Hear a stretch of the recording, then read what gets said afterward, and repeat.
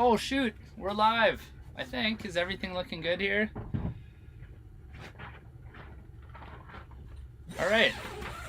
Just like that, we're officially live. Wow. We got the guest coming in here, Joe Holland, and a new buddy, and we are ice fishing. Did you step on your line? Yep. That was a dirty trick. Do I still have it? You totally have it. No, it's right there. Oh, we're good. Okay, sweet. All right, we're in. So, just to make sure everything is running and operating correctly, leave a comment and let me know if everything is working.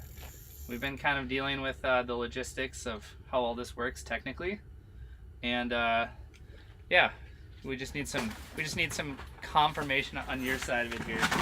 We can actually even scoot apart a little bit here. Oh, there we go. Perfect. All right. So this is the first time actually running a live stream like this in a while. So just working out the technical kinks. Everything looks good. All right. Okay, so we're officially in. We got 15 people in here. This is awesome. All right, so I'm just trying to decide if I should do a little intro here right away or if I should wait till we got a few more people in here. But I guess the first thing I'm going to do is I am going to snap my line. I'm going to get re-rigged back up here, and then I'm going to get some waxies on here. I was just getting ready to put a waxie on there, but so let's say, Joe, tell people a little bit about... It's on your knee right there. Thank you, sir. Where you're from, what you like to do, all that. Yeah, what's up, guys? Joe Holland here from Joe Holland Fishing on YouTube, Instagram, all those places. I am a long way from home. I'm a 26-hour drive to get here from Maine. Normally, we have some early ice now, or just enough to get dangerous, but we've been super, super warm. So I decided to come out to the St. Paul Ice Show. First time I've ever been to an ice fishing show. I picked a really good one to go to for the first timer. And I hit up Nick and a couple other guys, and to make it worth that 26-hour drive, the only way that could be worth it to me is to go fishing. Because otherwise, I know most of the new products on the market with ice fishing, and I mean, they're all on the internet, right? Yeah, everything's on the interweb these days, so it was just about meeting people and getting to meet some fans from out this way and some industry insiders too. So he said fans. So Joe does like a lot of YouTubing. He's out in Maine and he only does ice fishing, which I can respect. I like to do a little open water fishing too, but ice is I will honestly say ice is my favorite. That's like kind of a controversial opinion around these parts. Really? It is, yeah. Most folks would rather cast than fish vertically, but yeah. So we got together and we fished, and you fished with a few other folks. Yeah. Who of all the people you've fished with, who's the best? Best angler? Yeah. Or, tell it to me straight. I still haven't seen you catch a fish yet, so I can't say anything. But I did see Alex Tim catch a 42-inch muskie on 3-pound test, 4-pound test the other day. So that was pretty impressive. I'll just do a little spoiler for everybody. I don't think we're gonna end up catching a 43-inch muskie today. Just I'd say there's a low probability that happens. But I did have a great time fishing with Cody and Alex. But I thoroughly enjoyed fishing with Nick. Nick and I just did like a quick, I jumped into town before the show. He had a lot going on. I'd just come off a 26-hour drive, added 2 hours to it. We got together and just did an early ice check and fished for a few hours. Never saw a fish on the screen, so we never caught one.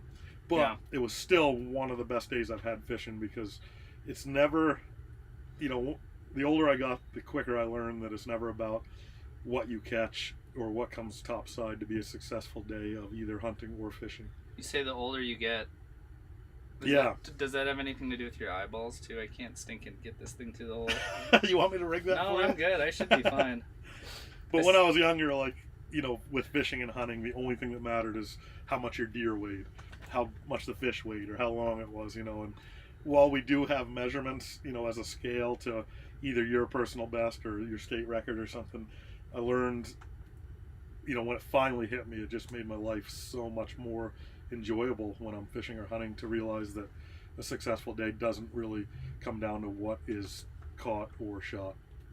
Agree. Yeah, it's more in like the enjoyment you can have and sharing it with others, and being able to learn and just work really hard to put together either a good YouTube show, a good live show, or just a great day on the ice. So you guys don't know a lot of the what goes on in the background here, but this guy is as hard a worker as I've seen on the ice. The amount of stuff he has out here right now to make this happen.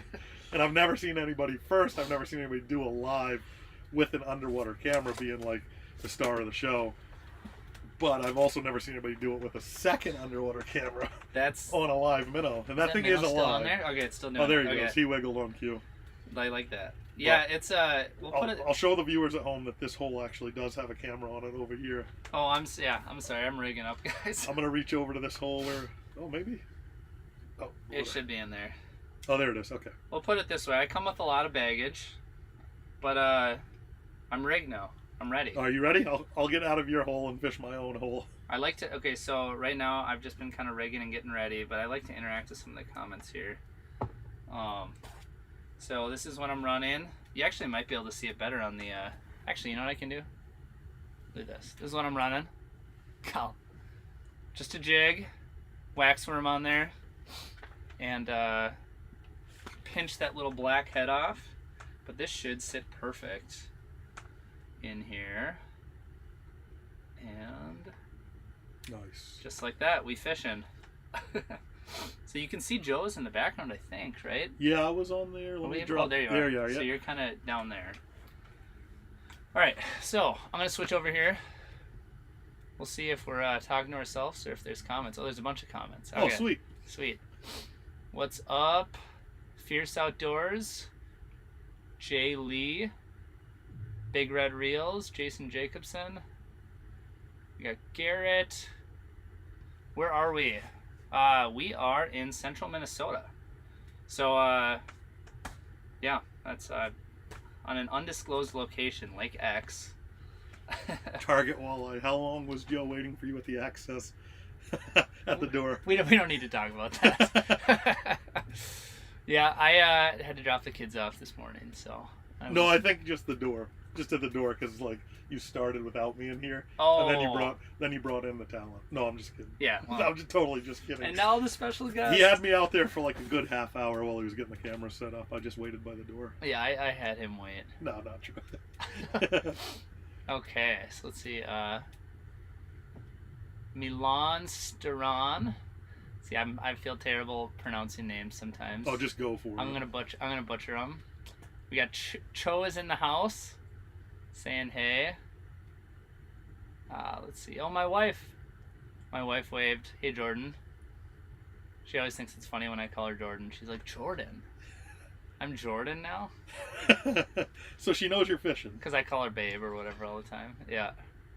That's good, because I told my wife I was going out to get some milk, and that was 5 days ago. I just didn't tell her where I was going to get it.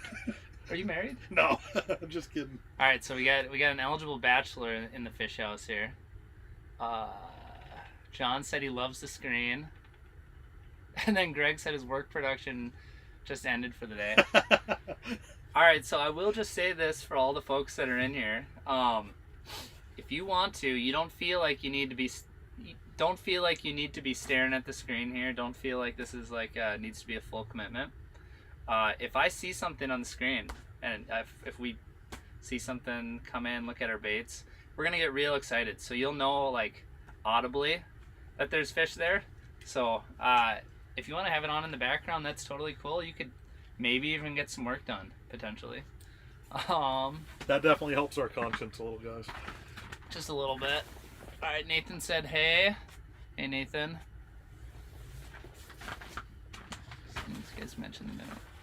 Yeah, yep, the minnow wiggled on cue. Let's see here. Let me just get caught up on all these comments. As soon as you guys... Don't be afraid to share this with your buddies too, guys. Nick put a ton of work into making this happen. It's crazy how much stuff he has. Man, out I here. gotta take you out fishing more often. You do, yeah. But don't be afraid to call your buddies and let them know that, because this show, I don't know what we're gonna catch, but it's gonna be awesome. I promise you that. Well, where's the skunk just said, I should start a YouTube channel. YouTubers never get skunked. We don't use that word. That's like telling a guy who's got a perfect game in the 7th or 8th inning. Oh, it's happened. Skunking has happened. But yeah, you don't. Do you make a lot of videos where you skunk? I have one a year. Okay. I do a lot of 7 to 10 day trips, and one day I might skunk, and I put it on because my channel's honest. You're gonna see me struggle. Sometimes I'll beat their heads in. Some days I'll struggle. Yeah. So Nathan asked about kind of where we're set up. I would say right now, for the most part, this is a pretty large little weed flat. And he asked if we're on the edge. We were kind of drilling around. We sort of figured maybe there was a little bit of an open patch over to the side over here. So yeah, not specifically an edge, but there's weeds all over and there's clumps, and it's kind of variable. But the fish tend to just kind of cruise through this whole area. Is typically how they work in here. So hello from Sioux Falls. Derek said he recognizes those weeds. Really? Well, I don't know. Maybe. Nice. So how's the ice? Yeah, there's a ton of ice. So yeah, I should have drove my snowmobile out here with all this baggage I got. At least 9 inches, would you say, of ice? It's all in 9 honestly, inches. yeah. It was 7 degrees this morning, so I think it made even more. Right. With no insulation. Oh, there's a fish there. I didn't even notice. Is that you got one on you? So, it's a gill, I think, isn't he? I can't really see it. We kind of have the small screen going here. I think there was a big... Is it a bass, maybe? I can't... Oh, it's a crab. Okay, so Wait, is that a crappie? We just had the underwater camera on a really small screen because I was looking at the comments. So if we look like doofuses for not being able to see what that fish was, that's why. You guys got to tell us in the comments when we have a fish on. Yeah, I was too busy trying to catch up on comments and didn't see that one come through. All right, so proof of life. I'm not mad. No, first thought was bluegill, but I saw a lot of dots. They're gonna tell us in the comments, I think. Yeah, let us know, guys, how big that was too. I think they got a better look at it than we did. Yeah. Oh, it's a rock bass. No way. So I thought it was a bass. Dude, I would love to catch a rock bass. Okay, let's see here. Okay, Justin wanted to know where we can find Joe on YouTube. He seems like a great guy and a funny one, and you'd love to watch some of his content. Yeah, I mean, he's a decent guy. He's all right. But yeah, sometimes. Joe Holland is Fishing. his name. Fishing. What happens if you type in just Joe Holland? Probably there's a couple out there. Like a senator or something. There's a Chevy dealer in Indiana or something. But I probably have a lot of views under Joe Holland. So, okay. But Joe Holland Fishing's the name of the page. Sweet. And you've possibly seen some foolishness on my channel in the past. I think that's possibly true. Yeah, the first one I posted this year, I did an overnight ice camping, but I slept in my otter sled, which I don't think anybody's done that before. I don't know why. I mean, it doesn't sound comfortable. It was not bad. It wasn't terrible? One more foam pad and it would have been perfect. Alright, I'm trying to figure out how I can get the comments on here so I can see them, and we don't have to switch between angles here. Maybe your phone, but that's just one more device. Whoa. Yeah, a lot of stuff going on here. We just got internet in Maine, so this is blowing my mind. Oh! What happened over there? The pike came in and attacked the... Something happened. Well, look at the dead stick is just going crazy. That thing's going to swim right out of screen. That thing is so not having it. Did you see a fish there? Oh, dude, there was a pike. No way. Yeah, it was a pike. Should we bigger screen that one? See, okay, so Where's he going?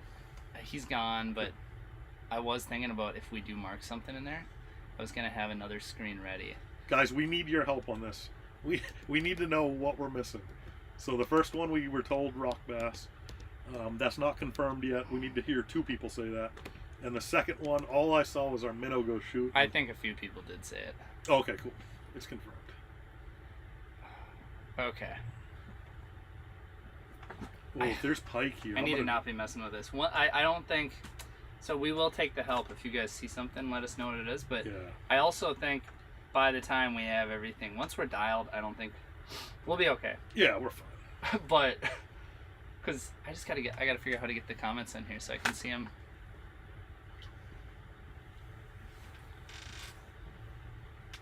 All right. You said the magic word. Oh, everybody saw it before us too. They were like, the pike is sneaking up. Sneaking up in the background. There's a lot of stuff to look at here. I have a forward-facing sonar on my side that I can't quite show you right now, and I also have a camera over there closer to my hole. And what else, Nick?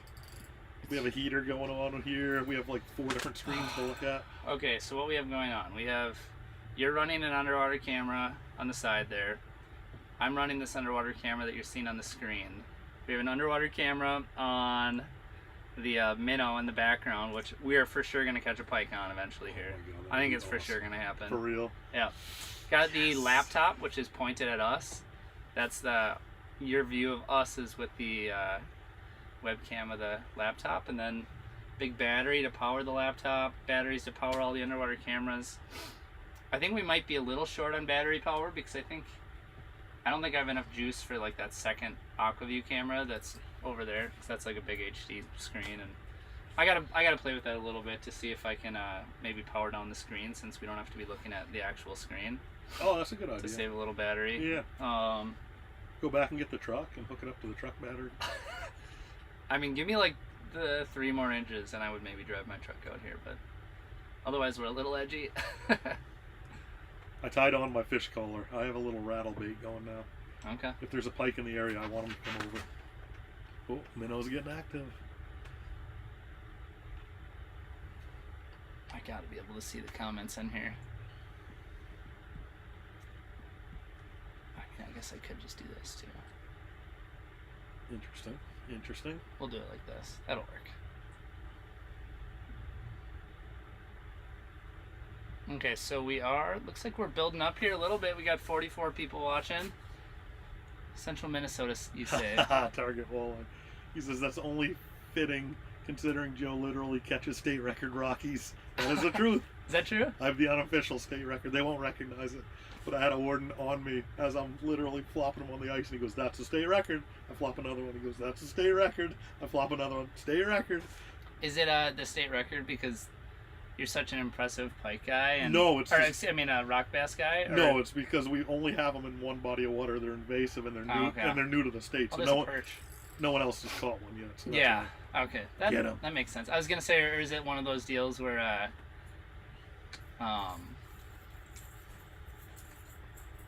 where like everybody's like, "Oh, it's a rock bass." I don't need to turn that in for a. I don't need to turn that in for a record or whatever. No, we don't even know we have them yet in Maine. I would say rock bass are probably that's probably like the most breakable record in Minnesota. Probably. What is it? I don't know. Oh. Someone can comment and let us know. But I was looking it up this one time, and for sure I've caught some that were within striking distance. I'm not saying I've caught one that was bigger. I'm gonna just guess. But because we bass fish all the time, and I'm gonna throw this out here and say that your state record's like 3 pounds 1 ounce. Am I off by like a pound? The boys are saying 2 pounds. Okay, I'm off by a pound. Yeah. Okay, so Hayes said it was 2. Brett said it was 2. Smackdown Outdoors said it was 2. Yeah, Lake Osakis, Brett said. That's where we are.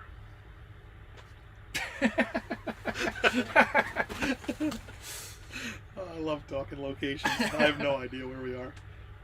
Oh, there was a fish on the corner. You got one coming into the right on the live scoop somewhere. Okay. I hope.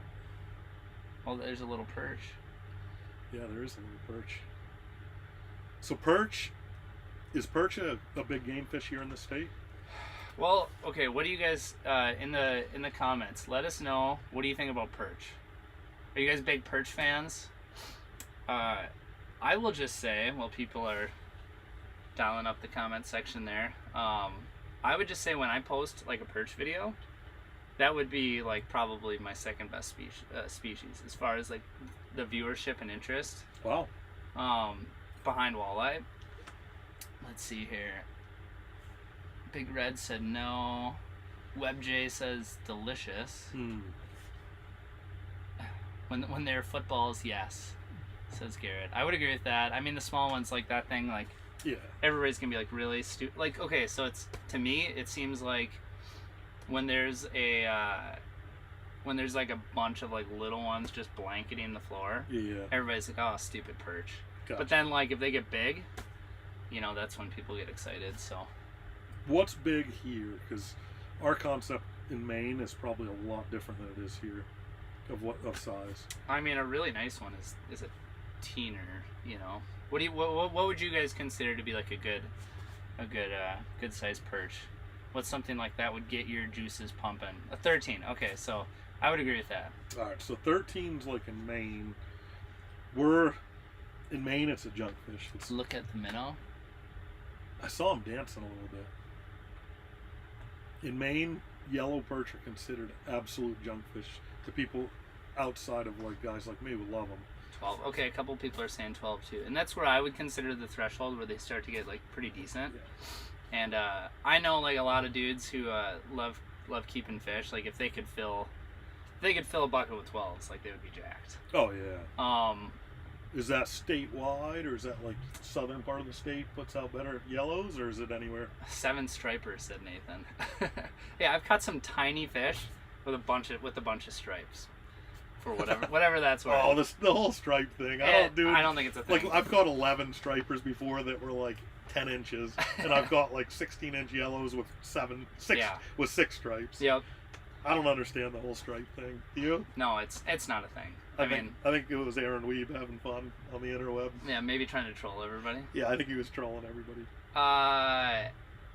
Yeah. So Minnesota, like as a state, has kind of like seen a shrinking perch population, and why exactly, I don't know. But it would have to do. It's probably a lot to do with just a lot of harvest and a lot of pressure at different points in time, and I don't know. Yeah, so. With that said, there's a handful of places where you can go catch like okay perch, but it's never gonna be like as nice as like the Dakotas or Maine, or like Idaho, and places like that. I don't know about Wisconsin specifically. I would assume they're kind of in a similar boat to Minnesota. But yeah, so it is what it is. But there are some places you can go catch some decent perch. Bro is definitely on the perched good sized perch train. So we have white perch where I live too, like a true white perch. Oh, you got something on you? That's another little perch. Look at how tiny he is. Catch him, man. We got $100 bet right now on who's gonna catch the first fish. Oh shoot! Oh, you didn't know that? I didn't know that. I didn't either. I just made it up. Well, if that's the case, you keep using that big rattle bait. Yeah. And I'll stick with this. I'm hoping that pike is hungry. If that's the case, I'm going down to the 2mm. I don't even know what that is. If you can get your line through that 2mm jig, I would be impressed. All right, we'll move the camera over a little bit. You got a good looker. Oh yeah, it's another big one. Western Wisconsin. Nathan said Western Wisconsin is good perch too, I guess. Western, okay. He wants it. Lobster Shrimp said, "Good to see you live streaming again, Nick." Yeah, you know what? My thing is, I haven't really figured out a super good way to live stream in open water and have it really be visually appealing and interesting.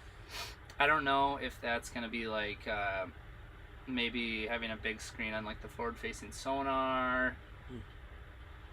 Either anchor down or dock down with the camera. Yeah. I mean, the camera would be cool, but if you're going out, like if it's like if you wanted to do a live stream walleye opener or something, and you're like out casting and tossing around jigs and crankbaits and stuff, and I gotta think maybe putting it on the forward-facing sonar would be cool. I don't know what the best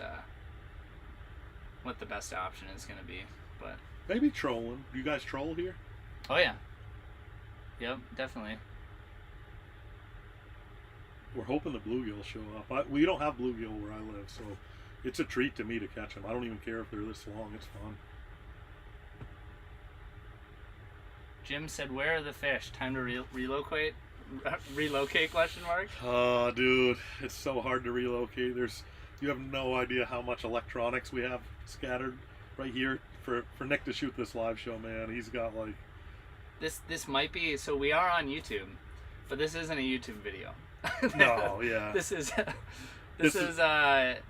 just real. You know, we're out here fishing, and we did see one fish. He caught a number of fish over here, and we were just kind of. You got a nibble. Oh, it's on the shiner. There's a perch. There's a perch on the chiner. On the chiner. I guess it's a fathead minnow. That is a fathead. We call minnow, everything shiners in Maine. Okay. So there are some He's perch in lit. here. There are some better ones. 7 striper. No, yeah. Yeah, did you count the stripe? Yeah, I What do did we got actually. there? He's Okay. lit right up. Oh, there goes my GoPro. What was I gonna say? Where was I going with that? You were Oh. gonna say if someone was to open this door in this otter hut, they would think this is like Best Buy Mobile. There's that much electronics out here right now. So it's oh, he's got it by the tail. See it? Did he get to the hook? Oh, you might have to go get him. Or you want me to get him? I don't think he's gonna be able to get it down the chute. I think he's to the hook. I mean, we can look at it. I don't think it's. You could catch. I do know one thing. He messed us up either way. All right, I'm gonna Shake go it. out. I'll go out and mess with him. You want to look at it? Yeah, I'll reel this in. Okay. I'm gonna try my best, guys, to catch that. I don't think he has the hook, so I'm gonna like ginger him in. Is that cool? Yeah. All right. I'll try not to catch your line with these. If you Over? just step over the hole, you'll be good. Good. Yep. Okay. Okay, so here's the rundown on this spot, guys. We will catch fish here. And already we have caught fish here. So we did catch some fish this morning, and we caught some like nicer perch, and we saw a bass come through in like a very short period of time. Basically just like confirming the area was decent. And then when Joe was, what's up? Am I seeing them? Looks like you're pulling the weeds up. Yeah, they'll be fine. Okay. And then what the heck was I talking about? Oh yeah, and then I actually sent Joe to this spot a few days ago, and he like smashed them. Caught like a ton of crappies and like a few nicer bluegill and stuff too. And the bass. I think you went too low. Sorry, go a little higher. A little bit higher. Oh, right there, right there. A little bit, teeny bit higher again. Right about there. Yep. So this is gonna be a decent spot. I think it's gonna work. We're definitely gonna catch some fish. We saw a rock bass, which is, you know, nothing special to anybody, but like it's cool to see. It's cool to see action on camera. We saw a pike on the dead stick screen already, and yeah, it took all of probably 10 minutes to see like a couple predator fish, and like I know we're gonna see some good crappies in here. Yeah. And we're definitely gonna get some gills. So yeah, I mean, we're setting up camp, I guess, long story short. So okay. We're gonna have to let them come to us. An old timer told me once, fish have fins and they swim. So just go ahead and get comfortable. That is the best part about these kind of shallow weed areas too, is the fish tend to like really move around a lot, and they just roam. Spots are good for 10 minutes and then bad for 10 minutes, and then so we're just gonna hang out and we're gonna jig, and yeah, hopefully you guys stick around. Like I said before, this is something that like you don't feel like you have to be like watching this like the whole time. Like if we see something, we're gonna get real excited, and we'll let you know. We'll let you know with our excitement, and then you can switch screens and check us out or whatever. But And the longer it takes for us to catch a fish, the higher the excitement level is going to be when one comes on the screen.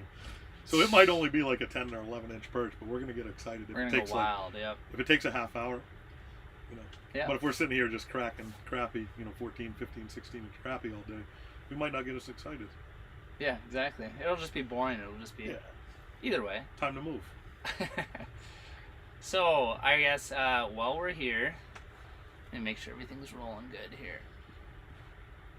Looks like we're up to 77 folks checking us out here. Nice. Which is awesome. Or no, 99. I guess I'm not sure. It's okay. We're not technology wizards here, but we somehow figured a way to get everything working and dialed here. So let us know in the comments if you have any questions. Okay, so it looks like Neptune QC. Is that Quebec QC or QB? Quebec. It is for sure? No, not for sure. Okay. They asked how much ice. So once again, it's looking like we're on like 8 or 9 or something. Definitely enough to drive a snowmobile, but I dragged all this junk out here by hand. There's probably enough for a truck, legitimately. If anybody wants to come out here about 5 o'clock, 5:30 or so with a snowmobile or a 4-wheeler and pick us up, Brett, if you're listening. Okay, let's see here. Live in Minnesota outdoors. How's it going? So Nate Patton. So we have a $5 bet on who's going to catch the first fish. All right, and you guys put it in the comments who you think's going to catch the first one. I'm using a spoon from Northland Tackle. It looks like that's the Forge minnow. I'm using a Forge minnow from Northland Tackle. Yeah, one thing you'll notice about the setup here is straight parade. No, it's 2 pound. Oh, it's 3 pound fluoro. It's yellow though, because the boys at the show were like, "You need to use yellow line," and I was like, "I don't know. They made yellow line." You know, like in Minnesota, we use yellow line, so I think they trolled me pretty hard. I think they were trolling me. Oh, I've never seen anybody use yellow line. Really? No, they got me so bad because I was like, "We don't use yellow line in Maine," so they must. Dead stick. Oh, it's a perch on there. Okay. So there are some perch in the area, but I think that's good. Yeah. But you know what? I need to find a way. Ooh, look at him. He's feisty. Same guy? Okay, SmackDown Outdoors said he uses yellow line. Now I feel bad if I'm giving you a hard time. I love it. I like being that guy that walked into the show and they saw me coming from like a mile away. Okay, I'm gonna mess around here for a second. I want to see if I can give those guys a full screen of the second camera angle. Dude, the shiner's getting chased hard. Quebec City. Oh, sure. Somebody found 14 inches of ice on Mille Lacs this year. Okay, so we went dark for a second. Don't worry. I'm just trying something.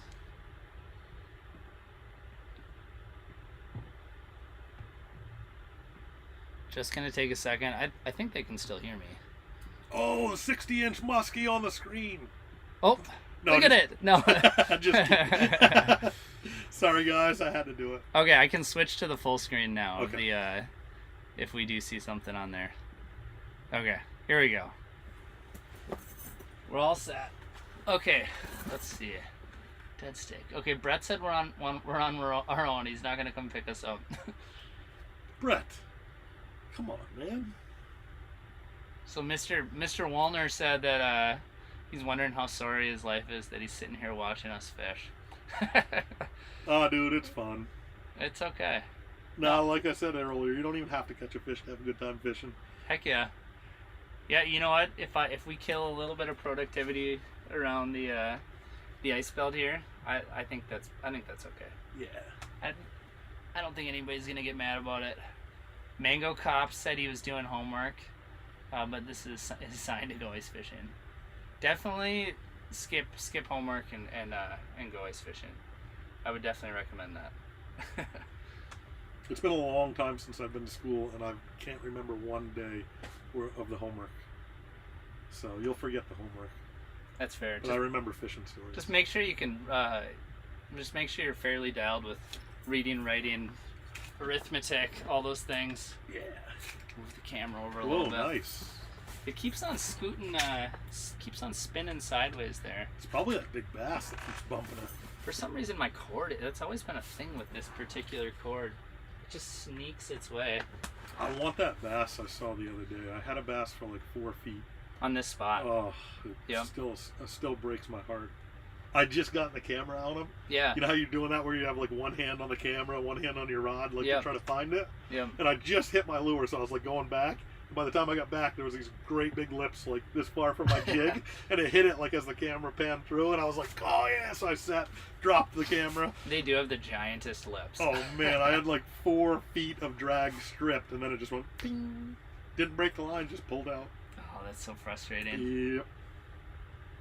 Okay.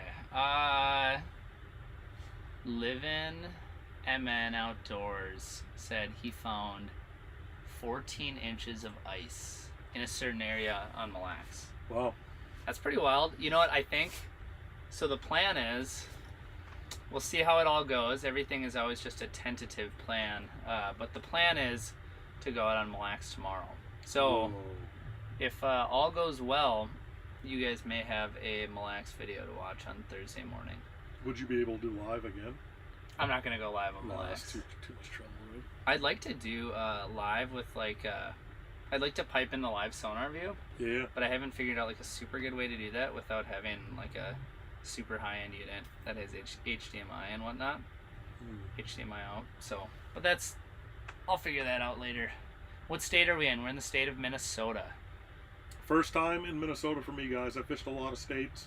I've not ice fished a lot of states, but this is my first time in Minnesota. I'm absolutely loving it. Same, pretty much parallel as Maine. So And the one guy, one of the guys on here, Twisted King, said he saw you last week in the Brainerd area. yeah. Yeah. Oh, did he see me on the ice? Yeah. Well, I think so. Is he a young And kid? he said it's funny to see you here now. I don't know. Maybe. Ask. Oh wait, what's his name? Oh, Mr. McComas. Brett dropped a donation. I appreciate that. There we go. Yeah, definitely appreciate that. Thanks for dropping that in there. He said, "Here's the money.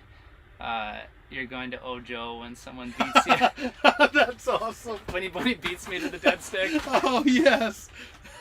He's closer to the door though. That is true. I Yeah. could rip He past could him. definitely beat me to the. Oh! Big bluegill. Oh, he's on you. I'm sorry. I just here- elbowed you. Oh, it's a here goes pumpkin $5. seed.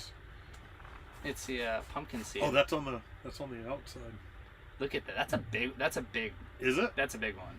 I would say, because that's like a good sized What's his fathead problem? minnow. I don't think he's gonna be able to get that down. I don't think we'll be able to hook him. Should I go drop a jig on his head? I mean, you could. Oh, there's a perch You under don't him have too. to. See the perch under him? Oh yeah, little guy. A little competition. Oh, perch is thinking it over. We might have lost him. He might have been eyeing that up and thought, That's a little too big for me. Oh my word. The perch is bringing him up. Competition, guys. There's nothing better. Like, and then they both go off at the same time. That's so fun to watch. It does look huge, yeah. Yeah, one of the guys said it looks huge. That looks like a really big pumpkin. Well, thanks for the donation, Brett. I really appreciate it. I think it was for me. Oh, we got a perch. He kissed it. This is fun. I like having the second camera. There's twice as Oh my god, this is awesome. Watch it. Look at him. those little He's things. trying to murder. Those little. Oh, he's gonna mess up our line, man. Oh. Alright, I'll You go. may have to go fix that. Yeah, I got you. I'm gonna bring my jig rod for some reason. I don't know why, but I'll bring my jig rod. He's those little perch are like just straight up savages. Oh. No, you're good. All right, That's why they're so much fun. we'll let him figure that When out. they get over 12 inches. Ooh, look at this. I got something, a little tiny bluegill. Come on. Oh shoot! I knew he didn't have enough hook. I almost just won $5. Shoot. Ugh. Well, that was kind of a fun little volley there. What's that? Yeah, I don't think we're gonna hook any perch or bluegill with that particular hook. I actually just got bit by a bluegill. You did? Yeah, but it didn't take it deep enough. Oh shoot, sorry. A teeny bit lower.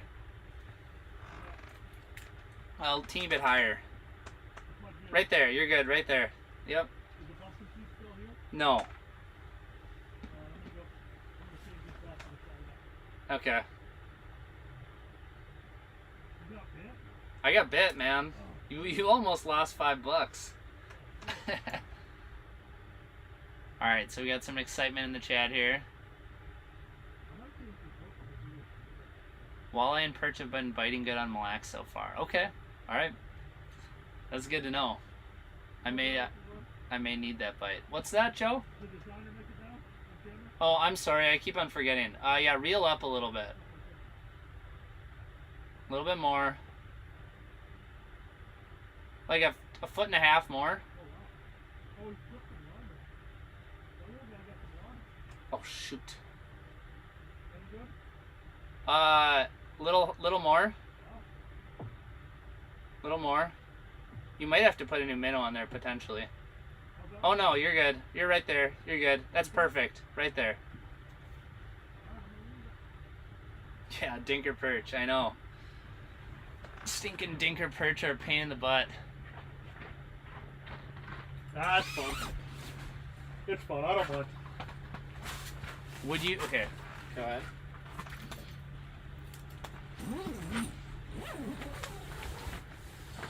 Can I go? Sweet. Yep, you're good to go. Okay. There's a minefield to walk across here, guys.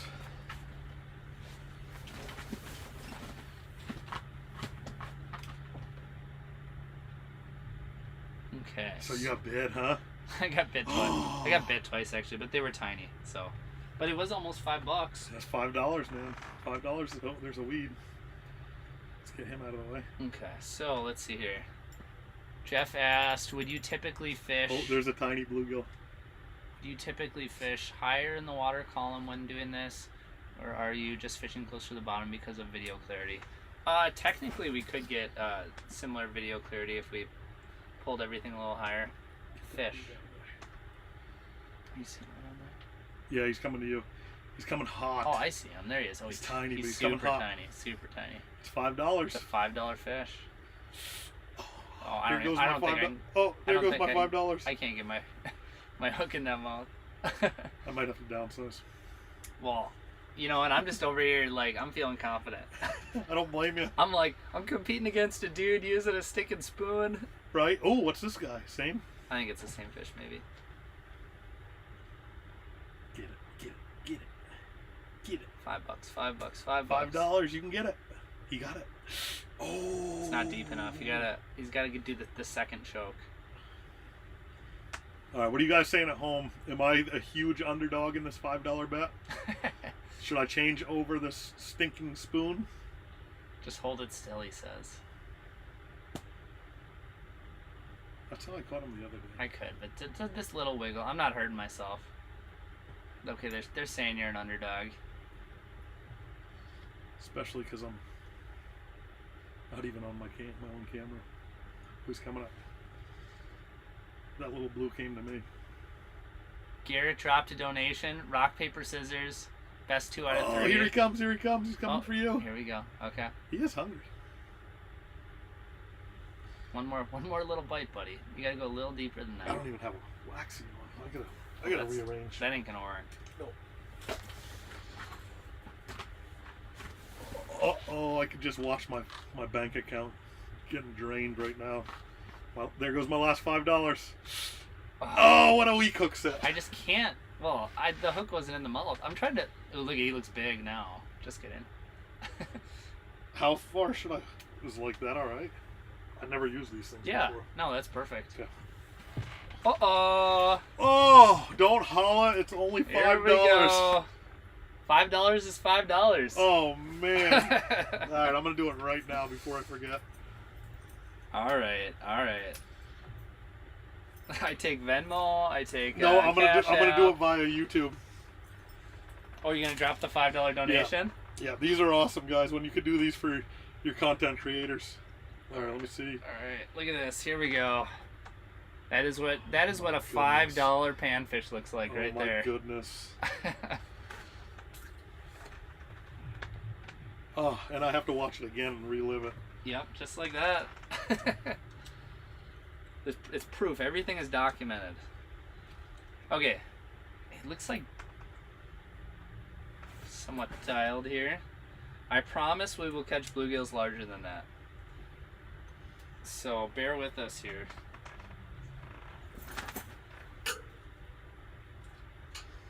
All right, let's see if that worked. Did it work? Yeah, there might be a slight delay potentially. Okay. Oh wait, it says payment info required. Tap. What? Might have to do a fingerprint thing. So this guy, how long have you owned a phone for? This is like 6 months. He's owned a phone for 6 months of his adult life. That's it. Okay, so Garrett Kunzman just donated $5. Huge thanks, Garrett. And he said, best 2 out of 3. Whoever wins gets the cash. I like it. On rock paper scissors. I like it. On rock paper scissors. Yeah. Can you do? Are you? I haven't played rock paper scissors since I was just a very young child. What is? Do you know the rock paper scissors meta? Like the Yeah. mindset? Do you guys use grenades in Minnesota or no? Oh, no. Well. Rock paper scissors grenade. I don't think we should do grenades. Okay. Does the grenade just beat So everything? rock paper scissors go. How do you rock do it? paper scissors shoot usually. Shoot, rock, and then you paper, shoot it scissors, on shoot. Yeah. All right. Here we go. You We're ready? gonna do it right now. You ready? I don't so- I don't see any fish on the screen. So. Okay. Ready? Yep. Hold on. Do we have to? Oh wait. What do Should you we do? go full screen or are people gonna? Nah. Let's leave it like this. Well, let's go full screen. All right. Ready? Unshoot. Rock paper scissors shoot. Wait. What is that? That's paper. Oh. Okay. Well, you flatten it. Oh, you gotta go 'cause flat? It almost looked like you were doing scissors. I was actually karate chop. Jackie Chan. All right. Rock paper scissors shoot. Oh, dang All right. it! That's 1. All right. Oh, you go best out of 3? Said best out of 3. Rock paper scissors shoot. Rock paper scissors shoot. Rock paper scissors shoot. Oh! Wow. Easy money. Holy cow. Wow. My rock paper scissors game is very weak. Very weak. Honestly, I've been training a lot. Like, I get it. I It's could all tell. good. All right, bud. Sorry I let you down there, Garrett. It's something I've been thinking about a lot, to be honest. Oh man. You were pretty easy to read, truthfully. Honestly, I was just happy that I made the correct motion with my hand. That's how long it's been since I've played. Okay, Charles said that was a tank. Yes, that was the biggest bluegill that I've caught in the last 20 minutes. So We're on the board with 1 fish, guys. it does look bigger on camera. Yeah, it totally does. Did it add 20 pounds? Jason said, okay, so Jason Jacobson said double or nothing. Ooh. Should again? we? Do you want to double or nothing? Man, I don't know if my ego can take another beatdown like that, but I'm willing to try. Well, I'll let you chew on that for a minute. Biggest fish of the year, Nick.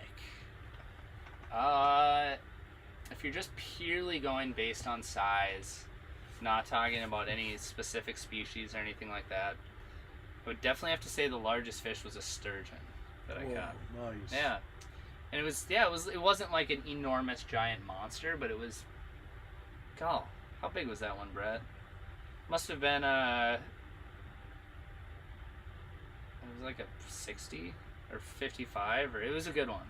I don't remember what exactly we thought it Pounds was. you're talking? No, inches. Inches. What yeah. is that? What is that?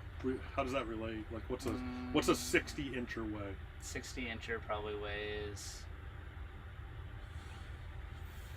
50. 50 pounds? I'm trying to think compared to like a muskie. Like a 60-inch muskie would be like 50 plus pounds. Yeah. So I would guess like probably 50 Nice. pounds probably for like a 60-incher. That's incredible. Any plans to fish Winnie or Leech? I don't have plans to fish Winnie or Leech, but I will fish Winnie and Leech probably this winter, I would guess.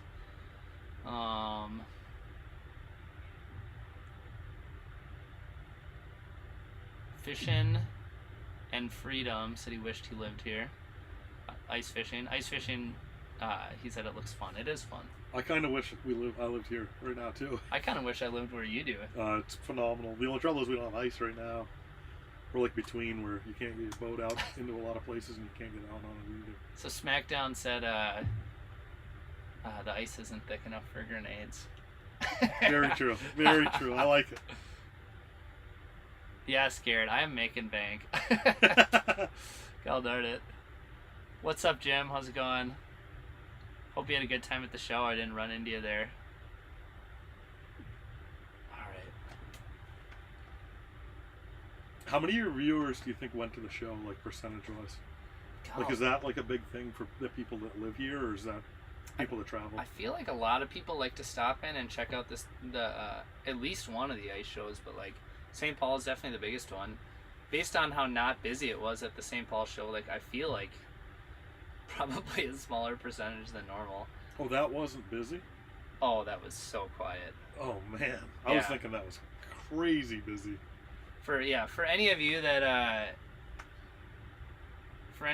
went to the show, I mean, let me know what you think. But I didn't think that was particularly busy. Usually it's shoulder to shoulder. Like there's the different corridors with all the booths and stuff, and usually it's like,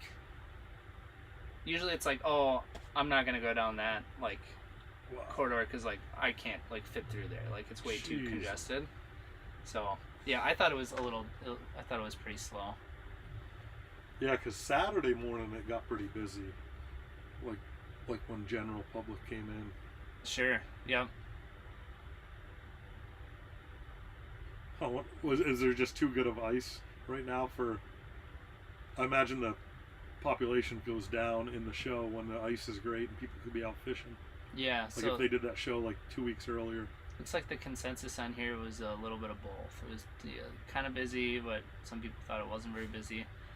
Somebody said they didn't make it out just because there was good ice fishing. So, yeah. Which makes sense. Yeah, you know? yeah, totally. So right before the ice fishing, or at least right here in Brainerd, it was like just starting to lock up decent. So that's actually when we kind of snuck around a little bit last week. And it was better. It was actually more than I thought. Got a good one. Ooh, that's a bass. Got him. That's like a smallmouth or something. Is it a You want rock? me to scoop him? Yeah. Oh, look at that staving rock bass. It is a rock. Yep. Woohoo! All right. Staving rock bass right I think there, you guys probably saw that on the corner of the screen there. I was watching it on there. All right. Oh, I'm so pumped. Look at that rock bass. It's a lipper. Wow, so cool. Just for a half a second there, I thought it was a bronzy. Yeah, I know, right? The color. There are some smallmouth in here. All right, guys, look at this beast right there. I know, from what I'm hearing, you guys don't really like rock bass here, but I don't care. I love them. Put him straight in the bucket. We're eating them. Really? No, I'm just kidding.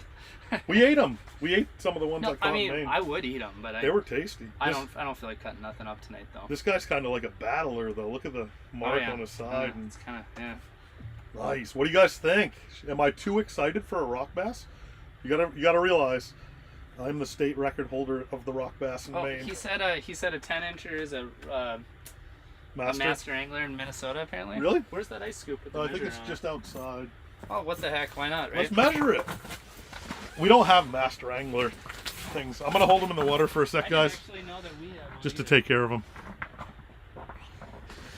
He's all a 10. He's all a 10. I'm gonna go with. Do I dare say like 11? Yeah, I think that's fair. I think it is. You guys see how I'm supporting the bottom here when I'm holding him horizontal, so he doesn't get hurt. With the giant fish like that. Right. Where do you measure this on? You just gotta pick a number and then do the math. Should we lay him down so I can close his mouth? Oh, it looks where this is. So you're on the 13 there. Yep. And 24 here. Wait. 13 right there. Yep. So it's like a 24 and a quarter, basically. Or excuse me, 11 and a quarter. 11 and a quarter inch rock bass. That's the biggest fish of the day. So do I get my $5 back? Well, I don't think we made it official, the double or nothing. That's true. I'm gonna release him in Nick's hole. Ready? There he goes, guys. Nice. Back to the resource. Let's see if we see him on the screen. I might have been a little slow with the transition there. Okay, so we had a lot of people calling it out. You guys are on the money. Everybody was saying about 11 inches. I saw him sneaking. He was creeping while I was sleeping. That was cool. That was awesome, man. Dude, I saw him in the. Did you see him on your screen too? Yeah. I saw him come. At first, I was like, "Whoa, is that something?" You gotta and then I got real quiet. quiet. Well, I didn't want to interrupt you. You were on a really good point. Well, it must not have been that good. Yeah. Plus, I didn't want you to like move your bait an extra lot to try to like pull him away from me. Oh, sure. Musky bait. Oh, okay. We could try that. So, guys, legit. Like, I know you guys have some amazing fish to eat here, but I actually ate those one winter, and they're so good to eat. They're like super firm, and from what people out of other states told me was that if you eat them in the winter, they're okay. If you eat them in the summer, they get like real wormy and a little mealy too. So, but the ones that I ate in Maine were incredible.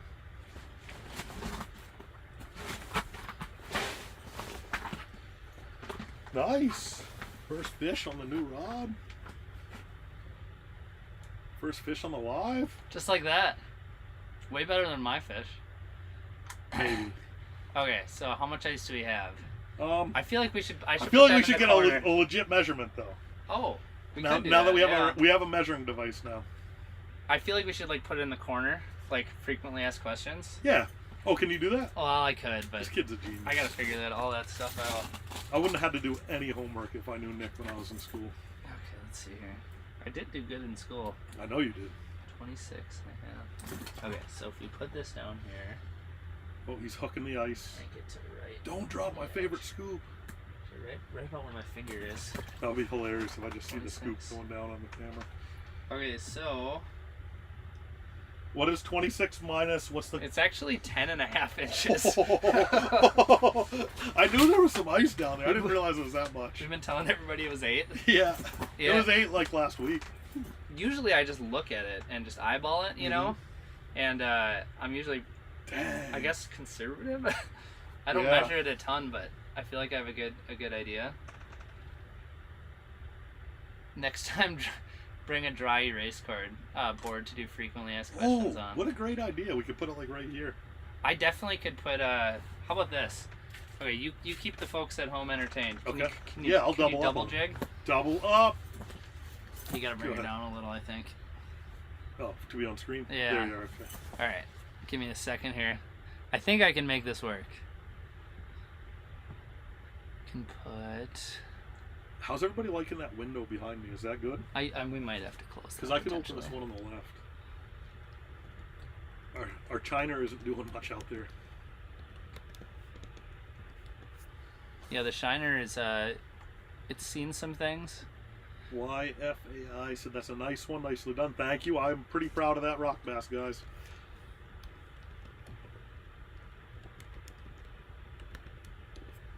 Whoa. Yeah, that's big. I don't know how to make that smaller, but we'll figure this out.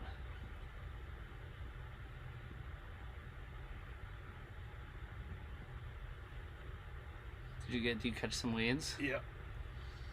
Let's put that like real. Let's put it like small. I should bring that up and show the folks at home what we were actually looking for.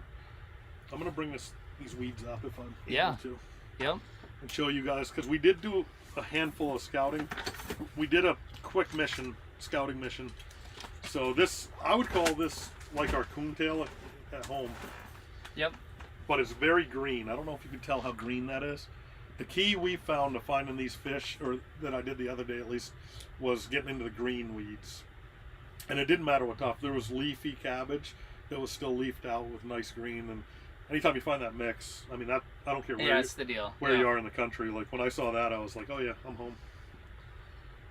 All right, so we got 114, I think, folks on here right now, and a number of individuals who definitely didn't get the intro. So right now I'm fishing with an individual by the name of Joe Holland, and Joe is from Maine.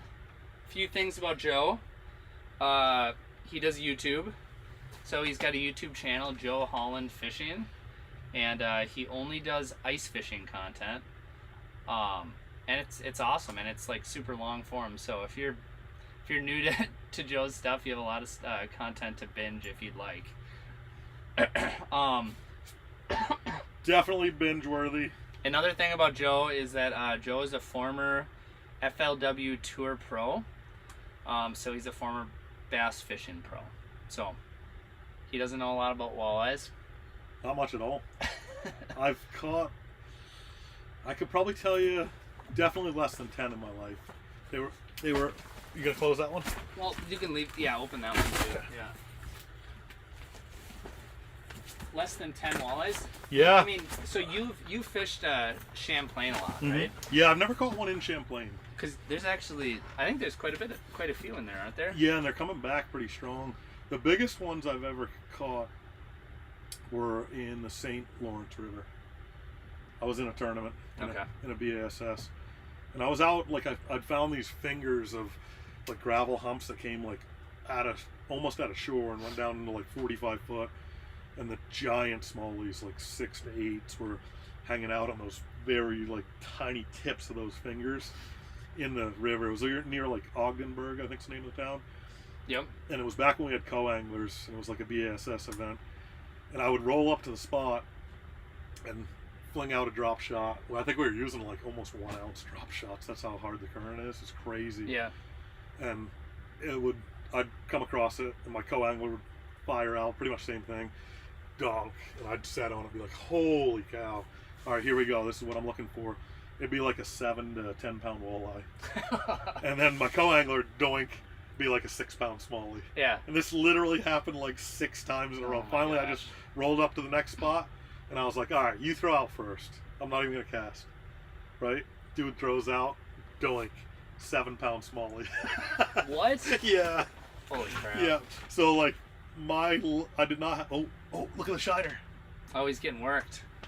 He's getting worked. Uh-oh, what'd I do? Uh-oh. I might go out for It's that like guy. sticking to my... There we go. Nah, he's just pushing him around. That guy's not even a quarter of the size of that one we That's saw actually... earlier. That is a decent gill, but... I'm almost wondering if I should put a smaller hook on that. I mean, we would catch more bluegills, but it's... For me, with that bait, like, Yeah. for me, like, let's catch a pike or a bass or something Gotcha, like that. okay, cool. That's my opinion. I mean, it's cool that we can look at the bluegill every now and then. But it's not gonna break my, you know.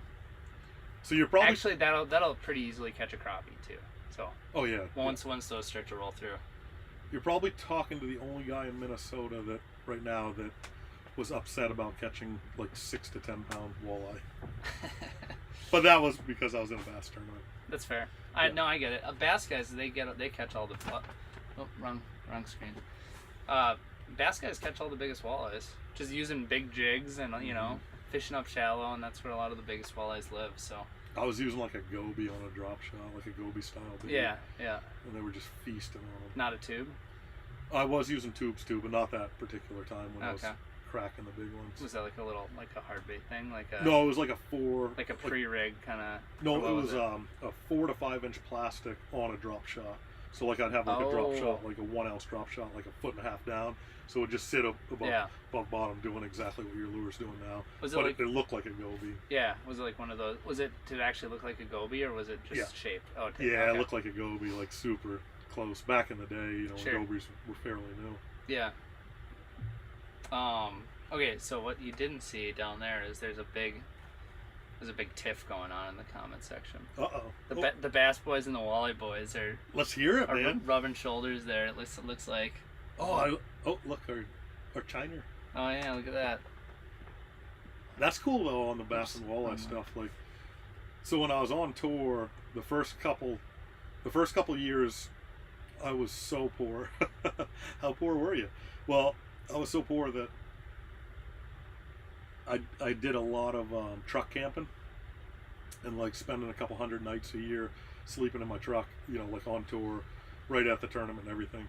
And then eventually I got invited to travel with a really, really cool group of guys that were into fishing and hunting and the outdoors, and we hit it off. Brian Thrift, Brian New, and JT Kinney. And I remember one time I had an iPad at the tournament, and we were practicing. We were on Beaver Lake, and I get this, like, somehow he like pumps through like a message to my iPad, and it says SOS, like, or 911, like emergency. Okay. Come quick. And it just has coordinates.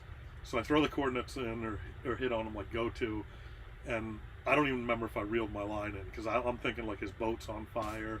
This was like just after I think Chris Lane's boat burned up, and I'm thinking like his boat's on fire, he's sinking, and he's sending out the old 911. Yep. And I roll up on JT Kinney, he was like a great guy, and he's like standing on his front deck casting, and I like peel right up to him thinking like he had a heart attack at this point because there's no fire. I'm like, what's up? He's like, mud line, walleyes are feeding on the mud line.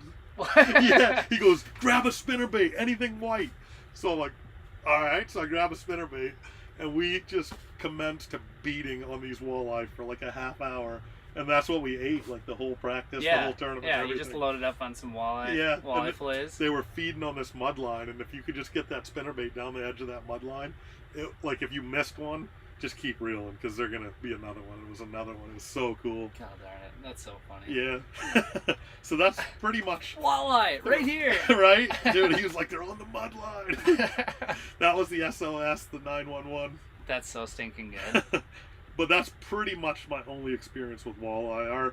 Our state doesn't see the value in them, guys. It's crazy. I live in Maine, and our state does not see the value in bringing in walleye. So okay. I get to watch you guys do it all year. Okay, let's get updated here. So, Live in MN Outdoors said the state record was a 12 and a half. As far because they do they'll do it's by weight. 12 and a half what? Inches. The rock bass. Oh, you really? That was that close to a state record? Yeah, I mean it's you know how it is. Like at the top end of the range, it's harder to get those last few inches. But like. So what was that one I just caught? It was like a 10. Wasn't it like was it 11? Oh yeah, I thought it was 10 11. and a half or. I thought it was 11 and a quarter or something. Maybe it was 11. I can't remember. Okay. That's kind of cool. I would have stepped on it if I knew I was that close. gain that extra inch. Okay. We just missed a couple here, so I just wanted to make sure we got caught up. Oh, we got some action going on I think it's that same Joker. I should go over and cross his eyeballs. End of last season was 35 inches of ice. Yeah, that sounds about right. 30 videos in 30 days. Haha, just kidding. Anyone eat those rock bass? I assume they aren't terrible. We did talk about we talked about that. I do eat them. I'm not doing 30 days in a row on first ice again. I don't know how he did that. Let's see.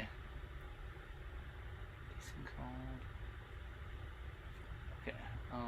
Okay, so they wanted to know if are you using the 13 fishing reel or whatever? Oh, yeah, so this is the 13 fishing reel. This is the free fall Ghost. I'm not crazy about this particular one. This one could have fallen out of my snowmobile at 80 miles an hour. I don't know, but the drag is like terrible on this one. And I know like industry, sponsorship, all that stuff, don't say that stuff. But honestly, this could be from me beating on it. So you could pull another one out of the box and it could be awesome. But I've had this one for like a handful of years. And I'm not in love with it. And I'll tell you though, that's the one thing you'll find on my channel, dude, is it's pretty straightforward. Well, speaking of that, Fierce Outdoors said, Joe's videos are great. Oh, thank you. Appreciate it.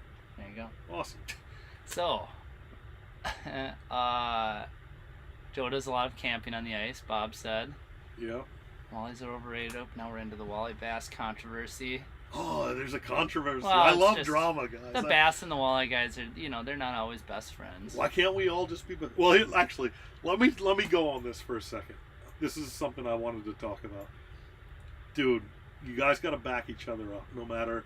I know it's like really fun and stuff. If it's just for fun, to say this fish is better or that fish is better. We're all on the same. But it's really important, like, to back each other up, because like in Maine, we've had a couple big ballot initiatives that just barely got through that really would have affected everyone's livelihood. And there's always like the lobstermen in Maine are against the clammers, and the clammers are against the worm diggers, and the worm diggers are against the draggers, or whatever it is. But it's super important, like, to always back each other up as sportsmen, and be happy that, like, if you love walleye and you love catching walleye, be happy that there's like 1 million guys that are fishing for bass, because think of what would happen if those 1 million guys came and fished for your walleye. You know what I mean? So like, just support each other in every facet that you can, and but also have fun too. Like, I love giving people a hard time too. Like, that's why I think I fit in okay in Minnesota, because I've noticed that people in Minnesota like to do the same too. Yeah. Which is why I'm fishing yellow line, because that's what they told me at the show, that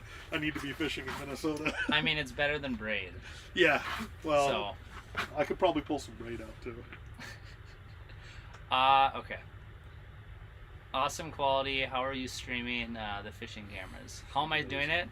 It is very complicated. That's all I'll say. I have to have adapters and use software, and yeah, it wasn't hard it wasn't easy to figure out, but I kind of like doing weird stuff that's harder to figure out sometimes. So I'm watching him do it, and I can't even tell you how he's doing it. That's how complex it is. So if you guys are watching his channel right now and you haven't hit that subscribe button, just hit the subscribe. It's that easy. It's free. Oh my word. Actually, you know what? I'll even pay for you guys to subscribe to his. So whatever it costs, put it on my tab. Look at this. I gotta bring this guy with and hit the subscribe for him. It's that easy. I need to take this guy fishing. Because no one is working harder out here than him. I mean, if you guys saw the amount of stuff that he has and has wired, just to get you guys this awesome footage that no one else is doing too, which is one of the reasons I really enjoy fishing with him, is because he's very unique and original. And he lets me catch the bigger fish too. I appreciate you. Okay. Thoughts on live bait versus dead bait?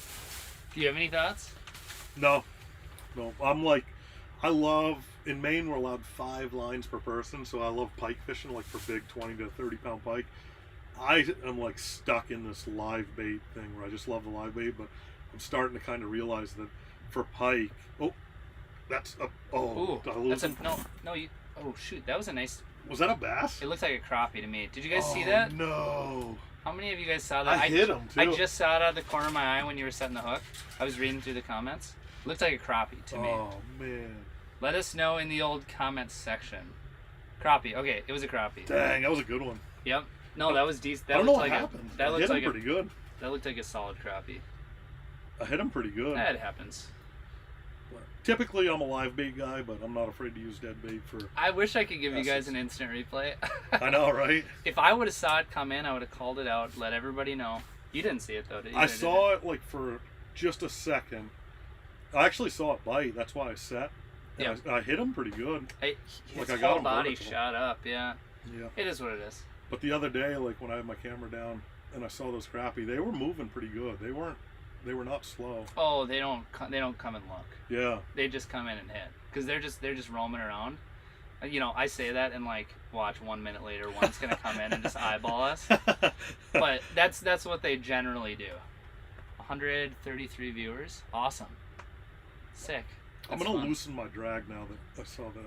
Hey, so I'm gonna say too on that dead bait versus live bait. It just depends on what you're fishing for. Like if I'm fishing for bass or walleyes, like it better be alive. The one time where I kind of like to use dead bait a little bit is pike.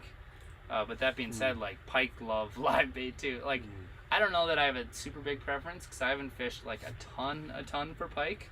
But that is where I'll mix in some dead stuff. Another time too is like if you guys ever ice fish for catfish.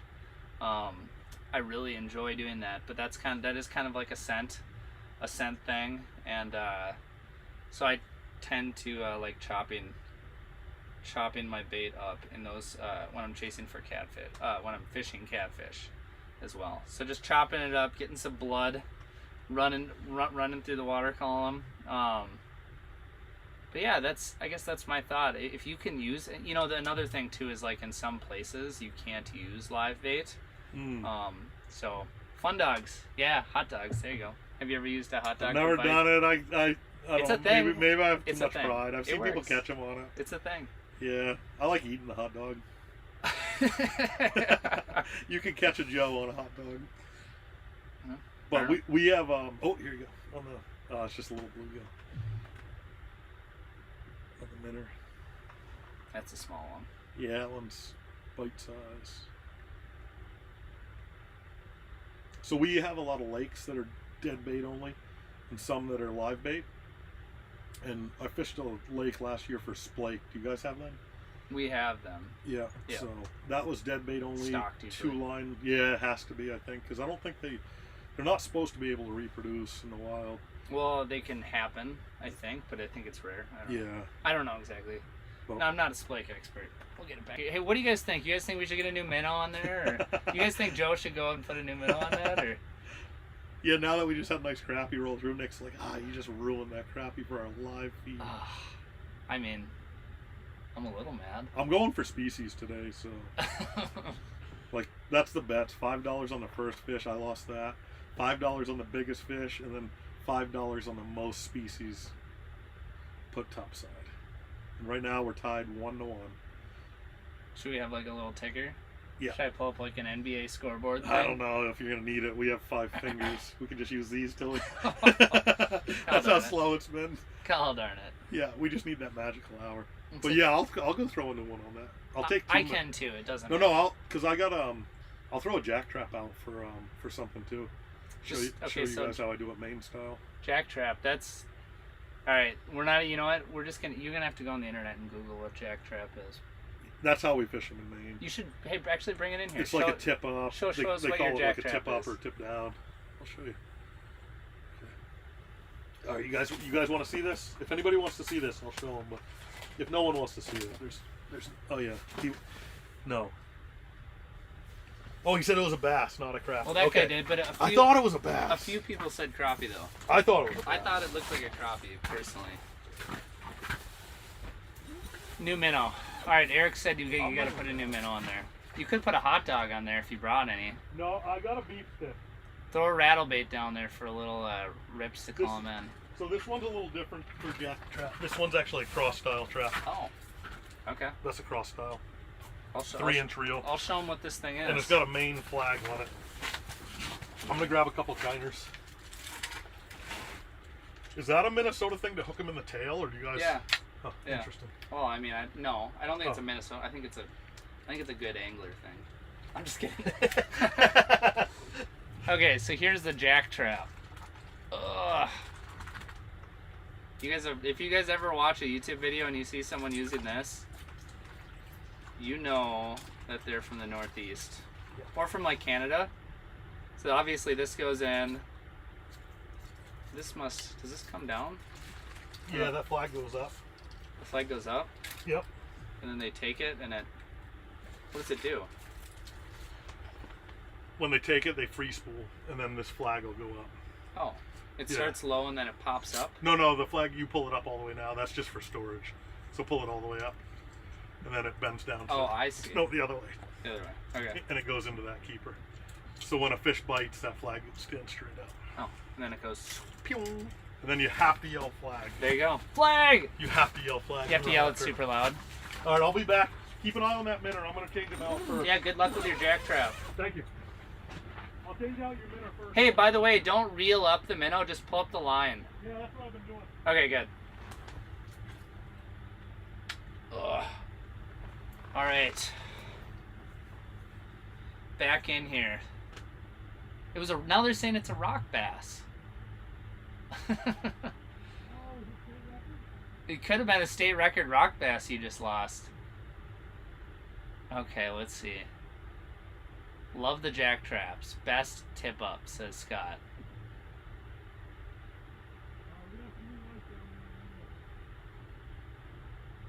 Oh, wow. Okay, so apparently you can go back in time and look at and watch what happened. Not us. We can't go back in time, but they can go back in time and look a few minutes back to that bite.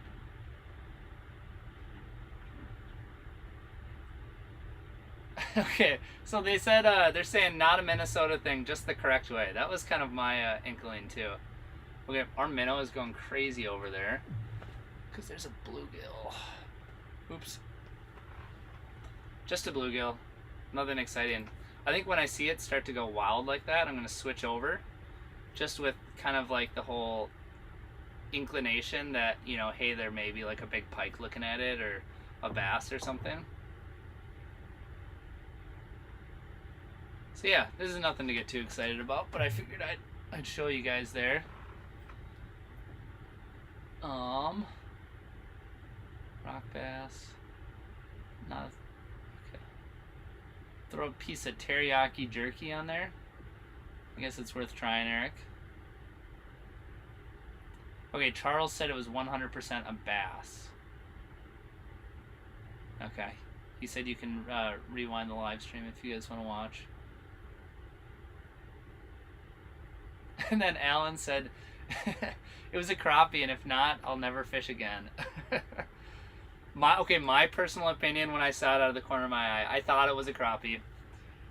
But I think you guys should argue about it until one of you decides what's the real answer.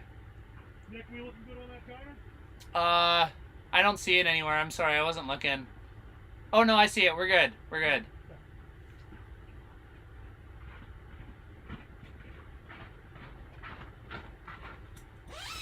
have we tried gummy worms for bait? We're having a hard time with wax worms. I've been thinking about it, and you know what? I've been saving my gummy worms. Saving it for the low light bite. You know, when things really heat up. Maybe a couple walleyes roll through.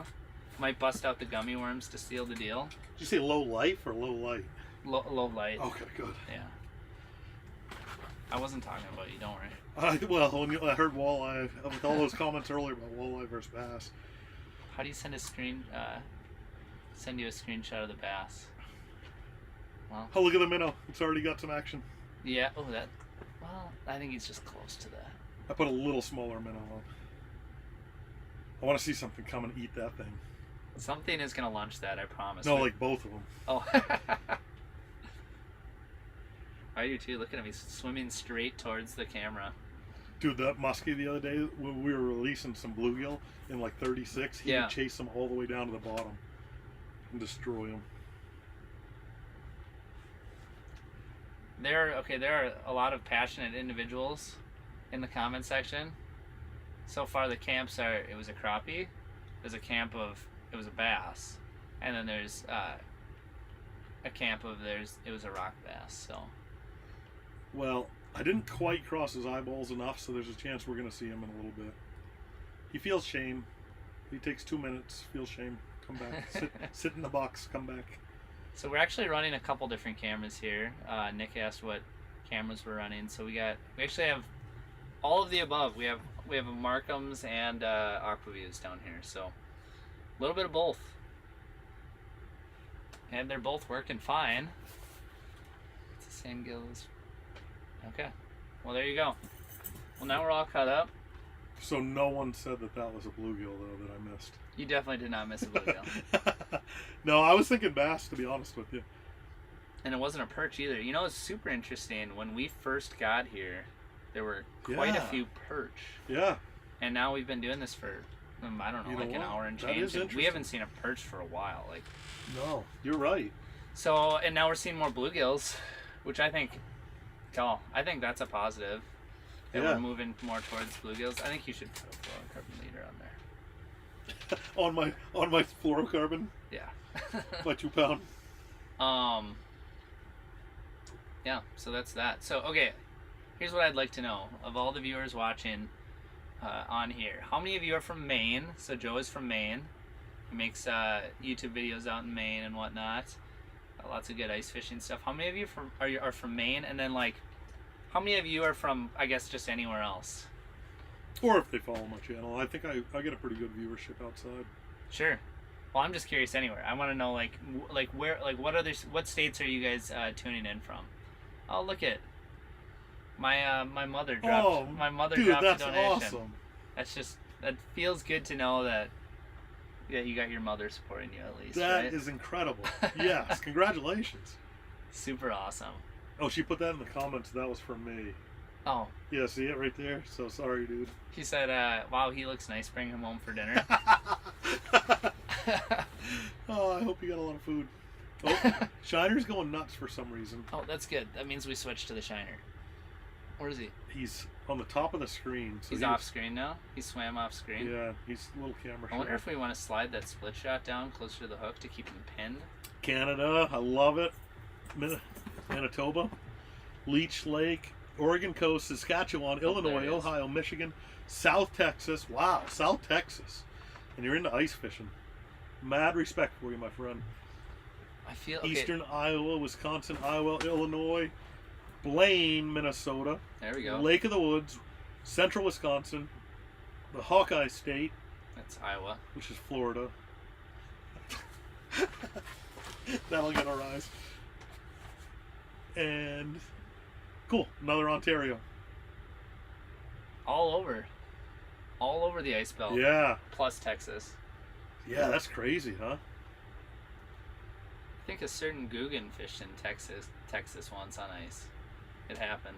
Saskatchewan, Minneapolis, Twin Cities, Utah. Oh, wait a second. I know we're like an hour late. Did I get a master angler out of that? Yeah, I don't know.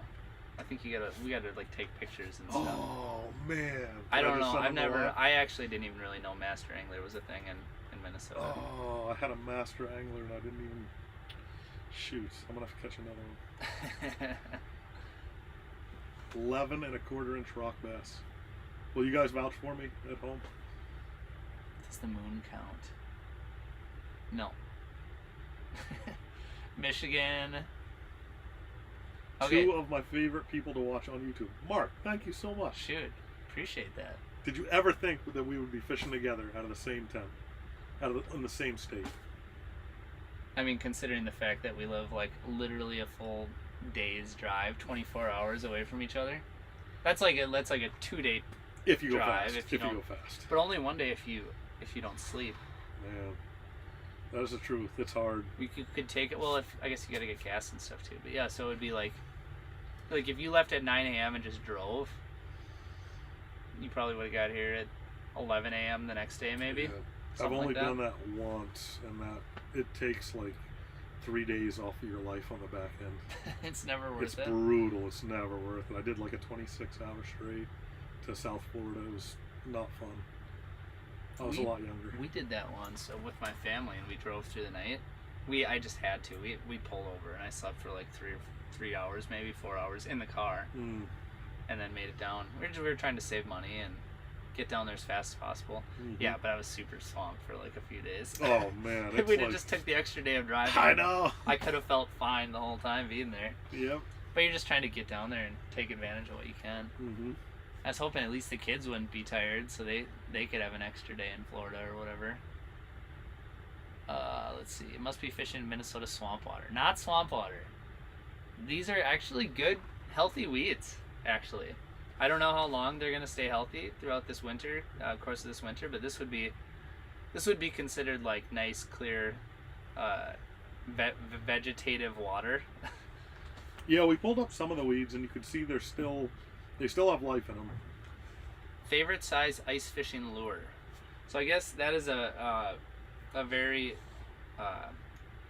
general question that I could get very specific about. So panfish, like a little smaller 16th ounce, or that would be like a bigger panfish jig, 32nd ounce, somewhere in there. Some people go by millimeters.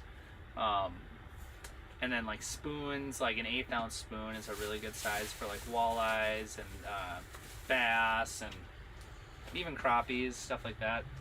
So that would be like a good place to start anyway. But there's a lot of content on YouTube, like if you're looking to get super specific information on like a super specific application.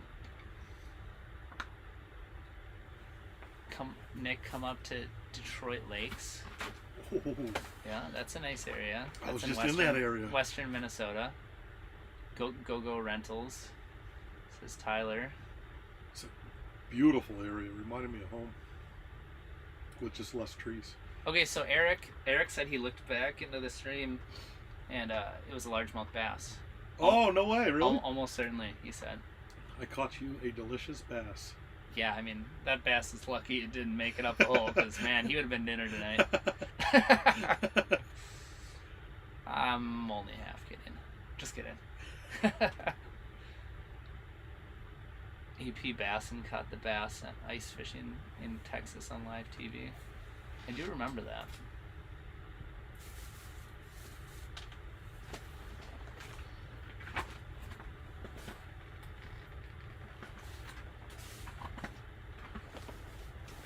Guys, we're fishing as hard as we can. They're just not around us yet, but we're in this enormous weed bed that is probably a half-mile square with stand-up weeds coming out of, let's look, 10 to 11 foot, and they're coming up as high as 6 foot or 5 foot. So we're kind of a little bit like a needle in a haystack. Maybe if we fished this open water and found rock piles or gravel or like edges, maybe it would have been a little bit better, but you never know. So like what I think these fish are doing is just laying in the weeds, and they come out to feed when they want to feed, or if they need to, actually. You gotta wait for moonrise, You guys look up when moonrise is, and that's when it's gonna get crazy. Is it? No, I'm just... Oh, maybe the folks at home can tell giving us. you a hard time. Oh. No, yeah, I wouldn't say this is a needle in a haystack. I mean, it's This is a haystack, but Right. there's a lot of needles in this haystack. Oh yeah, no, yeah, definitely target-rich environment. I mean, I was right over there the other day, And the minnow's going wild up there. and something's going on. That maybe it's just a more active minnow or something. Let's see here. What cameras are we using? So I mentioned, so we're using both Aquaview and Markham cameras, both HDs. So, and we got live sonar on the side over there, just kind of peeking around, just in case something comes into the area. Or if it's higher. What lake are we on? Okay, yeah. So we're on this lake. It's called Ricky Lake. Round Lake, or is it a square lake? What's this one called? Weedy Lake. Weed Lake? Weed Lake. Yeah. Rock Bass Lake. Big Lake. I think it's called Big Lake. Oh, is that what it is? No. I don't ask anymore. So those like handful of names we said, like there's probably like, if you took all those names, that's like 80 different lakes in Minnesota. Really? Yes. We have Crystal Lake in Maine. Bass Lake, that's a We thing don't have too. that There's a one. million Bass Lakes. We have Crystal Lake and Long Pond in Maine, and there's probably 100 of each. Yeah, that's the same deal here. Let's see, how far north are you guys? So we're in the Brainerd Lakes area. Crappie grind has been brutal in Manitoba lately. Any words of wisdom? I would just say keep on grinding.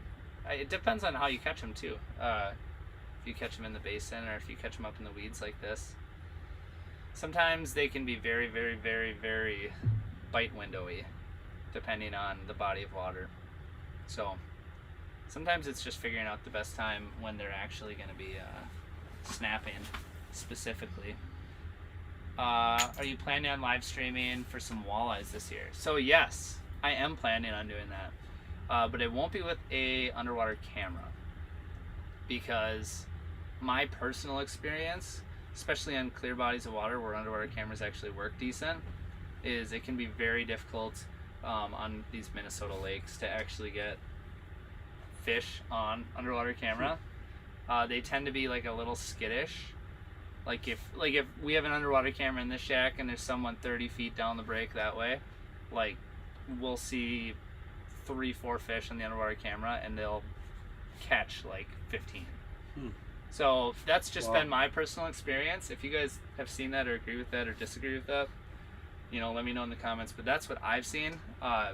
So if we do a live stream, and like I definitely want to get some sort of visual experience for you guys, I'll find a way to pipe in like the mega live screen onto there. So I'm planning on doing it, to be determined on how I'll figure out how to make that happen. But yes, walleyes will happen. Ever Laker fish in Minnesota? I have not. I've Laker fished in a few places in Canada, both Ontario and Manitoba, but never tried it. Never tried it in Minnesota. Oh, looker. There's a little sunny. Oh, he got him! You barely stuck that guy. I don't care. I'll take him. I was worried you weren't going to get the hook around that guy's mouth. Nice. All right. That is a giant right there, guys, in Maine. That would be the state record, because we do not have these. What are we calling this guy? It's a sunny. It's a spotted sunny. He's got a lot of fleas on him. How close It's just a little bluegill. do I have to hold him to the camera? Well, you gotta hide your fingers a little better. Yeah, I gotta learn this Minnesota hold. But don't drop them on my camera, Oh, please. there he goes, Or down on my the hole. laptop, please. Yeah, down the hole. All right, guys. That gets me on the board for 2 species. I'm not lipping this guy. Is this Sorry. how do you do the Minnesota hold? I think it's like this. Like this. What do you do about your fingers? Well, Photoshop them out later? ideally the fish are a little bigger. Oh, okay. Is that what you It sort of hides it. All right, guys. There he is. I'm going to put him back. Let's see if he goes on the camera.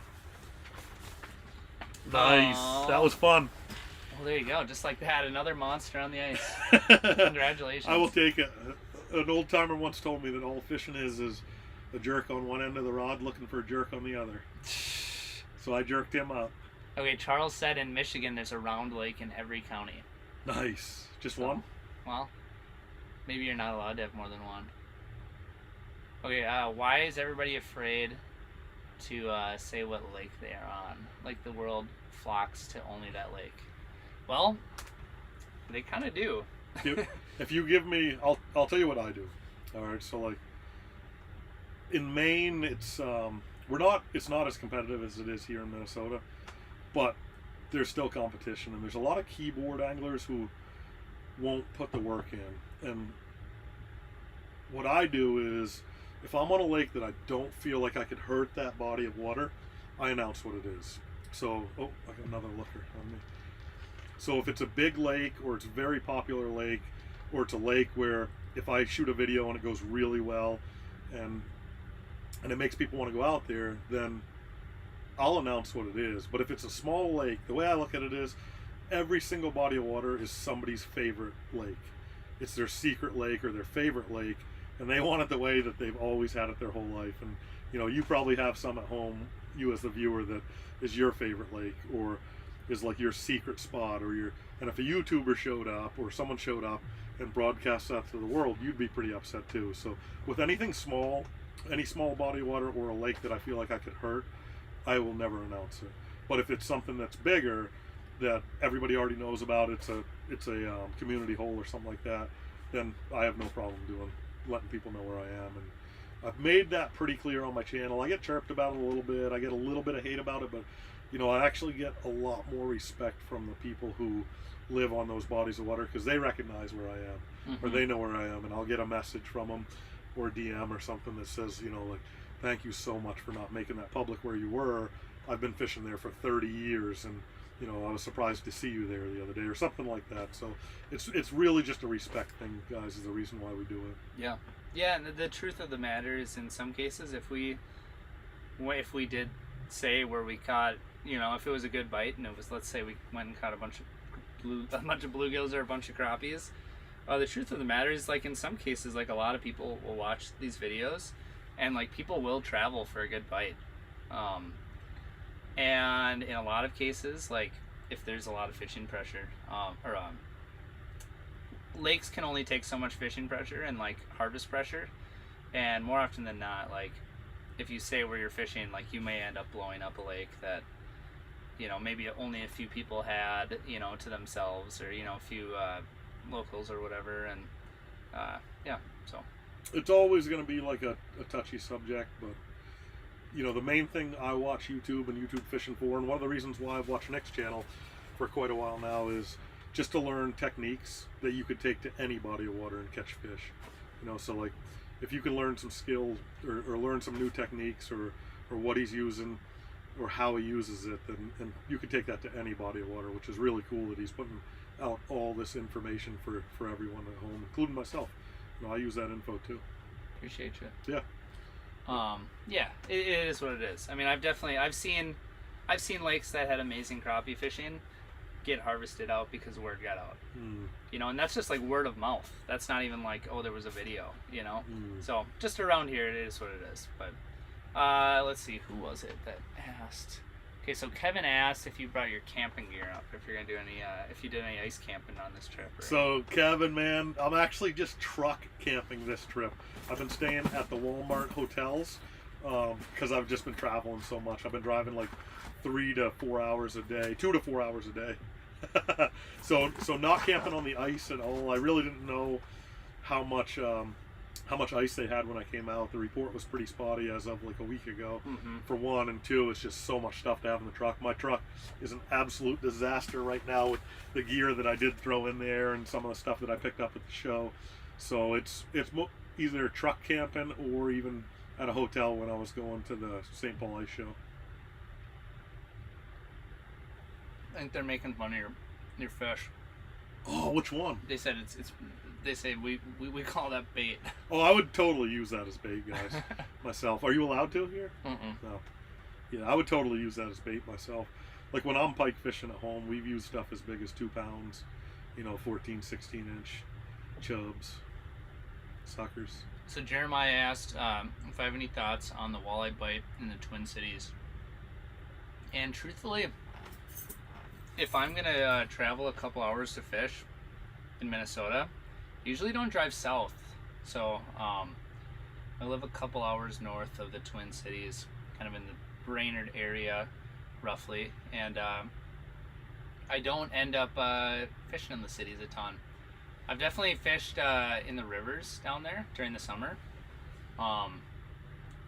but yeah, I don't have a super good answer for that. So you asked if they go up in the weeds. You know, a lot of times when like zebra mussels have infested the lakes and they're like ultra clear, like one thing people will notice is like, oh, I used to always catch them out on that first break, you know, and it was walleye fishing was always good on the first break, but as like things get clearer, one thing I'll notice is like the fish will push out even deeper, you know, to kind of get away from some of that light, or they'll go up into the weeds. So yeah, I mean, definitely try fishing the weeds. If you're gonna ice fish the weeds, I like to fish right out just on the outside edge of the weeds. So something to consider.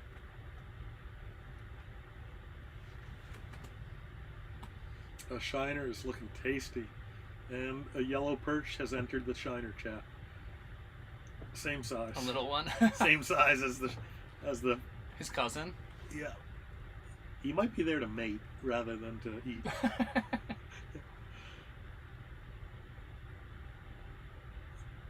And he's sliding through the shiner's DMs.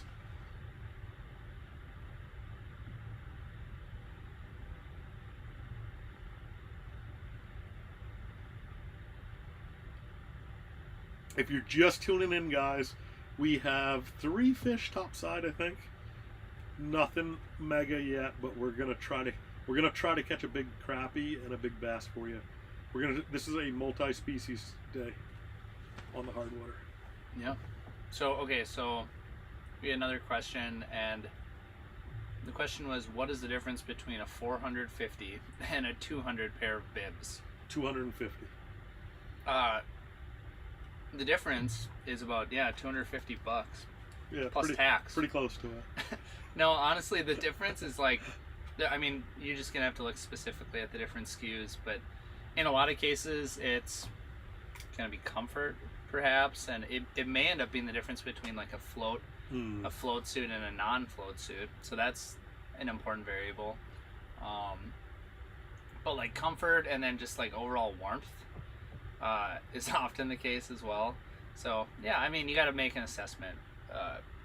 You know, if you fish in harsh environments, like you're probably gonna want something nicer, but if not, like you might be able to get away with less. So figure out what works for you. Maybe what works for you is like finding something used, you know. So maybe a buddy has an extra pair that they want to sell, or yeah, maybe you want to go out and get something really nice. So that's sort of the difference. Yeah. I guess to sum it all up, $250. Yeah. Someone asked what I picked up at the show. I picked up a bunch of stuff. The coolest thing for me was to get my hands on the fishing rods out here, because back home jigging isn't a very big thing, so I have to order online, and I hate ordering rods online because every single one, if you look them up, say super sensitive, strong backbone, light tip, and like there's like every company's got a different medium or medium heavy or light for one company or heavy. So I was able to pick out some really good ones. The one I'm using right now is a Lake Effect. I like it a lot. I think they're out of Michigan, the guys that make this one, and I was able to put it on some pretty good crappie yesterday too. And so the rods were good. I picked up an amp battery. I picked up this cool like attachment that goes on the front of my Big Buddy heater, so I can cook hot dogs and steaks off of my Buddy heater. So pretty excited about that. I've like seen those for years. And Pike on the. You got it. You got it. All right, I'm gonna stay in here. I'll be right back. Yeah, I'll stay here in here and talk to you guys. But a pike just came through, ripped through, and I'll give you a play-by-play through the window. I can see him through the window, but all I saw was the flash of a pike just ripping through on Nick's pole out there. Is he on? What happened? You got him? No. Did he hit it? He definitely hit it. Oh, did he? Oh, you cut the line. Line cutter, guys. If you didn't see that, a pike just came through at 110 miles per hour Oh. and just completely bit off his Here's the shiner. here's the damage. Got that. That's about it. You can see the end of the line there. Came through and sheared it. If all y'all are familiar with pike, well, you've heard that story before. So if you guys want to see the pike, you could actually. It sounds like you guys can rewind the stream. I can't give you an instant replay or anything like that, other than me just telling you about it. Yeah. So anyway, If you blinked, you missed it. that thing came in so hot. I feel like I almost feel like we should have that like bigger, but I don't know what else we can do. So anyway, I'm gonna retie this. You can keep jigging. Yeah. You want to double jig again? Yeah. All right. Now I That gotta was find pretty my awesome. hooks. No, that was cool. I might have some hooks here if you want some. I think I should have all my stuff. Oh no, it's all right here. I got it. You got it? Yeah, that pike came through at 1,000,000 miles per hour. And just a chomp, a chewy chomp on that fathead minnow. All right. Digging in to the what do you call this? Extra components or whatever. So that thing bit us off. Let's see. I could go with a small treble. Oh man, I'm gonna let Nick answer this one. Abandoned Soul asked, when is an inline reel a better choice than a spinning reel? I have a very specific use case for an inline reel, and that is with micro tungsten baits. That's the only time that I really see any value in using it. And that could be for trout, that could be for panfish. But anytime you're using like a micro, I think there's some value to it. That being said, I don't always use an inline reel with my micro jigs, but the benefit to it is with really super light line, how do I say this right? It makes it so there's less line twist. It definitely does not eliminate line twist. Some people in some videos will be like, oh yeah, use an inline reel, it'll eliminate all line twist. And like, as you can see when we're jigging, like the bait is going to be spinning a little bit in some direction, or when you're reeling it up, or you're gonna get some line twist. But with that being said, an inline reel makes it a lot worse. And usually inline reels have like a larger diameter arbor as well, which is also great for just maintaining that super thin line and not having a lot of line twist. So those are kind of the primary reasons why they work really good with light line. Too. The quick drop. With the trigger, you mean? Yeah. Yeah. Yeah, that's another really good advantage to them. So that's my 2 cents on the whole deal. Do you disagree? I agree. Just that quick drop is another good thing about them. One thing I'd heard in one of Nick's previous videos was how quickly things can go wrong with them. Oh, they can absolutely blow up. So that's why I tend to avoid using them. Yeah. When possible. But they have their merits. Like, they're sweet. Yeah, I wasn't really trashing that 13 reel earlier, but I like blew it up, and then another line got into it, and it was just a mess. I think I ended up having to take it all apart. That's why the drag is probably not very good on that particular reel, but that was from a blow up, from previous. But. And I'll just say it too, like I don't have like a brand that I think it like has like an awesome inline reel. So I don't think that's. No, I've got a full day on this clam, and I like it a lot. I think it might be their best version, but it worked pretty well yesterday. But to answer some other questions, yes, you can use live bait here. We have two minnows out for pike or bass, some of your larger predators, and in here we're running a little bit of meat on some jigs. I think that's what you guys call it here, is like a wax worm. So something to entice them in with your jig or jigging action, and then while that bluegill's like staring it down, or he can smell it, they suck in that little wax worm. But yeah, that pike was on fire. Such a cool pike strike. So I don't know if we're able to. We probably aren't. Instant replay. Yeah, oh, what do we got? A little bluegill coming in on the bottom right of the screen, guys. But yeah, that I got to see that pike. I didn't see his face at all, but I got to see him flash through. and see the hit. I can't wait to watch it tonight on live. That's the cool thing about watching this live is you know, you guys are with us live right now, so it's so cool. It's like you guys are in the shack with us, but we can also go back later and watch this at any time too. So if Nick makes it public. Oh, it'll be public. Yeah. So I really want to watch that strike in like slow-mo, and I hope he makes it into like a YouTube short for all of us to enjoy. Man, you're dialed. You should be my channel manager. Oh, I could do it, man.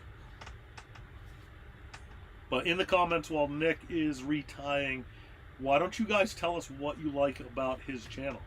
So shoot. I'll go ahead and lead it off. I like how technical he is on fishing. Like there's a lot of hammers out there that can just catch giant fish. They can show you how they catch giant fish. But to be able to like teach and instruct and do it with a vocabulary, a really good vocabulary, and also to the point where it's highly understandable. Like when I only have to watch like one video of a guy like that before I hit the subscribe button. You know, like there's other guys I might watch 2 or 3 of their videos if it's entertaining or if it's, you know, decent stuff, or if it's just fun to watch. It takes me a couple before I hit the subscribe button. Like, but for his, I remember like I think I watched like his 2-part series, and I may have watched number 2 first on like how to panfish, because it's not something that we're strong at in Maine. And I remember like 5 minutes in, I was like, holy cow, this is like already the most information I've pulled out of a YouTube video, you know, just watching. So that's what I like about his video. But you know, you guys have probably been watching him for longer than I have. In the comments, it'd be really cool for him to get some feedback on, you know, what you like about his channel and what direction you'd like to see him take. Because, you know, there's a lot of, like, we as creators, we have a lot of different opportunities ahead of us. You know, we do have some choices to make. So it's cool to hear from the viewers like, hey, I'd like to learn how to catch walleye in deep basin. Oh, pike under me. Under you? Lift a little higher if you can. No, like he's not. He's there past he is. me. He's just sitting there. I know, he's past me. Holy crap. Yeah. Well, let me just put this. He's probably got your shiner. I'm gonna hit him in his eyeball. Should I spook him? No, don't catch him. spook him. Should I catch him? No, just you guys want me to catch this guy? Just wait for him to do something. His eyeball's like right in my. You guys see him on the bottom of the screen there? He's turning. Oh, now I'm jigging. He's looking for the real bit. Hey, keep tying up. No, I'm not tying up. Tie up I'm not done. Oh, I'm not tying up. Am I gonna have to drop the secret weapon? Okay, guys. If you have us open in another tab, now may be a time to sneak a peek in here, because we got a pike just sitting right on the bottom there, just kind of eyeing us up. I think he just decided this is where he lives now. Ooh, he's putting. Okay, Joe's putting on a rattle bait, so things are getting pretty serious, I'd say. Don't let that get all the way down to him. Oh, he's gonna come eat. What is he doing? He's looking at you.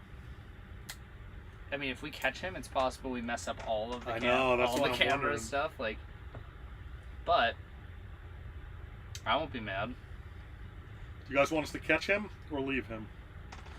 I could drop a tungsten on his dorsal fin. Ken says we're up to 150 viewers here, which is pretty cool. Sweet, thank you, Ken.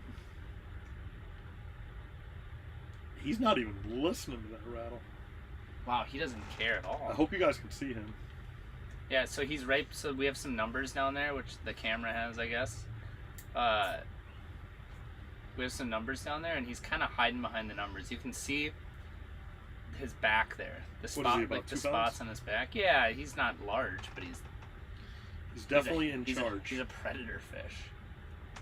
Yeah, they can see him. Okay, he's right on the bottom of the screen. You can see his back down there. Directly below. Is that a pike? Yes, a pike. That is a northern pike, as opposed to a southern pike. We don't like those southern pike up here. Southern pike have tolls. Okay, so the worst thing that can happen is if he sets up camp here, yeah. Nothing else may want to come here. That's very true. In that case, you can bonk him on the top of the head with that rattle. We'll give him some time. Oh, here's moving again. Yeah, I just yanked that rattler. Oh, there he goes. Look at him. Hey, he's not. No, he's not gonna. That is your typical Minnesota hammer handle right there. I want a hammer handle. Well, just so because you're going for the Grand Slam or whatever. Yeah, man, I'm up 2 species right now. Okay. So I'm gonna go back to tying up, and you can attract more pike to our hole, please. Sweet.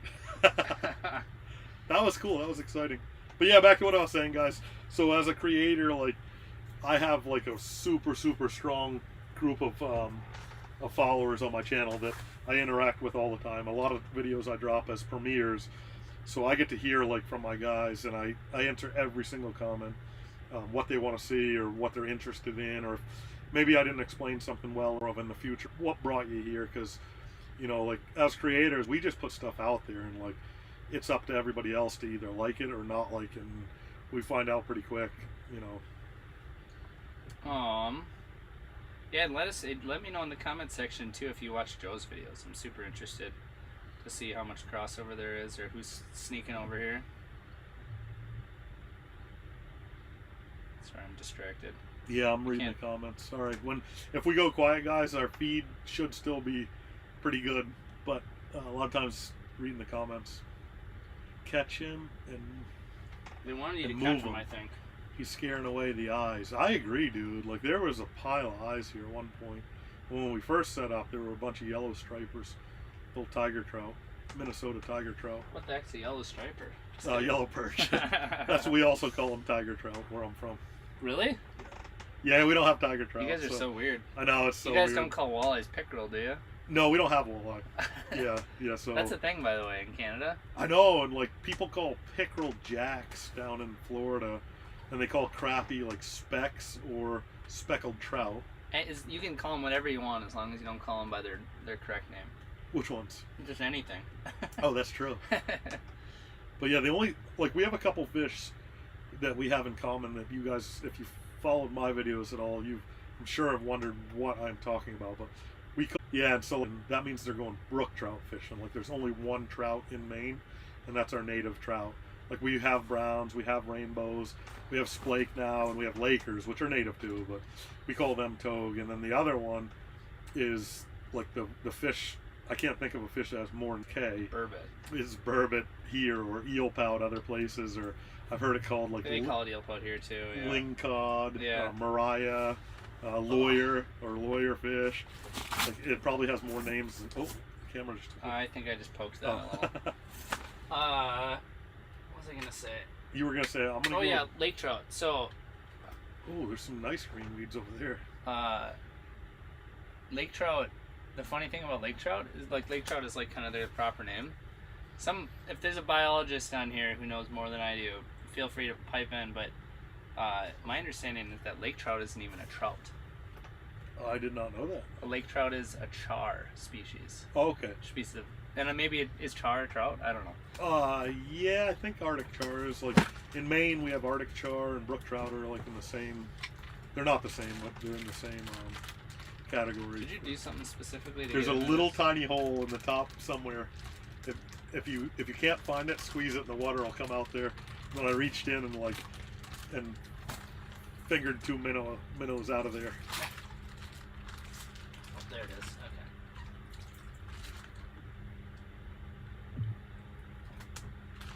Okay. Alright, we get it. Oh, you guys are getting some glitches out there? Bummer. Uh-oh. Or it is for one guy. It's going great. Northland Fishing Tackle asked how's it going. It's going absolutely great. We have 3 fish topside so far. It's been a little slow. It's been slow. We got a pike kind of patrolling our area, I think, that's not doing us any favors. Where did my cell phone go? I just gotta make sure that's plugged in so we don't lose service. I would start checking all your pockets. We're still here, right, guys? Yeah, we're still getting comments. Okay. But some people have lost a stream. Oh, we're still alive. Oh, who are you guys' favorite fishing YouTubers? Phenomenal question, Jeremy. Phenomenal. Like, I see a ton of value in Jay Seaman's stuff. Like, it's highly educational. I watch it like at my leisure, but the one that like I click on whenever it comes up is Uncut Angling, man. That's like, no one else is doing the stuff he's doing.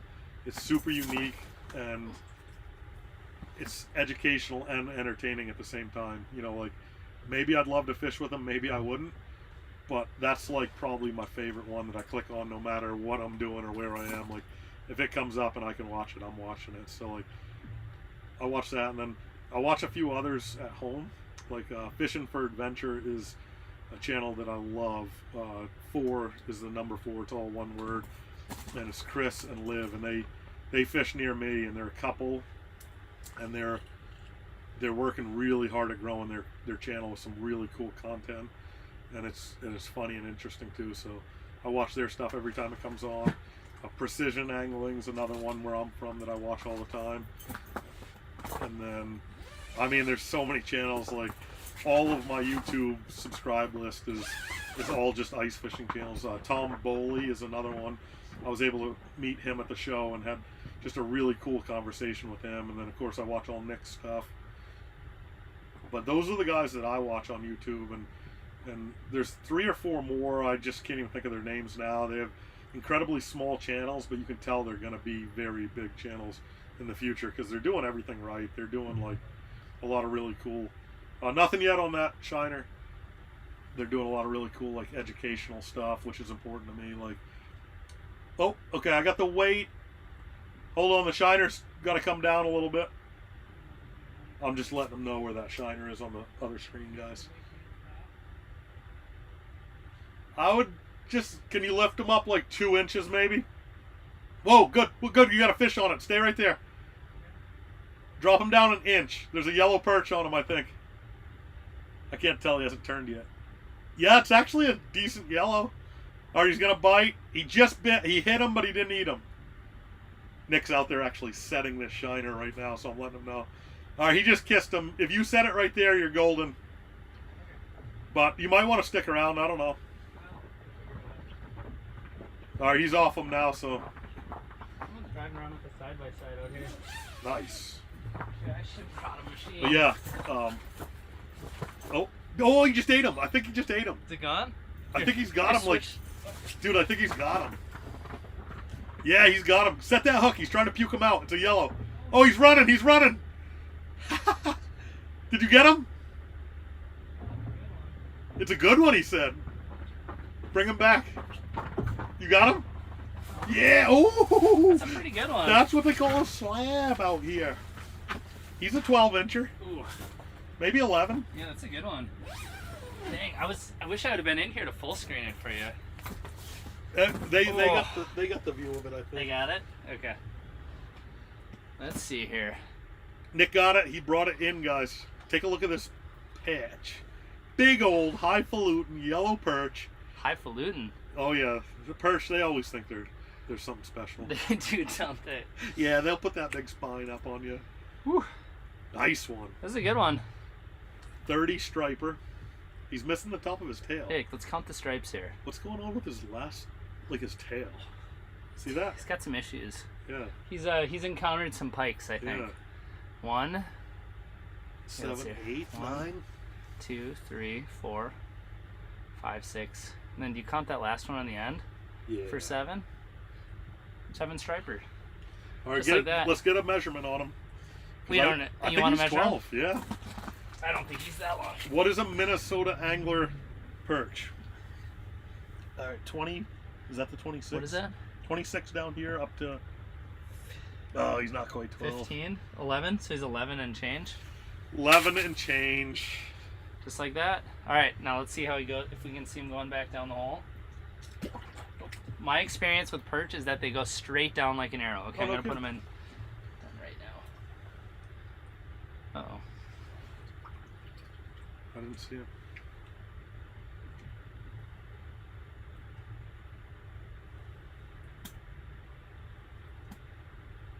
Oh, there he goes. Get a little problems there. Let's see. I don't think we're gonna see him. He kind of went sideways out of the hole. Oh, really? Yep. Huh. That was cool. Well, there you go. Yeah, it was I guess awesome I gotta watching set another dead stick. Dude, it was awesome watching him. Like, you almost had him as you were setting it. That's what I was trying to let you know.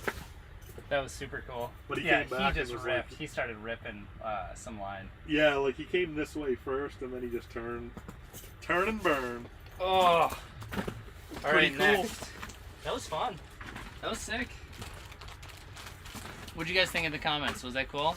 I didn't get to see it, but that thing looked pretty sick on camera. It was awesome, dude.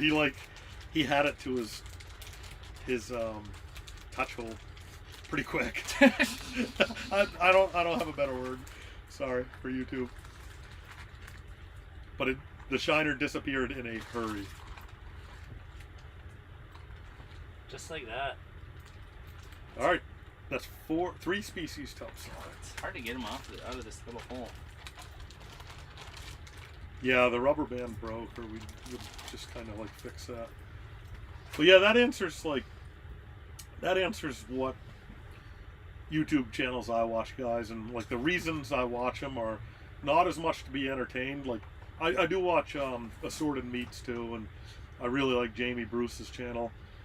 He does a podcast that's excellent. Then he gets out and fishes, and any of those guys in like Canada and that Kenora area are like definitely worth watching for many reasons. But the main reason that I do like to watch certain guys on YouTube is so I can be educated and entertained as well. So, and I watch guys that I would want to fish with, you know. So there are a couple big channels out there that I just don't watch them because it doesn't seem like I'd have fun sitting in a shack all day with that guy. So I don't watch his stuff.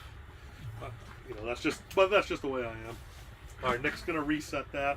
He made it full screen. We're gonna let him know. The weeds look a little different there. I don't know if it got the camera. I don't know. The weeds look different, but are you down? Nick's okay. Hold on. Yeah, you should be. Oh, lift her up, lift her up, lift her up. Whoa! Drop her down. Up. Up. Up. Down. Up. All right, down. I'm actually just having fun with him. That's good. Oh, good right there. Yeah, that's a good height. The camera might have twisted a little. You know what? I probably would just leave it. Yeah, when you come in, if you really feel like you need to turn that. The shiner's sitting really weird. Did you hook him like super tail hooked? It's somewhat tail hooked. Is he straight vertical? That's what you guys like? Yeah, it works. Okay. Yeah, they'll eat that. Is that cool on camera for you? I mean, we could turn it a little bit left, but no, I think that I didn't works. want to mess around. I think that's pretty much where it was. I think. So. Cool. That's cool. Okay. But yeah, that was a long-winded answer to that question. So. What did they ask you? They asked what channels we watch. Oh, we must have had bad service here. The viewership yeah, dropped we a had bunch. some bad service or something. Yeah, see that? We're kind of okay. On the lighter colored tungsten, I am using a wax worm on there, guys, or 2. I can't remember. I might have started with 2. Okay, I'm going to switch to a rattle bait. I thought I had another rod out here somewhere. Might be outside. Oh yeah, I grabbed one that you left out there. Everybody always wants to see rattle bait action. For sure. Which I understand. All right, this is so cool. Where are you guys at? Guys, we are in Minnesota. Like, I would call it like central Minnesota, but I don't know because I'm from Maine. We're on what they call a lake here. I would call it a pond, but I'm from Maine too, as I just mentioned. Well, it's not. This is. Oh, that guy saw that hook set. He said it was awesome. Mike Zappa. Jeremy King says this is awesome to watch. Mike saw said the hook that. set? Mike Zappa saw the hook set on your perch, like when you yanked him. Oh, when he pulled him up. Yeah, okay, it was awesome. Sick. I'm like, Yeah. is he out here? No. Like, no, Yeah. he saw it like on camera. It was really good footage. Yeah. I'm gonna try to get caught up on the comments here while Nick re-rigs, guys. I appreciate you. I feel like I'm fishing from my office. That is great, man. That's like kind of what our goal is today, is to bring you guys out into our world and make you kind of feel at home in this ice shack with us. If we don't do that, we're not doing a good job. Is the way I look at it. So, both of you are by far my favorite to watch. Sick. Oh, thank you so much, Dan. Really appreciate that. I'm headed to Red Lake for trout fishing after Christmas. Good luck, my friend. That was sweet. I agree. Whoa, you're gonna put that down there? Is that too big? No, man. Catch that pike or move some of that grass, one or the other. Oh, what do you guys think? This is epic. Just popped in. What are we fishing for today? Pickle Outdoors. I did say earlier that we're jerks on one end of the rod, looking for jerks on the other. So we're going to try to catch everything that swims. So this is like a multi-species day. We're not targeting one specific thing. We are in the grass. We're in this giant grass bed in a lake in central Minnesota, and we are targeting multiple species today. If a pike bites, you guys don't have pickerel.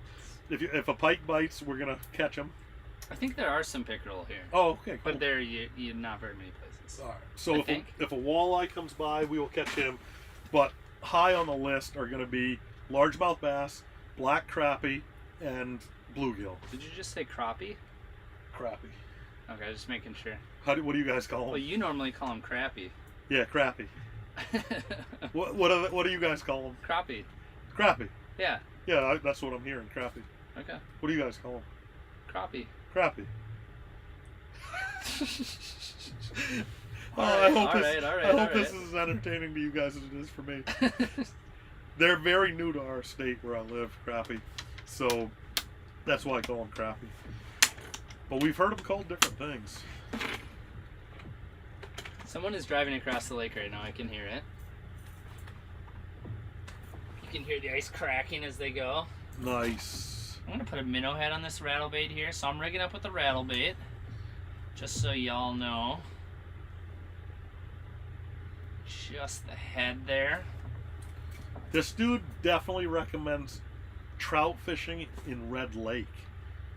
I don't think there's trout in Red Lake. He might be talking like Red Lake in Canada. Oh yeah, the Red Lake up in Ontario there. Yeah. Crappie or crappie? LOL. Yeah, we're fishing for both those today. I'm fishing for crappie, Nick's fishing for crappie. What is the correct way to say that, guys? Well, when in Rome. I don't think we need a poll for that. When in Rome. Okay, so this is gonna be fun if we can get some interactions on the hard bait here. Ever been to Saginaw Bay? I never have. Whoa, look at that guy on the screen. It's aggressive. Have you ever been to Saginaw Bay? I've never fished Saginaw Bay, no. It's a little bit of a drive. But I mean, obviously it's super good. This is pretty aggressive. That guy just said, geez, I can hear the ice cracking from here. Yeah, we just had a wheeler go by, or a side-by-side, and he shattered the ice pretty good. Specs, paper lip, slab, panties. He's got all the nicknames. On some good weeds. Yes, we are on very good weeds. We have coontail. We do have some eelgrass, and if we turn the camera a little bit, you might even see some cabbage. So we're in a super area. There's been a pike take the shiner and cut the hook off. Yes, if you guys are just tuning in now, we'll give you a recap. We have a Minnesota master angler rock bass topside. We also, I lost something between a crappie and a bass. It's been up in the air in the chat exactly what I lost. We have a beautiful yellow perch, over 11-incher topside, and a couple little tiny gills. I'm down $5 right now in the... $10. I'm down $5 for the first catch, for the first fish. Nick pulled up the first one. Where I live, they have to be a certain length to qualify, but apparently in Minnesota, they can only be like that big, is all that counts. But species-wise, we are tied 2-2. He has a yellow perch and a bluegill. I have a rock bass and a bluegill. You missed a pike on the screen. You missed a pike snag the minnow, and that's about it, right? That's kind of the whole gist of it, Yeah, we're waiting on the crappie to come through. 10.5 inches of ice. Yeah, that's the thing. That's what's going on. The big ones are black dragons. Black dragons. That's what we call big giant rock bass. Oh, there's Alex Tim. He says 2 greats hanging out live. He loves it. Good luck, guys. Alex Tim is a great guy. If you guys haven't seen his channel, you fished with him a couple days ago. I did. I fished with him a couple days ago. And listen, guys, like I've been on hunts, I've been on fishing trips all over the place, and had some amazing experiences. But the one that he had the other day was one of the greatest ones I've ever been a part of. It's going to take me a couple weeks to get the info, the videos out, because I have to go home and edit. But hopefully Alex is able to get that out to you guys pretty soon. I shot a live stream of him catching a 42-inch muskie on 4-pound test. It took 1 hour and 25 minutes. It was one of the greatest catches I've ever seen in my life. and it couldn't have happened to a better guy. So if you guys get a chance to check out his channel too, it's definitely worth watching. Yeah, so RJP Trucking said the Red Lake Reservation. So that's a native reservation up by Red Lake. And so they do have stock trout ponds there. Oh, okay, cool. Yeah. Do they get big Lakers or? I don't know about Lakers. I do know like for sure like rainbows and stuff, but I do know that is probably some of the best trout fishing in the state, you know. But it's all just, you know, it's all relative, because like some of these other places, like if harvest wasn't so prevalent, there would be better trout fishing. Basically, like whether or not there's good trout fishing in these stock trout ponds is just based on like how many trout people have eaten out of the lakes. So something that wouldn't necessarily be public water would definitely have a higher probability of having better fish. And they're fairly easy to catch in the winter. They seem to be one of the most aggressive of the trout. For sure. They can be super finicky on like these clear pressured waters too, but oh, you have to actually pay a guide, a reservation guide. Member. Yeah, right. They're interesting.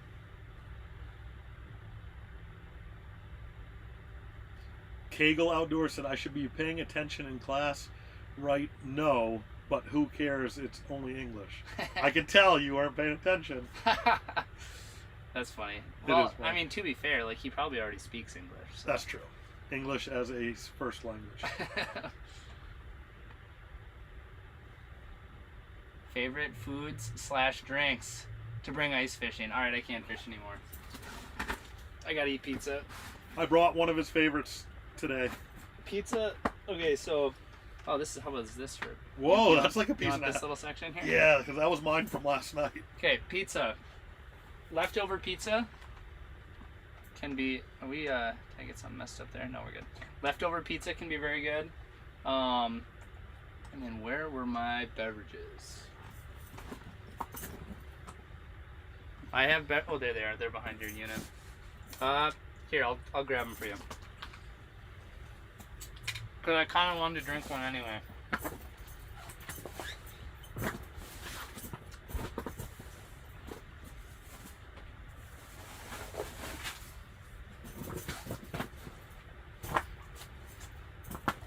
I got them in a bag.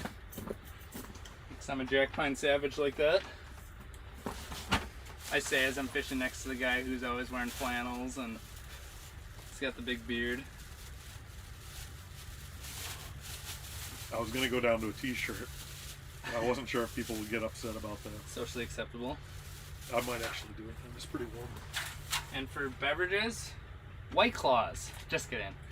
This this is called a bubbler, and it has caffeine in it, which is all you need to know. So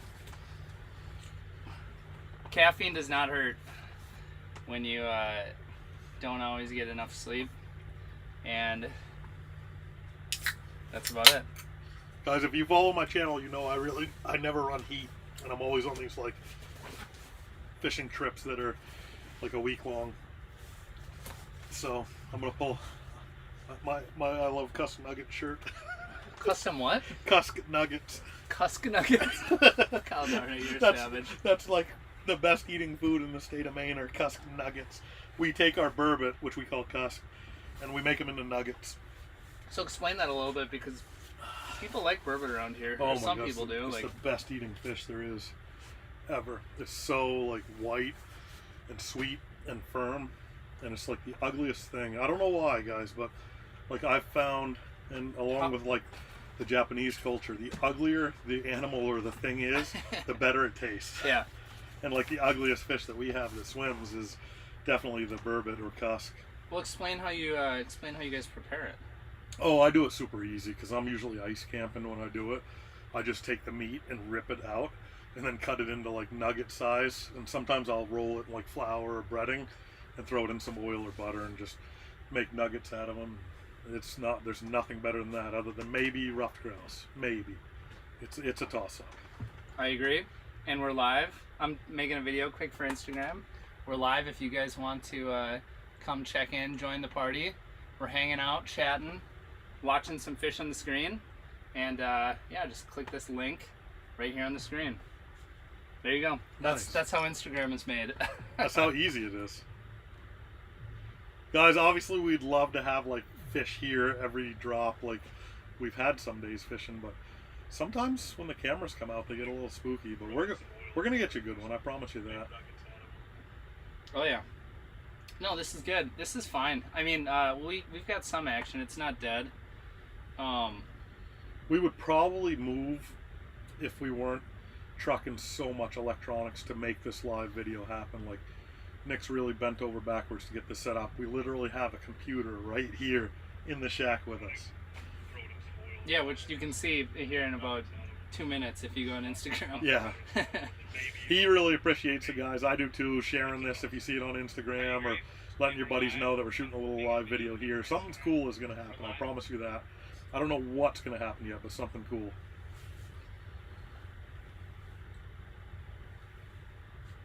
No, we do not drink the water in the lake. Giardia. Fish poop and pee in it, and they also have sex in it, so I don't like to drink the lake water. Those are good reasons. I think that's very, very reasonable. Yeah. I will drink the snow though. Like on a lot of my trips, I don't pack in too much water if I know I'm going to be on like a long trip or really far into the wilderness. I'll plan on melting down some snow and drinking snow for coffee and for my water base. I don't think we've seen a largemouth bass yet, but it could. That one that I lost could have been a largemouth bass. Just trying to get caught up on some of these questions, guys. I appreciate that. I'm sort of been busy. Yeah, no problem. What lake are you on? So we didn't mention the name of this lake, bud, because like this, you know, having. I think it was Big Lake. Big Lake, Minnesota. Big Lake, round lake. Yeah. Clear Lake. I thought it was Ricky Lake or Ricky. Lake Ricky. So, 5:27:22 question mark? Yeah, that's a great question because it's not even close to 5:27:22. It is a live feed, so today is Tuesday. We're in December, and we're probably like around. I don't know. I've been on like a crazy trip, so it's probably like the 6th, maybe. Your date's off a little bit. They're questioning it at home. Yeah, as you can see, it's obviously May. This is the month of May. Is that right? January, February. That March, says May April, 27th. May. Yeah. Yeah. As you can see, it's the end of May. Just a balmy day out on the ice up here in Antarctica. Abandoned soul. Oh! Coming for you. Coming in hot. Come on, the hook's down here on the bottom, buddy. There you go. You got him? Okay. He came in aggressively. I like how you. Oh, there's something else behind us. Yeah, there is something bigger. It's probably bigger. Something hitting the because camera. it's moving a lot of water, whatever it is. I hope it's a big crappie. Yeah, like he came in with another one. He is savage. Look at it. That is a big bluegill. He's catchable. Oh, you got him. You got him. Shoot. Okay, hold on. Coming back. Do we have a delay? We have a delay. I can watch on this screen and it's not delayed. That was confusing for us. Oh, you're in the weeds. He's chasing you down. Got him. Do I have him? Shoot. Oh no! See, this is tough for bluegills. Bluegills have a small mouth. Is that a bluegill? That is still the bluegill. Man, he is hungry. If I had the panfish jig on there. You have to catch this fish. Got him. Shoot. Oh no! Why do I have a minnow head with a giant treble hook? I think we. God. I'm just gonna shut the comments off right now and save your ego. This was. I mean. Oh, he's back. He's back. That might be a smaller one. I think it's a different one. Nippy. Well, he has nothing to grab now. No. There's no like bait on it or anything. This might be the same fish. Do you want to drop down my hole quick? Yeah, drop down it fast. I don't know if that's legal here in Minnesota, but I'm gonna try it. It's legal. I'll allow it. Quick. Get down to him. Yep, there you go. You have a little bit like a smaller hook. No. Oh, Easy. Too soon. Easy. You gotta wait for the second. You don't have any bait now. That doesn't matter. He'll eat it. I just fed him. I'm How'd you like that one, guys? That was a big cut no contact. Here, I'm taking this one. You got him? Get him. This is a higher hooking percentage bait. Okay. Here. All right, pure chaos, boys. Pure chaos. If he'll bite this, it's a guarantee. Here he comes. There he is. There there we was go. another fish when you sat on the right. Ooh, this is a big gill. Nice Ooh, gill. That is a big Dude, that's gill, the biggest boy. one I've ever seen. That is a big That's gill. a big one. Oh my word.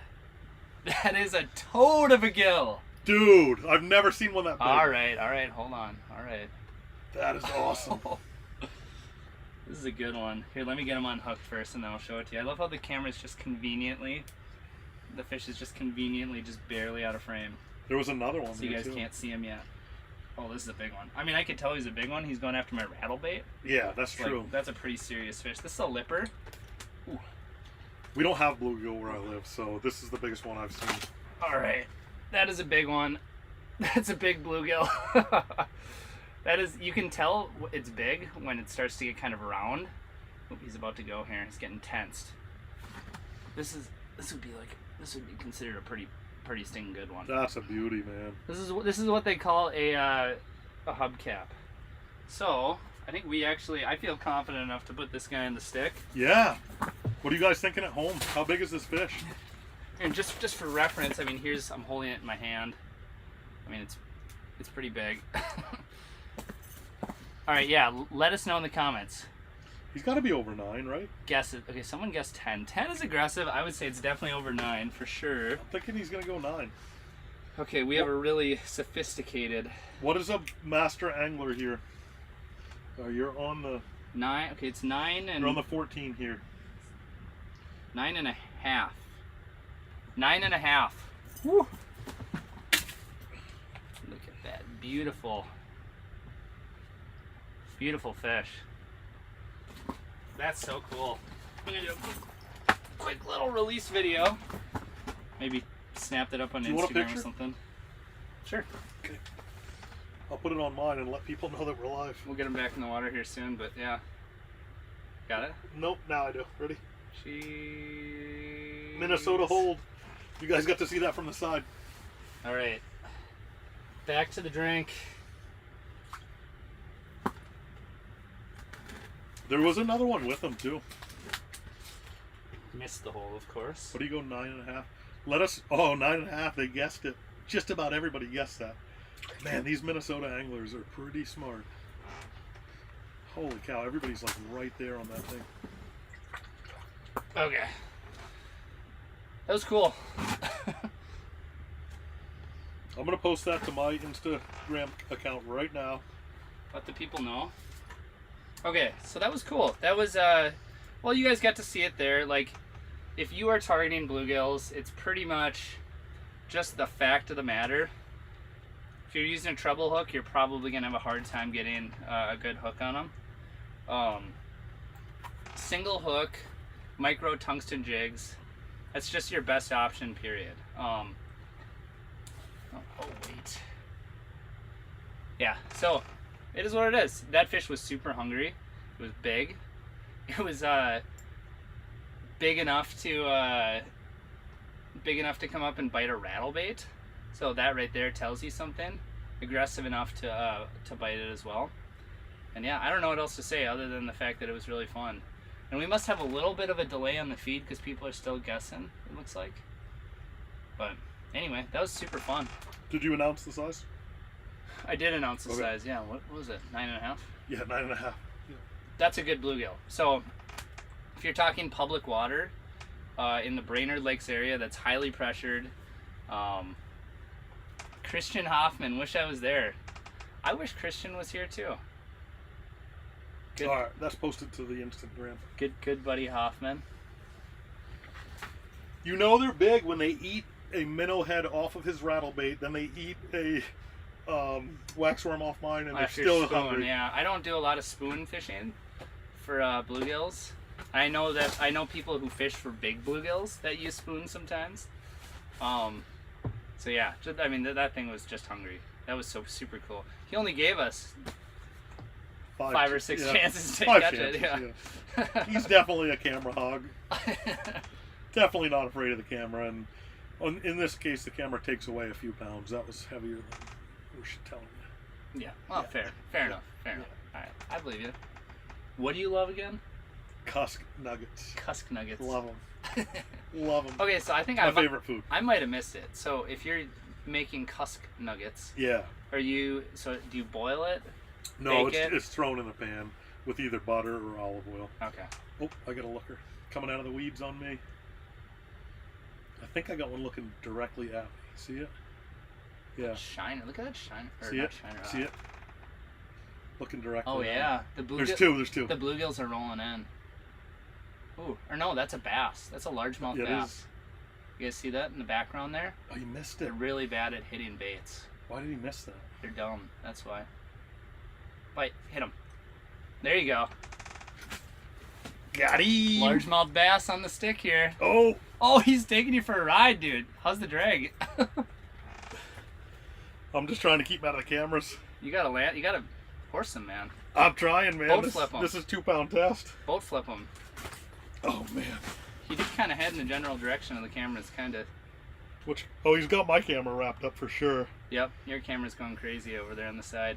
All right, guys, we got another one hooked up here. Christian said it's incredible. I agree, Mr. Hoffman. Yeah, baby. All right. We got him. Are you guys ready for this? The former bass pro Are you ready for this? hooks up with a hardwater bass, of course. Are you guys ready for this Over- one? I'm going to do the slow reveal, not on your keyboard. What? Look at that one, guys. Nice. That's my first Minnesota largemouth. Well, you might as well catch it through the ice. Yeah, right? Right? Nice. All right. That gave me a nice tug. He tested my drag out on my new clam reel. It's thick, though. Look at that. Yeah, he's a chonker. She is thick with 2Ks.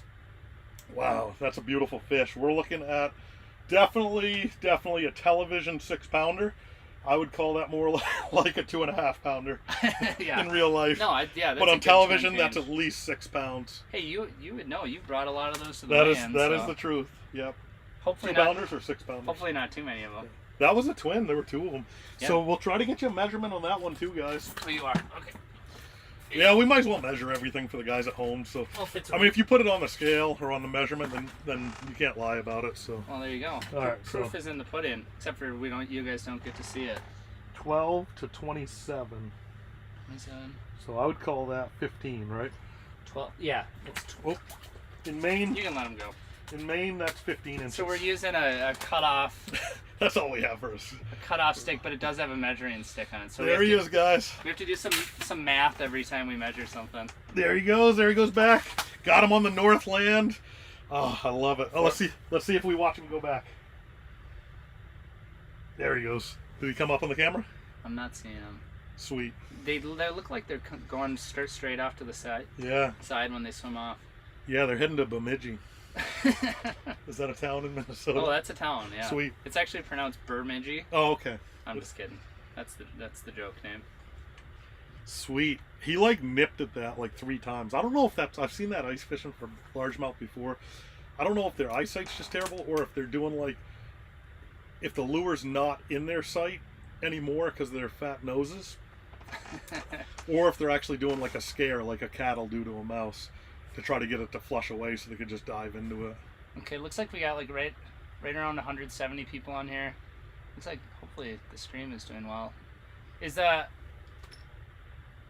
everything looking good for you guys? I just looked and it looked like maybe we were having visual technical problems.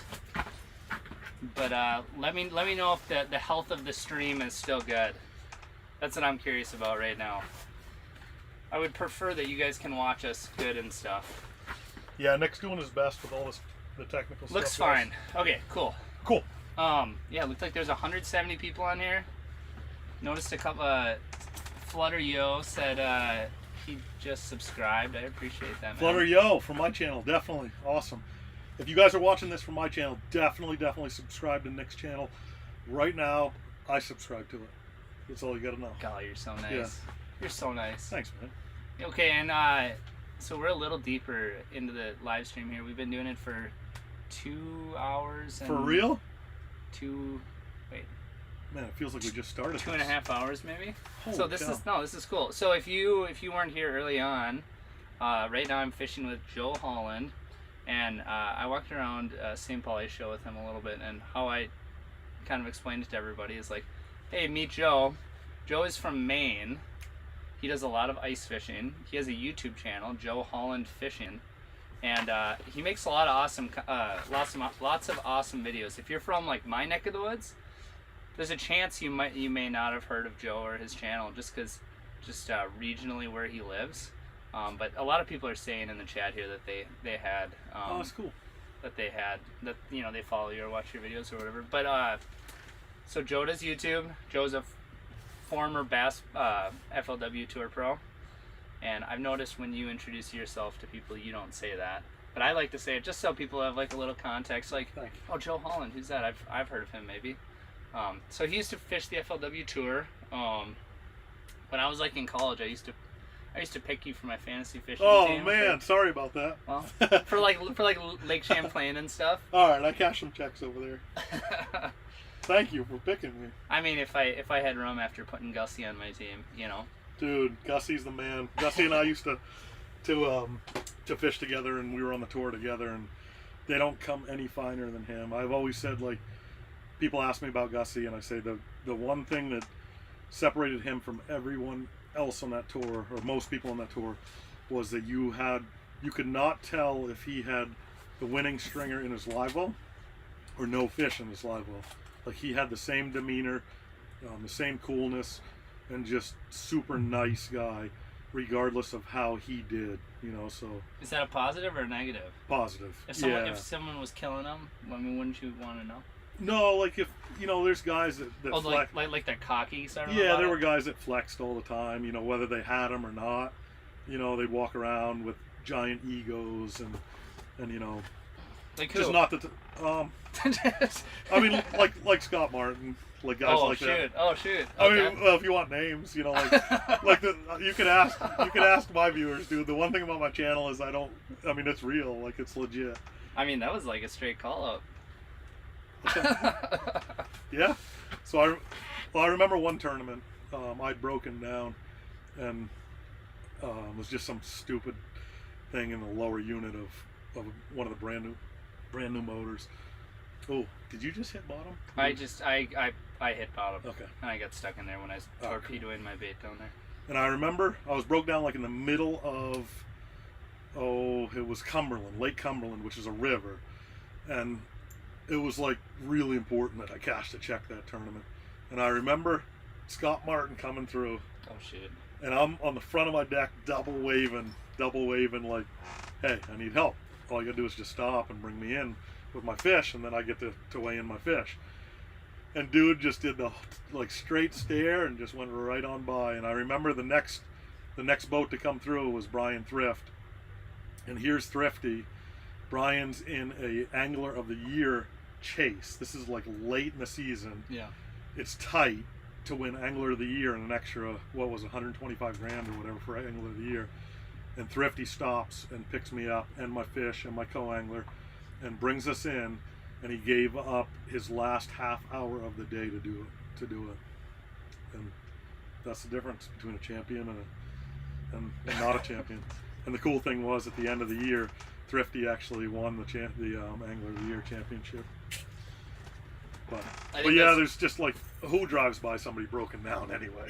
You know, like I don't drive by somebody on the highway broke down. But I mean, there were a lot of other reasons too. But I'm not gonna shoot him down anymore. But there were a lot of guys on tour, and to talk about like a positive thing, Gussie was the exact opposite of that. Gussie's like, he was like the coolest guy on tour that would always be smiling, happy. And if he had a really bad day or broke off a giant, you know, a lot of guys take that home with them and, you know, are grumpy and let it affect. And Gussie was just a true professional. So it's cool to be in an area where, like, from what I've heard from Nick, that people hold him in high regard and he's revered. Gussie. Yeah. Oh, yeah. Gussie's the deal. No, yeah. He's legit. Yeah. Everybody. I mean, there's a reason why everybody loves Gussie. Exactly. Everybody loves Gussie, and there's a reason why. Yeah. He's cool. He's like royalty. Totally. Yeah. Exactly.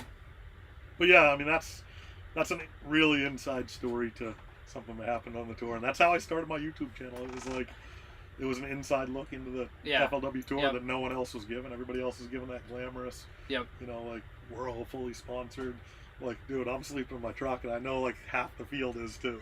Yeah. Like it was a struggle. So I wanted everybody at home to know, what they're up against when they're trying to go to the tour, and maybe recalibrate like when you're actually ready to go on tour. What level financially or in life. So that's how I started the channel. Well, I will say, that's one thing we always, if we can, try and pick up garbage and stuff on the ice and all that, and like, that's the Brian Thrift effect. Dude. You go pick someone else up, you go do a good thing. Karma, baby. Next thing you know, you're winning AOI. So. Yeah, karma, baby. Karma's a thing. I swear, karma's. Totally I do a thing. too, man. Oh, we got a flag up on our jack trap. Oh shoot. Yeah, I gotta go catch this fish. Okay, I'll be right back. You just go grab that pike quick. I'll chat with the folks at home here. Thank you. I got do I have a cape? A cape? Yeah, does this look like I'm wearing a cape? It looks like you're a super. It does actually kind of look like a cape. Oh, it's chilly out here. I'm still going no sleeves. Well, you are in a t-shirt, so. I'm going no sleeves. Okay. What do we got in the comments here? Let's see. Am I stuck in the ground here? Okay. People give me a hard time when I call the lake bottom the ground. Okay. Who do we got in here? Christian. My buddy Christian. Christian asks how the bite has been. The bite has actually been fairly slow. But there has been a little bit of excitement recently. Oh, Joe's got one out there. He is hooting and hollering. I don't know if you can hear that. The bite has been we got a bass, and we just got a how big was it? 9.5-inch bluegill. So I mean, that's pretty sick for being a local Brainerd here. Casting Conquer is bringing up the old game of inches, and I haven't watched the new ones yet, but another species, baby. I did see that big muskie that you caught. Another species, baby. Uh-oh. Oh, dude! That's a hog! Holy cow, show the folks at home. Okay, so Joe had another tip-up set up that we did not have on camera. What? And that is a nice crappie. God, I wish that one hit the camera one. That is sick. Nice one, huh, dude? Smashing here. That's species number 4 for me today. All right, I'm going to get him back down the hole, all right? Okay. Sorry for the door. No, all good, dude. Let's see if he goes on camera. No, I saw that one go straight underneath me. Secretly, we're not actually putting them down the hole. We're just putting everything in a bucket. They're going back to Maine. Dude, sick. Nice. Oh, we didn't measure it. That was a 100-inch crappie, guys. Dude, that's the first 17-inch crappie I've ever seen. Yeah, right? I got big hands. They make my fish look small. Yeah, it is what it is, right? That was awesome. That was sick. Well, I mean, what are you thinking? Was that like a 12? Yeah, he was 12. I didn't give him a measurement, so I can't really say, but yeah, it doesn't matter. He was like that big. It was a nice, I mean, Yeah, he gave a great fight. He was in the weeds. That was dirty. But that's for us. We have a rock bass, a yellow perch, a largemouth bass, a bluegill, and now a crappie. God, you're such a savage. Right? Yeah. We're up to 5 as a team. Is it? Are we? I think so. At least. Okay, say them again. Bluegill. Yellow perch. Yellow perch. Largemouth bass. Okay. Rock bass. Did we catch? Oh, we caught largemouth. Sorry. And Yep. rock. Okay. And a black crappie. And a crappie. That's Sick. 5. So if you're just tuning in the live feed, guys, you could always go back and watch what happened before you tune in. But I wouldn't click away from this live feed now because things are starting to happen. Like, we're starting to figure them out. The fish are finally moving around. I do actually think so. It's 3:30 right here locally, or 3:20 something. And I actually do think that we are kind of getting a little bit more activity just based on the time of day here. You called it. It is what it is. Yeah. I mean, this is about the time when things will start to heat up.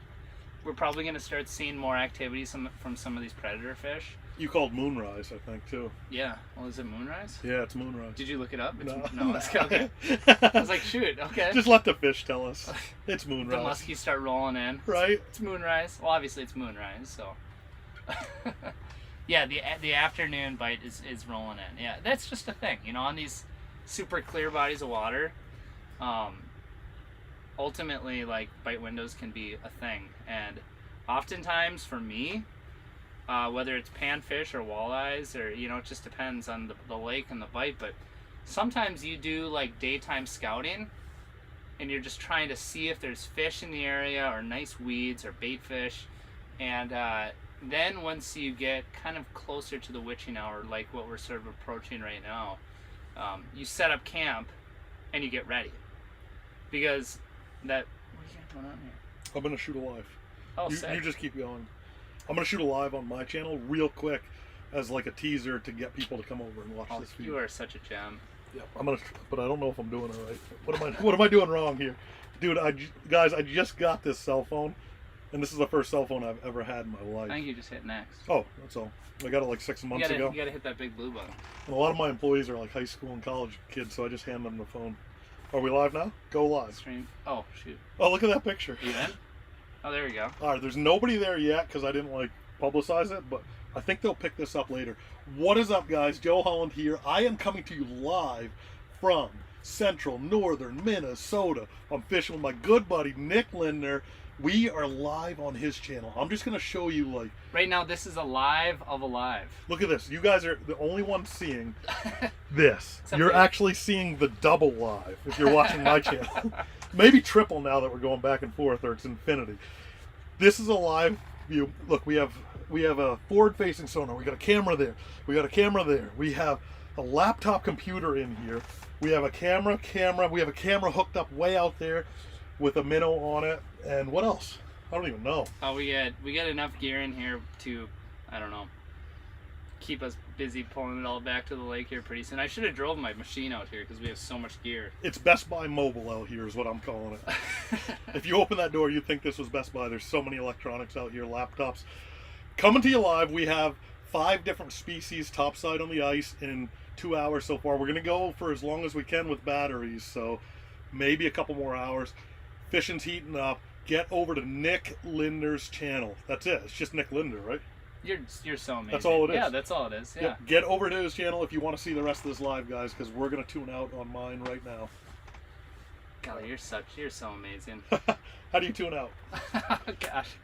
Well, this is my cell phone, guys. He wasn't lying when he said that. So someone said, I just got this cell phone. I've had it for 6 months. They put them. Oh, here we go. Here's a bass. Oh, get him. That's a gill, isn't it? Oh, no, it's a bass. No, you got him. Me off. No! He broke me off. No! 2-pound test. No! Hold on. Easy, oh easy, my easy. God, that thing was at least 7 pounds. Oh, just stop. Oh, hold on. He's laying right there. I know. Now I'm all tangled up. Look, he's right there. He's feeling shame. He's hardly got a jig in his mouth. He's got You go to box. You sit there 2 minutes. You feel shame. Okay. All right, I'm gonna post that. If you guys were at my channel. You're so kind. Okay, so I got this. That's posting. Is that bass still in the corner there? Guys, He just kind of, see him right there? I'm really sorry, guys. I should have.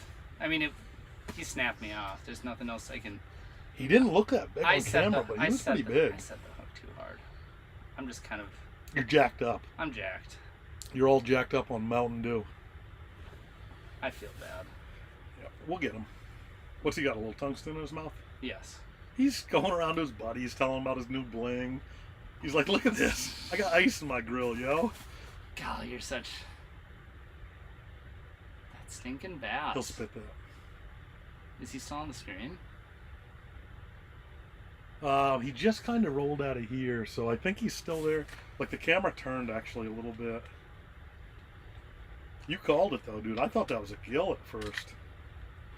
Yeah, so he's over there. Oh, there he is. You see him? See him? Oh, is that him right there? Yeah, it's definitely him. Dude, this is so Oh, look, cool. he's trying to get it off of his face. Is he? Yeah. He totally is. He's going like Oh, this. yeah, he's spitting. He's trying to spit it You out. guys watching that at home? Here he comes. The cool thing is, with a bass, there's a good chance he bites again. Yeah, okay, here we go. That's a bigger fish than I expected. It's an okay fish. Yeah, it's probably a decent fish. Look at him.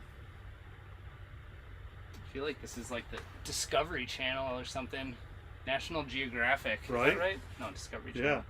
As he pans this camera, guys, you're getting a different view of the weeds. So you're seeing this coontail that's still alive over here. And I'm pointing to the screen that you can't see. So in the center of your screen, you see that coontail there, this kind of flop down. That's actually greener than it looks on camera. You could see a few dead ones that are brown, but you could see the cabbage actually holding it up. There's some variable leaf cabbage there. I picked up some eelgrass before, and then there's some nice grass shoots, and that's kind of what we were looking for when we did a little bit of scouting for where to set up. Because once we set up, we can't really jump around at all with all this equipment. Yeah, we come with a lot of baggage. Tons of stuff, tons of stuff. All right, I'm gonna read the comments. I'm gonna read the comments so that way, if So there's I anything. don't mess up next time. No, I get bit again? no, I'm reading the comments in case there's anything bad. I will censor them for you. Well, Christian said he'd like you should come on more often. I would love to. Maybe next week you go home for a couple days and come back. So here's the deal, guys. I hate to even say this. I have to be in Maine Saturday for a big event at my dealer, which I love, and I'm gonna be meeting a bunch of the guys that watch my YouTube channel, so I cannot miss it. Like, once I give my word, it is in stone, so I have to go home. But here's the bad part: we don't have any ice yet in Maine. It's Really? been yeah. Shoot. We don't even have like unsafe ice. Like, I'll even go out on unsafe ice. We don't even have that. Like, that's how bad it is right now. I just looked up like the long term, and it's like, oh, it's above freezing every day. So like, I hate to leave because I'm like on this crazy smash fest here in Minnesota. I got to witness a 42-inch muskie caught on 4-pound test 2 days ago with Alex Tim. I caught my first hybrid crappie yesterday and just had an amazing day with you last week before the show, so I gotta go home. But if you guys think that it looks good on camera with both of us on camera, there's this thing that flies through the sky that comes from Minnesota to Maine, and we have these things in Maine called crappie that are a lot bigger there. Like that. No, That, like, just like this. Like that. Like this. Like that. They're giant, man. Secret. And I've been trying. Oh, it's a secret. I've been trying to get Nick to come out and fish these crappie with me, or pike, or bass, or whatever he wants to catch. Maybe even brook trout. I don't think you guys do much for brook trout here. So, if you like it, leave it in the comments. If you guys want to see more of this stuff. Otherwise, I have 1 day left in Minnesota, and then I'm facing a 26-hour drive to get home just in time. I mean, if you were only 12 hours away, it would be reasonable. Dude. Like, I literally went outside, checked if there was ice, and I threw a couple things in my truck and said, I'm going to Minnesota. Like So it'll be, it'll be February or like January or something, and I'll be like, should I drive 26 hours to Maine or South Florida? Maine, 100%. We have way bigger crappie than South Florida. Okay, fair. I'm going to utilize my chair. I think I'm going to re-tie up my tungsten here, at least to have it as a throwback if I mark a nice gill. That was a mess. Turns out 2-pound test isn't like ultra reliable when you're trying to hook up with bass. Oh shoot, that's right, I couldn't find my tungsten box. I think I might have some. Oh, I have some. Do you need some? Maybe. Or maybe I don't.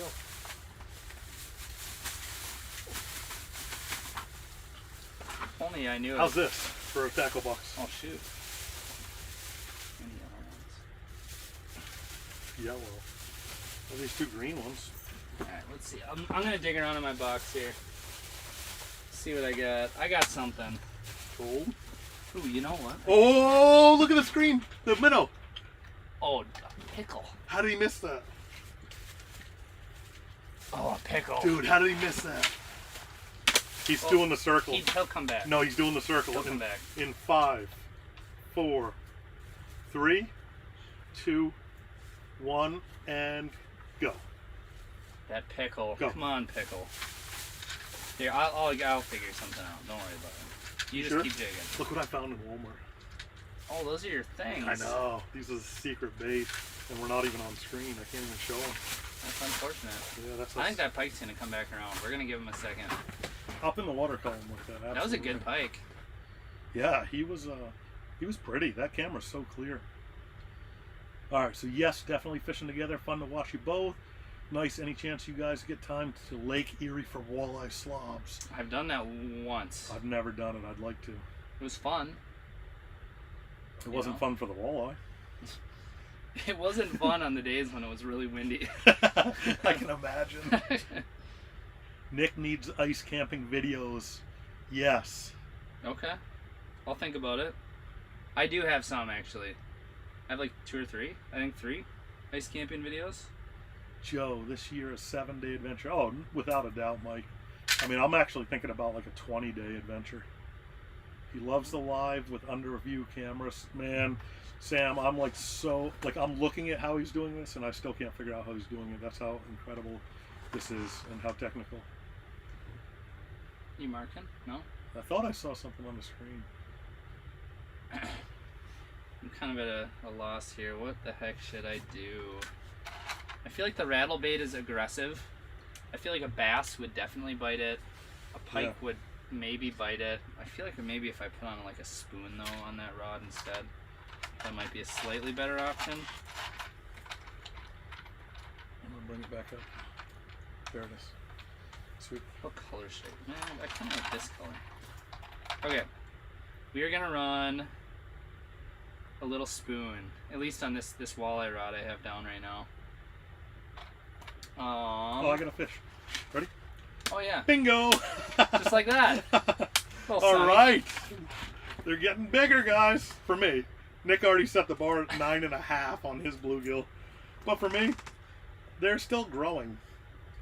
This is, they're just growing boys. That's not how you hold them, I don't think. With two fingers. That was good. That was a good hole. We'll take it. Alright, so I'm taking off the rattle bait off my heavier rod here. And I'm just going to put a little spoon on there. This is like the little glass. My eyeball. Little glass buckshot.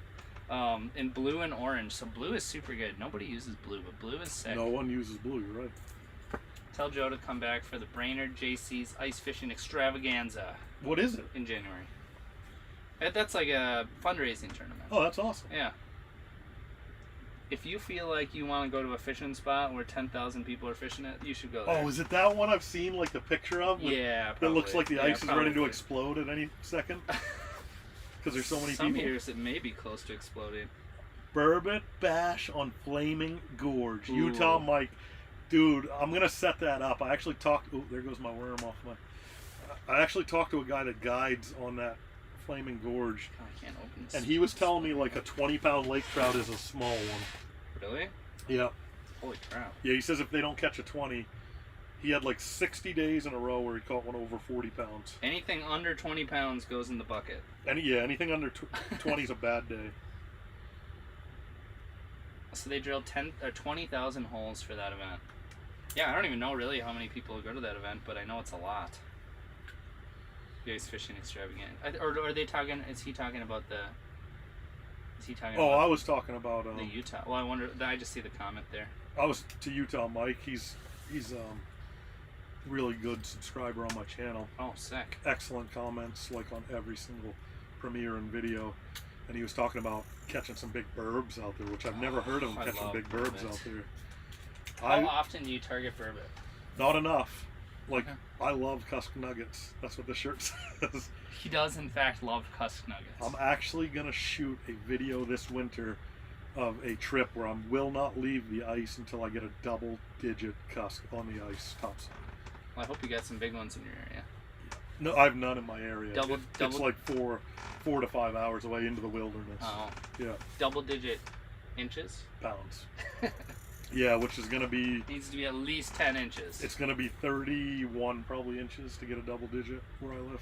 30, Okay. 27 to 30. It's weird because like once they're like your crappie, once they hit a certain... Ooh, what do you got there? That looks Little tasty to glass me. rattler. That even looks tasty to me. They'll eat this. Walleye should be there soon. Mark, I like the way you think. They definitely could be. This is like, for me, I feel like when I pull up to a spot like this, like we're gonna get some panties, we'll get some perch during the day, some pike and bass, but like low light, like 3:30 right now, we're approaching, lower light conditions. Walleyes and crappies show up. Nice. That's what I think. I mean, we'll see.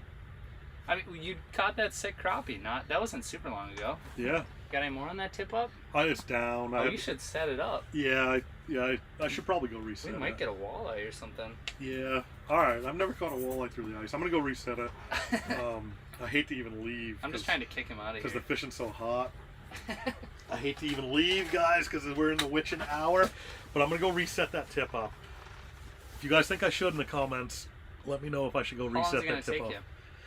Like less than 2 minutes. Okay. See you then. I just want to see more fish.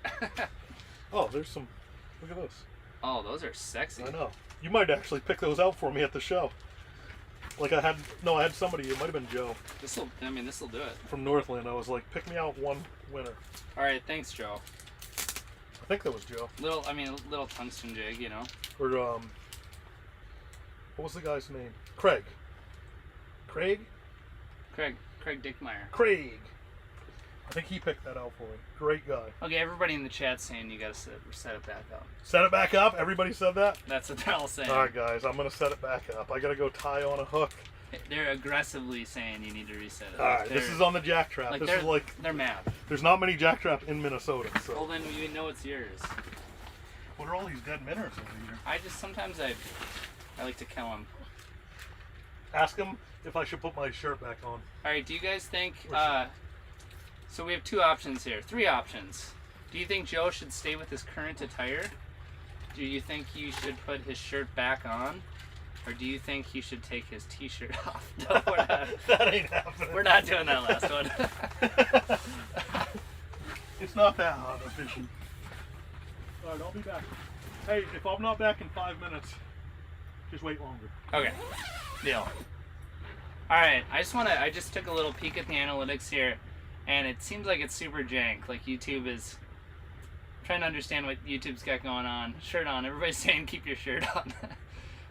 Tell me how many people you see viewing the video right now. I'm just sort of curious what the analytics are. It's kind of fun because we've been streaming for like 3 hours, I think. 210 people, it looks like. Oh, we got Joel in here. Oh, Joel is a mod. I forgot that Joel can moderate my account. What kind of channel is this? This is a fishing channel. We are, I live in Minnesota. If you don't follow me, I'll give you a little rundown. I live in Minnesota. Fish for walleyes, panfish, bass, and yeah, kind of my biggest focus is more kind of on the educational side. So, but right now we're live streaming, and this is something I'd like to do more of. Alright,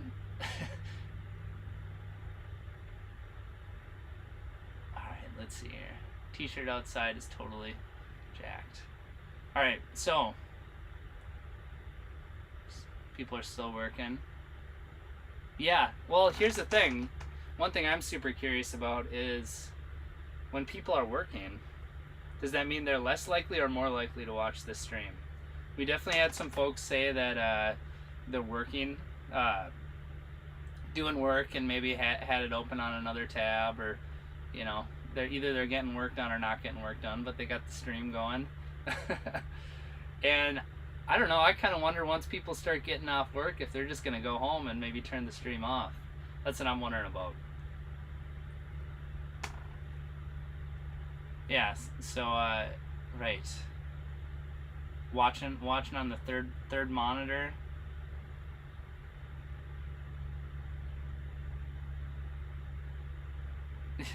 Utah Mike said the boss doesn't need to know.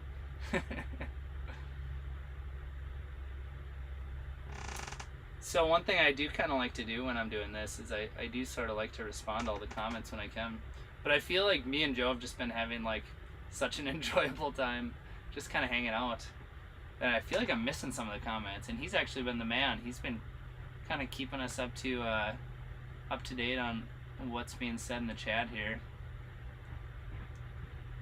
What was the best new to you walleye lure from the open water season? So not necessarily a lure, but one thing that we did a lot of, and I'll let Joe get back in here, One thing that we did a lot of, me and Brett, Mr. Brett McComas, we fished a lot of tournaments this year, and one thing we did a lot of was cut me off if I'm not supposed to say this, Brett, but we did a lot of drop shotting. So What? yeah, I love drop shotting. yeah. So drop shotting for walleyes was really good. My personal best walleye in inches. So for whatever reason, I just haven't been able to crack that big 3-0 number. So my biggest is 29 and some change. So that might be an honest answer, because a lot of people like to say, you know, they've caught 30 inchers, but uh-oh. What was that? Oh no, that was a microinvertebrate. Oh. Yeah, so I haven't cracked that big 3-0 yet, but my biggest is 29 and some change. You'll get there. What lake is this? This is Clear Lake in Minnesota. Big Clear. Was it Big Lake or Big Lake, Clear Lake? yeah, Big Lake. Okay. We're on Bemidjian Lake. What's my smallest walleye? Also 29 inches. No. He's a slot fisherman. Bay of Quinte. Now, we're not on Bay of Quinte, but if we were, I probably would have caught a 30-inch walleye by now. We're not on a walleye body of water, are we? Like, there could be. Oh yeah, there's definitely walleyes. Yeah, but I mean, it's not like a good walleye body of water, right? This would not be like a high-end walleye lake. Like, if you caught one here, you'd phone home and be like, I caught a walleye in that lake. If I saw one here, like, I'd Yeah. be super jacked. Right. We're not necessarily on a walleye spot per se. Like, we're not extremely close to deep water. So the chances of us catching a walleye here would be low. What do we have a better chance of, a chain pickerel or a walleye? A walleye. How about a burbot or a walleye? They don't have burbot on this lake. So a walleye. Yes. Yeah. So we've actually fished tournaments on this lake. So there's enough walleyes to have a tournament. But yeah, I mean, we definitely could run into a walleye. If it's gonna happen, it's gonna happen in the next hour. So. That wouldn't be the worst thing that happened to us today. Oh, we got a little wiggle on the minnow. He saw something. See, that's weird. We don't hook them like that in Maine, but like... Where do you hook them? We hook them like in the dorsal so they sit horizontal, and then they work a lot more. But I've noticed, like, with a couple people that I've fished with or seen in Minnesota, everybody hooks it like that. It definitely works to hook a minnow in the tail. But you definitely could hook them higher and have them more horizontal. I mean, it might be better in some cases. But, yeah, it works. I mean, you're the one who just caught that big crappie, so... That's true. The sun is getting low, as you can see. It's like coming in and shining. I might put shades on. Is that acceptable on your live stream? I'll allow it. Inside shades? It's a little strange, but I'll allow it. Right? Well, I get the sun. I can see the sun, right yeah. now. Actually, do you have any sun blocker for my arms? Did you bring any sunblock? No. I didn't. I'm sorry. I honestly though, some of my absolute worst sunburns have been on the ice. Me too. Like Yeah. late March. Late ice. Late ice. It's like you're hitting it from underneath too and above. And you're just not used to it. I'm gonna leave this sit here. Okay, I'll keep an eye on it. I'm gonna tie up this. I'm gonna tie this jig back on here. You're going with one that I brought? Yeah. I'm honored. Well, I can't find my jig box. It's in my truck. From the other day when we fished together. Alright, I'll help you out on the comments for a minute. Guys, I recognize a ton of names from my channel. If you're just tuning in, this is your first time checking out Nick's channel, hit that subscribe button for him. I know you guys hear that type of stuff from like a bunch of channels, but I subscribe to his channel. I have for quite a while now, so it's super easy. It's definitely worth it. You're going to learn a ton, and it's educational, inspirational, and it is also entertaining. If you're just tuning in now to the live, I am Joe Holland from Maine, from Joe Holland Fishing YouTube. This is Nick Lindner. You guys know him. We have 5 different species topside so far. We have a master angler, Minnesota master angler fish on the ice. You're going to have to go back in the live feed to see which one. But if you guys are coming from my channel, you know what kind it was. Only catches big. only bigs in that species. Joe is the only bigs rock bass guy. He let the cat out of the hat. Yeah. It was a rock bass. But we all have a nice largemouth top side. We have a nice yellow top side. He caught a Staven bluegill. It was 9.5 inches, the biggest one I've ever seen. And I think the only fish we haven't caught that we've seen was a pumpkin seed, you called it, right? Yeah, we did. We saw. That was like the first thing we saw. We saw pumpkin right off the get-go. And you said it was a nice one. That was a good pumpkin. Yeah. Almost think it might have been bigger than that gill you caught. Now that I'm. Well, that would be like a really big pumpkin. Yeah. If it was bigger than that. Yeah. Joe, are you still gonna make the open house at Sebago Bay? Gary, I'm gonna be there, dude. As long as nothing happens on the ride home, I'm driving 26 hours straight to get to that, and I'm leaving 10.5 inches of ice, going back to no ice to get back to that open house. So I really hope people show up. I really hope they support Wayne, and I'd love to meet a lot of the subscribers to my channel and trade some stories too. So I will be back for that, guys. I don't know if I can drive all the way back out to Minnesota after, but it's gonna, like, I'm gonna already be in like mid-season form after this week out here of fishing and have no ice. So I don't know what I'm gonna do. All right, so we switched to the old pre-rig tungsten. So I've got. Oh, look at that! Look at this little sexy unit here. Holy cow! I mean, I feel like that'll get bit. Oh my god! I have an inkling that, like. Where's the packaging for that? We gotta show the folks at home what that is. It's just a little. I mean, it's just a little pre-rig mayfly deal here. But, that's from Northland? Yep, yeah, and the key, yeah, it's good little plastic, but a nice little tungsten head, which I mean, I just like to make sure I just have like a little tungsten tied up, so, because you never know when a big bluegill is going to come in. That's a 1/28 ounce. That's a big one. Bro Bug collection. Bro Bug. Do you know who Bro is? Oh, I didn't get a chance to meet him. I saw him there at the show. Brian Brosdale? Brosdahl, yeah. Brosdahl. Yeah. Yeah. You got it. But I don't know a lot of the history because we don't, tell me about him. Tell me and my viewers. Oh, Bro is just, he's like, he's like one of like the ice fishing icons, I guess you could say. So he's a fishing guide, but he's been, he's written a million articles and done like a bunch of videos and TV shows, and he's like a really super high-end angler. Like he's, there's some people in media who are like decent anglers and like, but maybe they're, whatever. Like, Bro is like, he catches them. He can smell them. Like he's the kind of guy who's like, he'll drill like a line of like 8 holes and be like, I think they're in this one, and then he won't have to move. Oh, like, that's awesome. He's so dialed, and it's wild too. Like he'll just be fishing and maybe just using a flasher, or sometimes he'll use underwater cameras, but even with just a flasher, he'll be like, oh yeah, I think we got to move this way. I think they're moving out of the weeds right now, because he's just so good. So yeah, I saw him at the show, but I didn't get a chance to talk to him because he was covered up. Yeah, no, I'm sure he was busy. Yeah. So what else was interesting from the ice show? Found anything cool? Or? Yeah, the ice show for me was just, it was really cool to meet a lot of people in the industry. Oh, that was the smallest one of the day. Did you see that? I saw it squared away. I didn't see what it was. Oh yeah, I see it now. It was whatever it was little really boy tiny. below. Is he on me again? Yeah, he's on me again. Should I get? I'll bring him topside.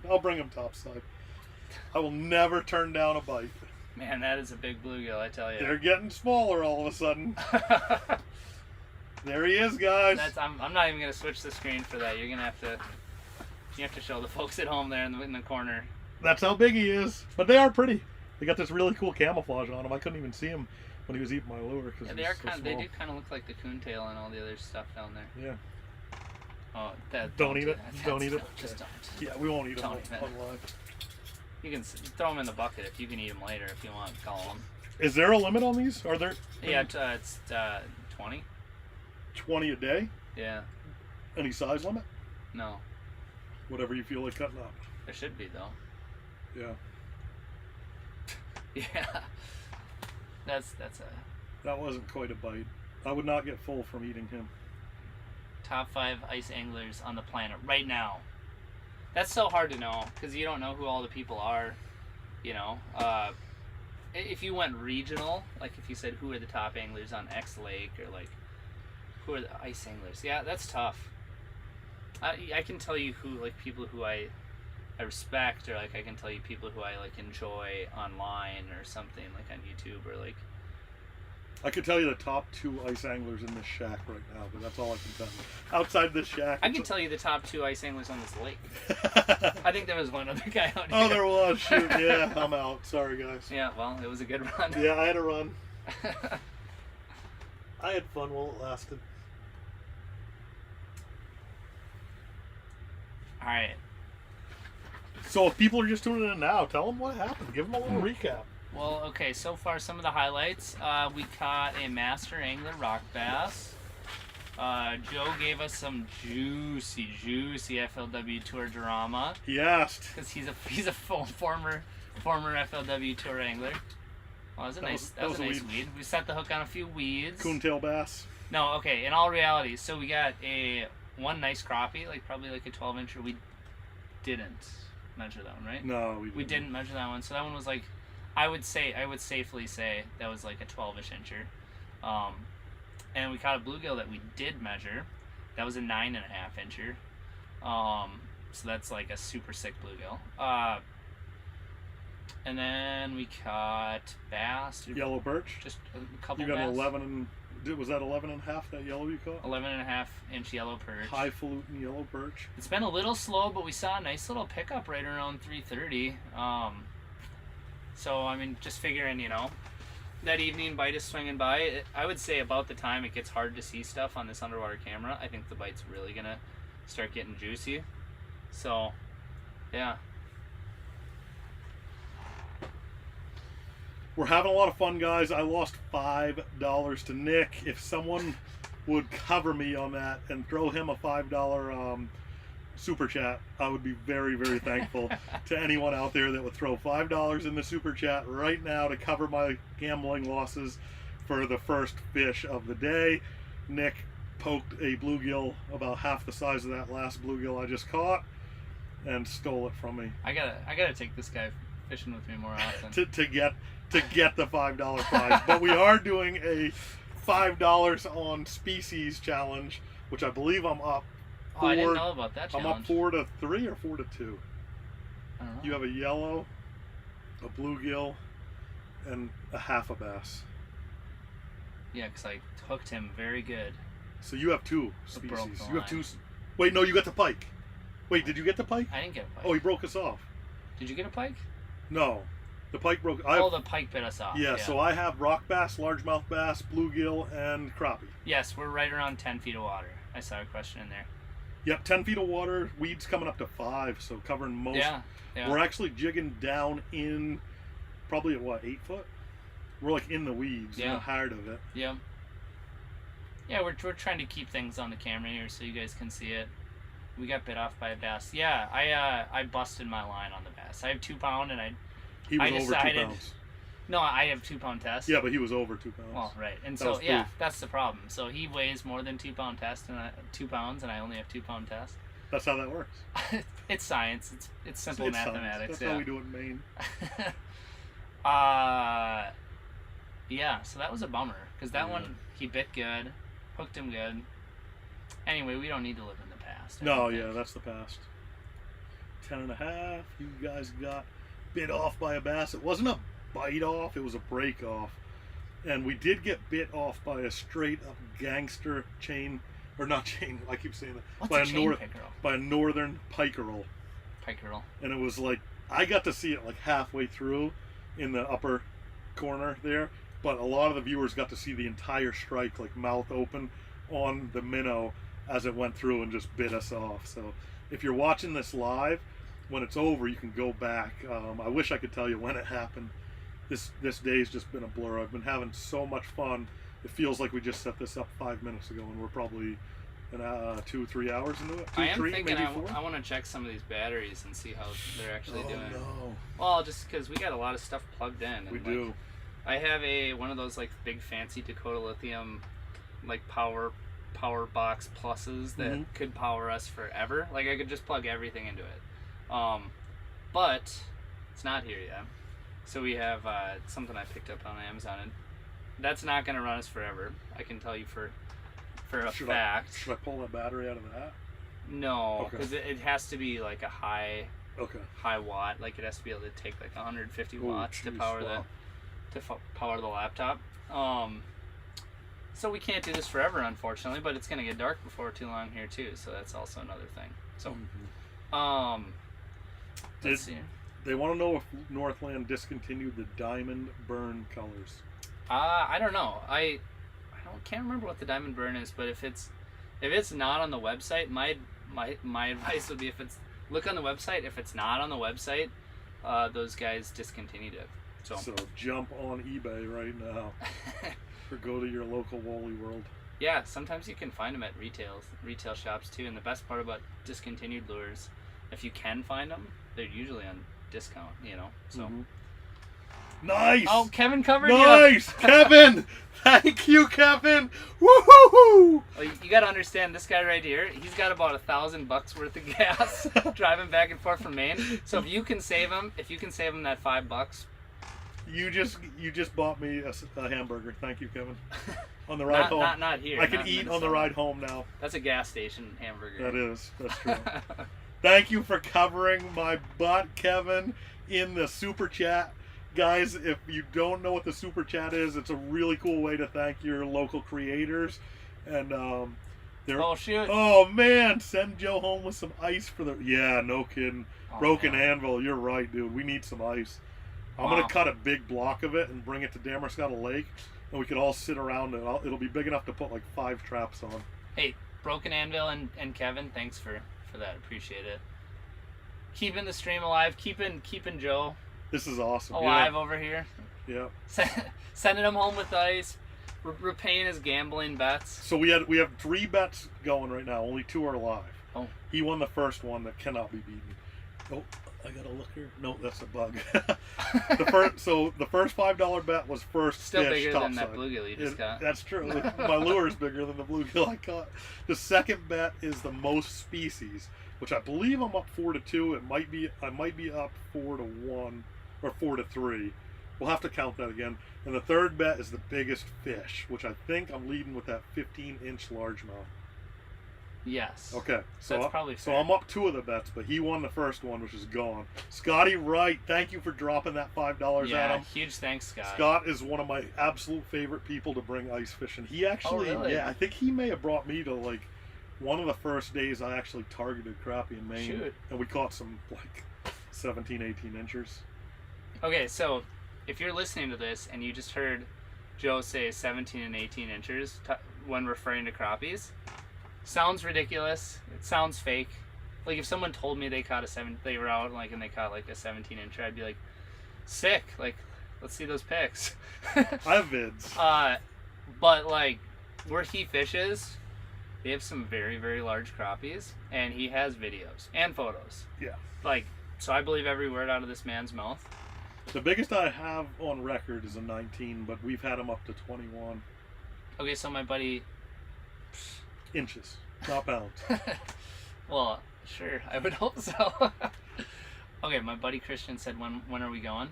Dude, open invite. As soon as you can get a few days off, and we can find some plane tickets, I think it would just be a little silly. So if you guys are subscribers to my channel, I'll let a little bit out right now that I'm going to have 2 super special guests this winter guaranteed already. It would be really cool to have Nick come out and be the third.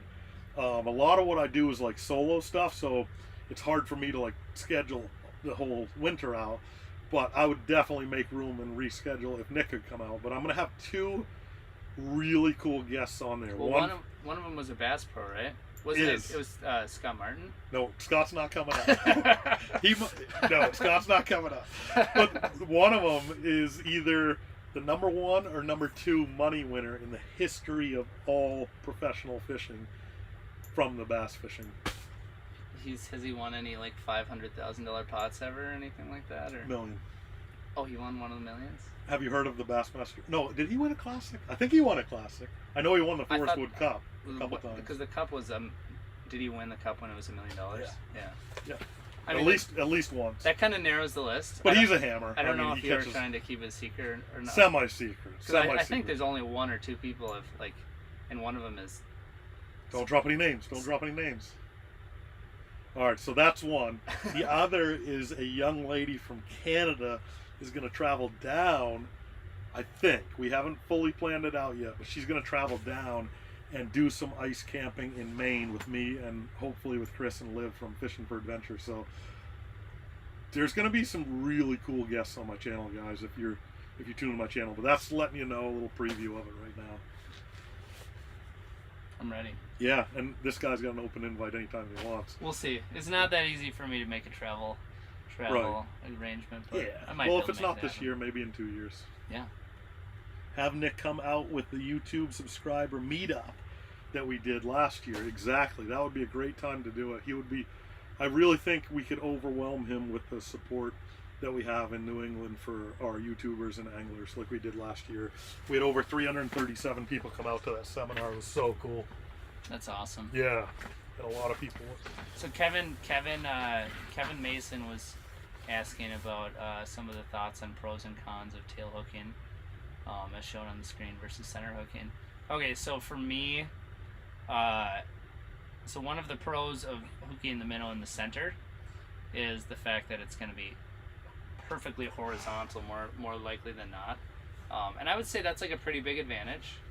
The reason why I tail hooked it is just because I feel like generally the bait is going to live a little bit longer, and it always seems like there's nice action on it when they're tail hooked like that. Like they really flutter nice.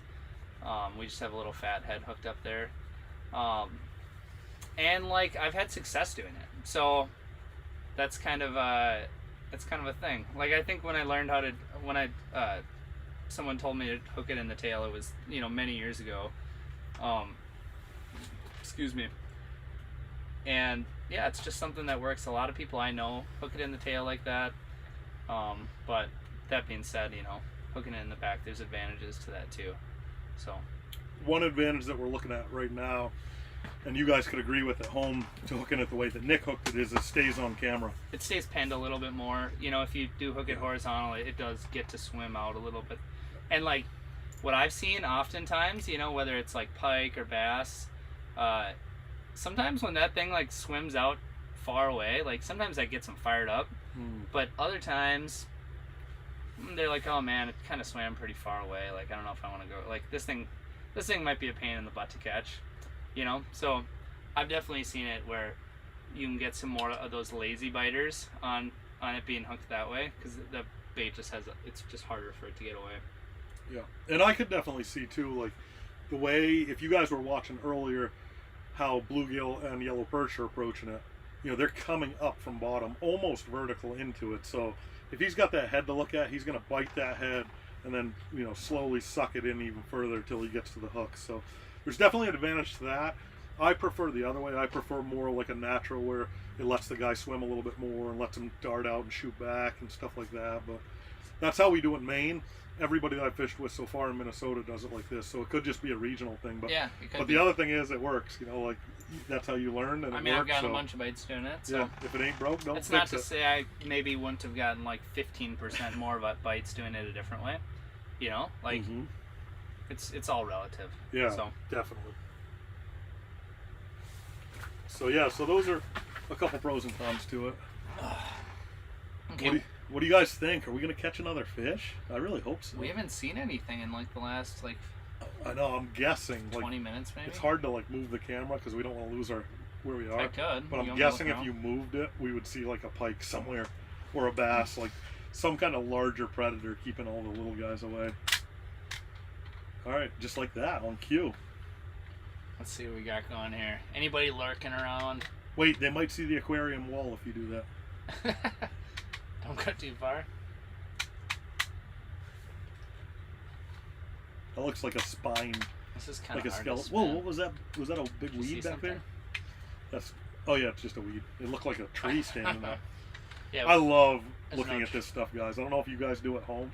And like one of my favorite parts of Nick's channel is all the tech that he adds to it with like underwater footage and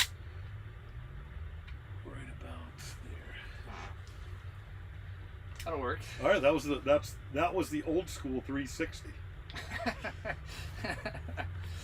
Little tour around the world. Drop shot with ice. Yeah. I mean, I was just watching a video the other day. Maybe you watched the same one. It was Tony Roach talking about how he likes to just use a drop shot instead of a dangler. So just put that drop shot weight down on the bottom. I think there's some validity to that, especially if it would pin the bait maybe a little bit more. But no, like I haven't done it, but after watching that video, I think I might give it a rip. I see a lot of guys at Simcoe doing it, and they're doing like a top-bottom rig. Yeah. Like the bottom one's actually a bait, a hook or a bait. A jig. And it's like 90% of the time the fish eats the drop shot. Sure. Up. Yeah. But the bottom one might bring them in, hearing that commotion. It might rattle kick up the ground a little bit. Yeah, and just like chunk. Oh, yeah. There you go. Kick up the mud with the drop shot. Yeah. No, it's. Yeah. But I did it 2 years ago on West Grand Lake up in northwestern Maine. We had some whitefish that were super hard to catch down in like 70 feet of water, and we weren't having any luck with bait, spoons, anything. Mm-hmm. And I rigged up a drop shot, and I'm not even kidding you, less than 10 seconds we had whitefish topside. It was just I don't know if it was because it was a different action than they'd seen yet or what it was, but sure. they were coming in. Usually whitefish are really discerning and hard around the bait. They'll shoot in and out. This guy, you just gave it a twitch, but it stayed in the same spot and it just jumped on it. Do you remember, is that like with a standard number 2 or number 4 hook, or I think it was a 6. A 6? Yeah. Oh, because you were fishing for whitefish. Yeah. Yeah. And deep, and he sucked it right in. Hey, special thing. Okay, looks like Broken Anvil Industries dropped a super chat from Kegel Outdoors. That's awesome. Awesome, super cool. Thank you, Kegel Outdoors. Much appreciated. Flutter Yo, thank you so much, guys. We really appreciate all the support, all the comments. I'm hoping all the comments get this in YouTube's algorithm for Nick and gets it out there. Hey, I'll say the last time I did one of these live streams, it was on late ice actually. But I was looking back at the analytics, because that was the only time I've ever done this where I didn't accidentally mess something up and have it like broken into 3 streams or whatever. So I had one solid 5.5 hour stream, and there were 1,000 comments. Wow. That seems like a lot. How many are we at right now? Well, I don't know. I don't know if there's a good way to tell. Oh. I'll just look at the number that says how many comments you've had. Is that a thing? I have no idea. Viewer activity, maybe? Yeah. Bear with us, guys. We're like digging into YouTube's. We're fine. We don't need to know. We'll figure it out later. It is super interesting because there's people, commenting and, saying things and whatever. And, like, at the end, like, you're like, oh, shoot. 1,000 people left comments. Like, that's insane. So, Mike Shepard, yeah, man, I don't blame you for being jealous. I'm going to be home in a couple days, and I'm going to be jealous of these guys. Like, it's a thing, like, I really wish we had ice back home. It's been a weird fall for us in Maine. Somebody said, where are all the fish? That is... Chrome Chaser has been around since the beginning of the stream, so he did see some of them. There was a fish on me. I didn't even... Oh, was that a little sunny? It had to have been. Yeah, you know what? I don't know what the heck happened. Oh, yeah, here he comes. This last half hour. Oh, yeah, little... He's tiny. You got a teeny little bluegill there. He doesn't even have it yet. You attract all those little fish, don't you? I catch everything. Oh, you got him. I catch everything. Wow, that is the Bring biggest. Bring him on, baby. That is the biggest fish. Listen, like some guys can catch bigger ones, but I don't think it takes much skill catching a big one. Because they just come in and hit you 3 or 4 times. I think the real skill to fishing comes if you can catch the small ones. Oh, right on my laptop. and he's gone. Oh, look at that one. Oh, that's a bigger one. Not a big one. Well, but it's bigger, so maybe you ought to handle that one. That might be too big for me. Got him. See, nice. You probably noticed on the screen there, that thing, its first bite was just like the plastic, just part of the plastic. So that was not a giant fish. Better than his. Way, but twice the size. Yeah. But sometimes you gotta wait for that second, like it chokes up on the bait or something. I think that's gonna find its way right into the hole. Yep. So it'll take the first snap, and then it'll choke up on it, and you can really see it with an underwater camera. So if you're not fishing with underwater cameras, sometimes you'll notice like you'll get bit, and you'll set the hook, and you'll miss. But like if that happens a couple of times, one thing you got to do is just be like, all right, when I feel the bite, Yeah. just kind of wait, and then pop them. So that's some advice for bluegill fishing. And that was advice that Nick had given me earlier that I actually used today, even on that last fish right there. Like, I saw him hit it, but I didn't set until he got it a little bit deeper. That advice definitely works better if you have like worms, like Eurolarva or waxworms or something on there. But even with the plastic, he saw it was willing to like choke up on that plastic and take the whole thing in. So I didn't get to see yours, but I'll watch it on the replay on the live. You can watch it on the replay. Yeah. But I trust you. I trust that it Wouldn't happened it be cool exactly. if we could do an instant replay? We probably can somehow. Like, I could probably bring it up on my phone, like as a viewer. Instant replay. Yeah. Instant replay. Watch the minnow. Someone was saying watch the minnow. He did. He danced. I saw that too. Like, he started dancing a little bit when those gills came in. Let's see. Still baits. Yeah, they're not big. Sorry. Are you not entertained? Are you not entertained? So I show you this tiny little fish. Okay. Let's see. We're not in a private lake or anything like that, dude. We're on public water, just out here having a blast and catching fish.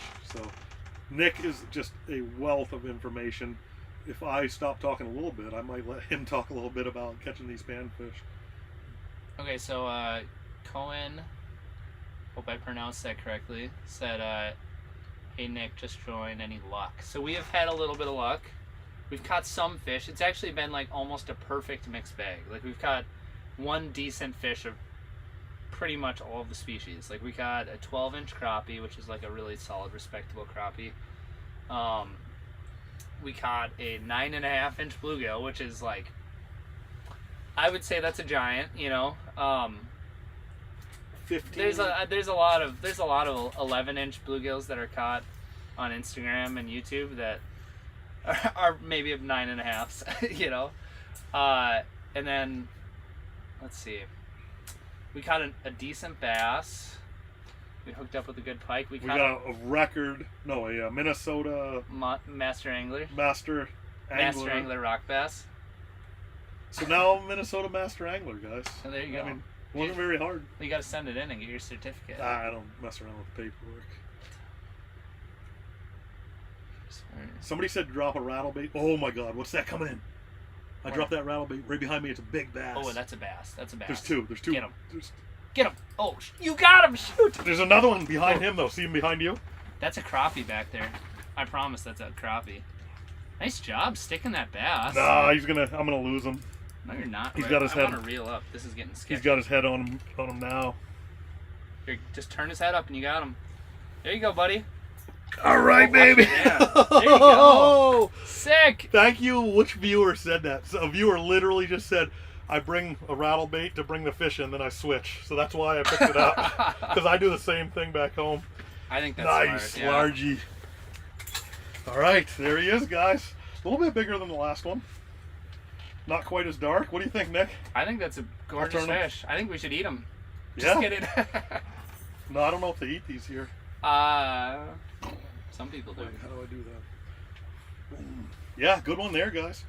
That's sick. Yeah, when they're this heavy, you really should support them with that other hand. That's like a television 8 or 9 pounder if I hold it that close. And in real life, he's probably like, what do you think, heavy 2s? That's a good 2-pounder. I mean, he's solid. He's well over 2. No, I agree. All right, I'm going to put him back so we can catch another one. They came in 2 at a time. This was actually the second one. That was the other one you think was a crappie? For sure, crappie. No way, yeah, that was sure. big. So the rattle, they brought those 2 in together? Yeah, I guess. It is interesting that they would come in a pair like that. I got to throw a thank you to which viewer said that. We're not going to go back through the chats. Well, maybe we could find them still. I think the chat's coming in too hot and too heavy. But if whichever viewer just said, I like to throw a rattle bait down to bring them in and then switch over, let us know in the comments, because that was for you, bud. I dedicate that catch to you because I read that and I was like, yeah, I like to do that too.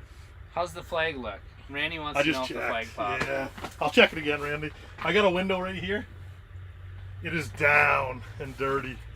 It's down is good, or yeah. Down's bad. Bad. But the jack trap is putting in work here in Minnesota. I caught a slab of a crappie yesterday, a hybrid, and today caught a really nice crappie too. So That was sick, dude. I'm so glad that happened. the So crappie? No, well, that was, I liked what you did there Thank you. with the rattle bait. Oh, yeah, that was awesome. Made me happy. Thank you. I gave him a second to chomp it too. Did you see that? Yeah, I did see that. No, Because that you was were like perfect. set, and I was like, yes. You could tell he kind of had it on his nose, sort of there, Yep. because he didn't launch it, you know. I see what you're doing, and I don't like it.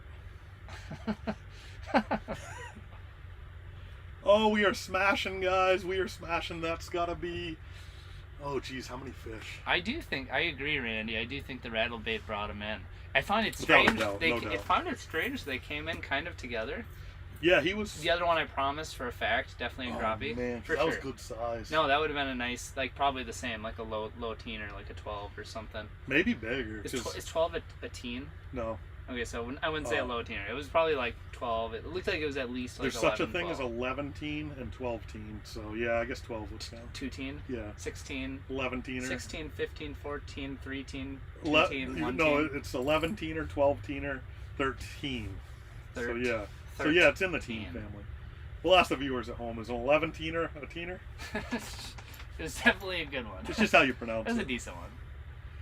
The funny thing is we haven't seen a pike, so I'm going to say within the next couple minutes a pike just swims by and lets us know he's down there. I think we've ripped enough grass up with those bass. Yeah. All right. You can hang out here, do some jigging. Tell me Okay. if something pops up. But I feel like I should probably check on these batteries Oh, just to see where we're at with everything. I don't want to be surprised. Like All right. it wouldn't. Where's your rod? Just put your rod here so I can reach it in case that crappie comes back. You're in, right? You're in the water, right? Yeah. They're actually called crappies, but What did I call them? no, I'm just kidding. You called it a crappie. Crappie. I'm just giving you a hard time. I like it. Those northeasterners, I tell you. We eat crappie for lunch. We eat crappie bigger than that for breakfast. Is this thing dead? All right, guys. I am going to try to catch up. Lindner, the legend. He is definitely a legend. Respectable ice bass. Thank you. It was a good fight. It's a good tug. I'm going to read the comments. So my eyes are over here. My eyes are over here. I won't be able to see what the fish are doing. So you guys got to throw it in the comments real quick if something comes in. I got a rattle bait in the background and a little pink one up front. So I'm also fishing guide, but skimming deer for my taxidermy. Nice. My buddy Jeff just got his taxidermy's license. He's doing great at it. The other was 100% big slab, Randy. Dude, that was big because this bass was like probably 16 inches, and that crappie didn't look too much smaller than him. They want to know why you didn't catch it while I was catching the bass. Yeah. I mean, the crappie just kind of swam away. He doesn't have a good answer, guys. Yeah. The rattle bait brought the bass and slab in. 100%, dude. Oh, we got a gill on the minnow. Actually, decent size, I think. That one looks big to me. Yeah. Hopefully. Oh, I thought he ate it. Oh, he tried to eat. Oh, what's going on here, big I don't boy? know. Did he What hit you the line? doing, big boy? Should I run out and go catch him? No, it's not. It just can't. It won't be able to get that. And I mean, it's a pretty, No, with a rod? It's a pretty big bluegill. That's a good It might size be able gill. to eat that thing, but that's really like the only species I don't think we can really catch on that tip of. Is a Bonus bluegill. fish. Thank you, Mark. Appreciate it, bud. That's how I look at fishing now. Get him, boy. Get him. Oh, he's got him lined up. Kiss him. Kiss him. Yeah, good luck. Oh my gosh. Actually, What do you guys think? Yay or nay? Is that bluegill getting that? Go get him. Go get him. Okay, Go get you're him. gonna Go have get to- you're him. gonna have I'll to tell you. I'll let you know. direct Yeah, me. yeah. Oh, he's going to go get him. is he Yes. still in the area? All right, guys. To give you an update from inside, Nick is heading out. He's still on it, but he's not as interested. Nick's heading out with a panfish jig, a tungsten, to try to catch this guy. Oh, he just spooked. Did you hit the line? Oh, he just spooked. He heard you break it. All right, go up higher. Right there. Oh, drop her down. Drop her. Drop it. Right there. Whoa, whoa. All right, good. He's not there, but you're kind of on the left side of the screen, so I can't tell if he's... Yeah, he's coming. He's coming. He's coming. All right, twitch it a little. Yeah, he's eyeing you. I'll tell you when to set. You ready? Oh, he's hitting the minnow, but your lure's right next to it, so hopefully he switches. Can you drop yours just a hair, like 3 inches? Okay, all right. I think he sees you now. Stay on him. Stay on him, bud. He's all right. He's looking. He's looking. The minnow's off the screen, but he's still looking at you. All right, he's coming up to you. He's nibbling. Set. Set. Yeah. Did you get him? No, he came off. Oh man. Oh, my bad, dude. Did you have him? Maybe I could have waited. I told you to set after he got the second bite, so I figured you had him. It looked like you had him. It was a good one. Oh, you're back down? He didn't quite have the hook. My bad, dude. That was epic. Nick, oh no. Somebody says LMAO. Nothing's there now. Nope, sorry, dude. Yeah, we can't see the shiner either, though. You might have to turn the camera a little left. The play-by-play was awesome.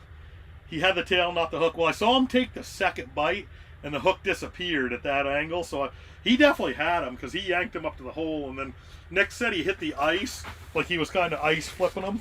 And it actually popped off when it hit the ice. So I'm going to see if I could change colors. I'm going to see if I can change the screen. Two underwaters? And then what do I do? Click it? How do you click it? Oh, there you go. Alright, I'm on here anyway. Yeah, I think we're on the right screen now. Alright, bummer, guys. That was close. That was a big gill. It was kind of fun, like teamwork. If it was a crappie, that minnow would be toast. You are so right. The minnow's like kind of off the screen. I might see if I could have Nick turn the camera just a little bit out there.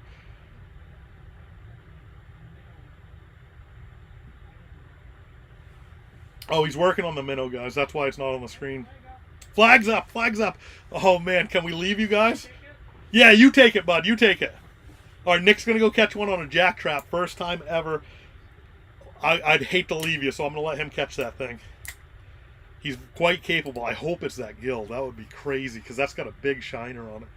I'm going to say right now he's going to catch a big crappie, because I had that like up high in the water column with a great big fathead minnow. I really hope he nails it. He did a second nibble, but wasn't super aggressive. He should have had it. That's the way it sometimes goes. You're right. Tag team bluegill fishing at its finest. You're right. Yeah, from what it sounded like he had it in the hole, but the hole had iced up because it's so cold out there today. And when he like went to flip it, it hit the edge of the hole and just like yanked it out of its slip. So it was a good catch right till the last boat flip, which sometimes happens. I mean, that's fishing, but a minute later, he got a flag on my jack trap. So, oh, I still got a rattle bait down there. What am I doing? Let me get that out of the picture. I thought I had something smaller down there. I'm just so fired up, guys. I love ice fishing. I love fishing, and I love sharing it with you guys. So, what'd you say, bud? What? Pliers? I got forceps. Okay. All right, guys. I'm gonna have to leave you for a minute. Will somebody please watch my jig and let me know how many fish I catch? I'm going to leave it on the chair there. It's right there. You can see it on the camera. All right, forceps are... What you got? Huh? You caught a pike? Baby.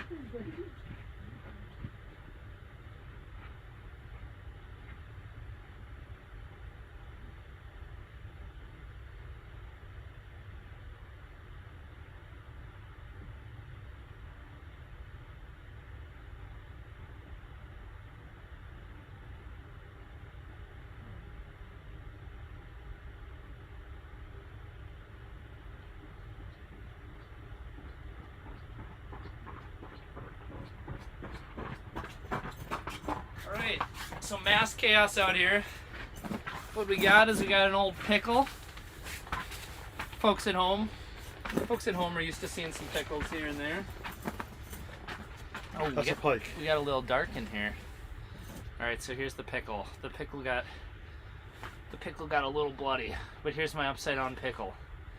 It did clip one of the gills, but we're gonna give him a chance. Ooh, your jacket is nice. in the lake. Yeah, cool. Okay, I'm gonna put him back. I had to get a little forceps help there from Joe, but we are now in business. My day job is a surgeon, so I had you covered. Sorry. That's 3 species for Nick. He's catching up. I'm at 4. He's at 3. I just need a little pumpkin seed now. No, it doesn't matter that he caught it on my jack trap. It still counts for him. Jeez, this guy's just pulling out the punches. Yeah, they're tough, man. This is a tough crowd. Super tough crowd. Holy cow. I'm pretty sure we saw that pike a couple times today. I think that was the same one that came by the minnow earlier. Okay. Like size-wise. Yeah. And he was green with spots too, so. And there's a lot of pike. And that one was green with spots. The camera got dark, didn't it, guys? All right, I'm gonna hold down the fort while Nick resets out there. I'm gonna read some comments, so I'll hook you guys up. If you got comments and we missed it, shadow bass, okay. Oh, I got a pike on me. I got a pike on me, guys. I got a pike on me. I need this pike for species. I need this. Nothing yet. Bring it up. Up. Guys, I got a pike on me, and he's acting funky. I can't get him to get interested. Rattle bait time? What do you think? What would you guys do? I'm going to leave that sit and drop the rattle bait. But if he's not interested in that little tungsten, I don't know if I can get him on a rattle bait. I'm going to try it, though. Go up higher. Sorry, I'm working a pike.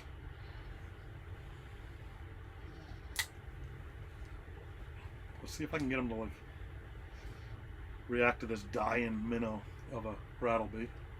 He, stopped at least. You see him put on his brakes?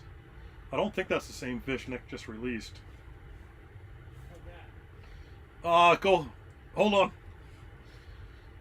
Hold on. I see the weight. So, yeah, you should. A little higher, if anything. 3 inches higher. Good. You guys see that pike on the screen? I'm 2-fisting it over here.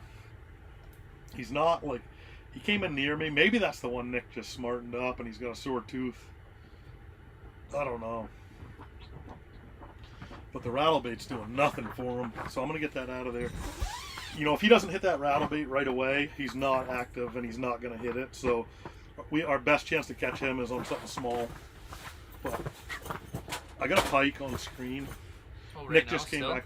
Yeah, he's still there. He kind of came close to me, but not really. He never gave interest. Yeah, they do that. Pike are See, he's right there, and my bait's right above him. I'm near his dorsal fin. Pike are anal fin stupidly right aggressive or not aggressive at all. Right? They're weird. So, one way to trigger these pike, guys, if you're getting one that's that non-aggressive, if this isn't the one Nick just caught, is actually hit the grass. A lot of people tell you not to do that, but if he's been there for a minute or two, hit that grass, make it look like, yeah, see, he's out of there now. Good. All right. We got rid of him. He wasn't going to bite anyway. And if he wasn't going to bite, he was maybe going to cause some issues with just, guarding the baits from nice bluegills or something. We're way better off without him in our life right now. Okay, so the full story on that bluegill is... Yeah, tell us the rest of the story. Now for the rest of the story. The rest of the story is that bluegill, I didn't get to see what happened, but I thought it was good. We had me wait, and then I set the hook, and it was he was on for a second of that. So I just didn't get a good enough hook. Oh, it wasn't up near the ice? No. Oh, okay. No. So yeah, I guess it was my bad. I got chirped pretty hard for telling you to set too early. But what I saw, Oh, really? Okay. What I saw was he did the first bite. He was behind the hook, and then I saw him re-bite it and get the second. If you thought you saw the hook go into the mouth, that's fine. That's what I thought. That's what I saw. It is what it is. Because you moved him like a good. You ripped him right off the screen. Yeah. So he might have had the hook in there for a second. Yeah. Maybe, you never know. But, so we lost light here. Yeah. I lost color. Is that what happens when it gets too dark? If it gets darker, it takes away color. So it looks like Yeah, looks like the Aquaview still has color over there. Is that good? Oh, it's pretty good. The, I could yeah, lower the it a little Aquaview bit. is great. I could lower it a little bit. Nah, it should be alright because they'll be coming up to eat. So I hooked that one. I noticed on you the hooked that dorsal, one a little funny. just because there's a little bit of some discussion. So like, hey, let's hook this one the Let's other try way. it out. Okay, what do we got here? Alright, guys, I'm gonna try to get caught up on some of the comments. 200 people watching. It looks Get it, like. Joe. Thank you, Seth. Good to see you over here on Nick's channel. Give him a quick sub before you guys leave. It's definitely worth it if you guys want like super in-depth technical teaching content on fishing. It's stuff you can learn from. And even if you are in the Northeast, you could take this advice that he's giving straight into the brook trout water and make yourself 100 times better at brook trout fishing. You're such a good guy. Oh, it's easy. It's easy. It's really good content. So I think I'm gonna try and get us some lights in here. That's gonna be my next. Yo, fish bite when they want to bite. That is true, but the one cool thing about predators is you can often trigger a strike out of that predator. It's like if you've ever seen a cat just sitting there with a mouse, like totally not even caring about it, and then that mouse does something stupid to get away. The cat, like, it brings out an instinct in it. You could do that with fish, and especially fish that strike, like a pike, pickerel, or a bass.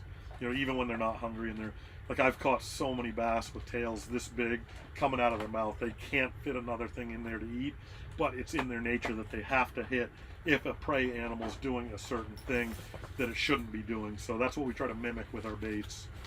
So sometimes, you know, for a fishing standpoint, they might not be biting to eat, but they might be biting to either kill or just out of nature, and that's when we can catch them. So I hope that stuff helps, guys. Or, you know, we're still getting into a lot of in-depth stuff. We're losing light pretty hard here. It is going to get a little tougher on the underwater camera. But we're going to keep it rolling, right?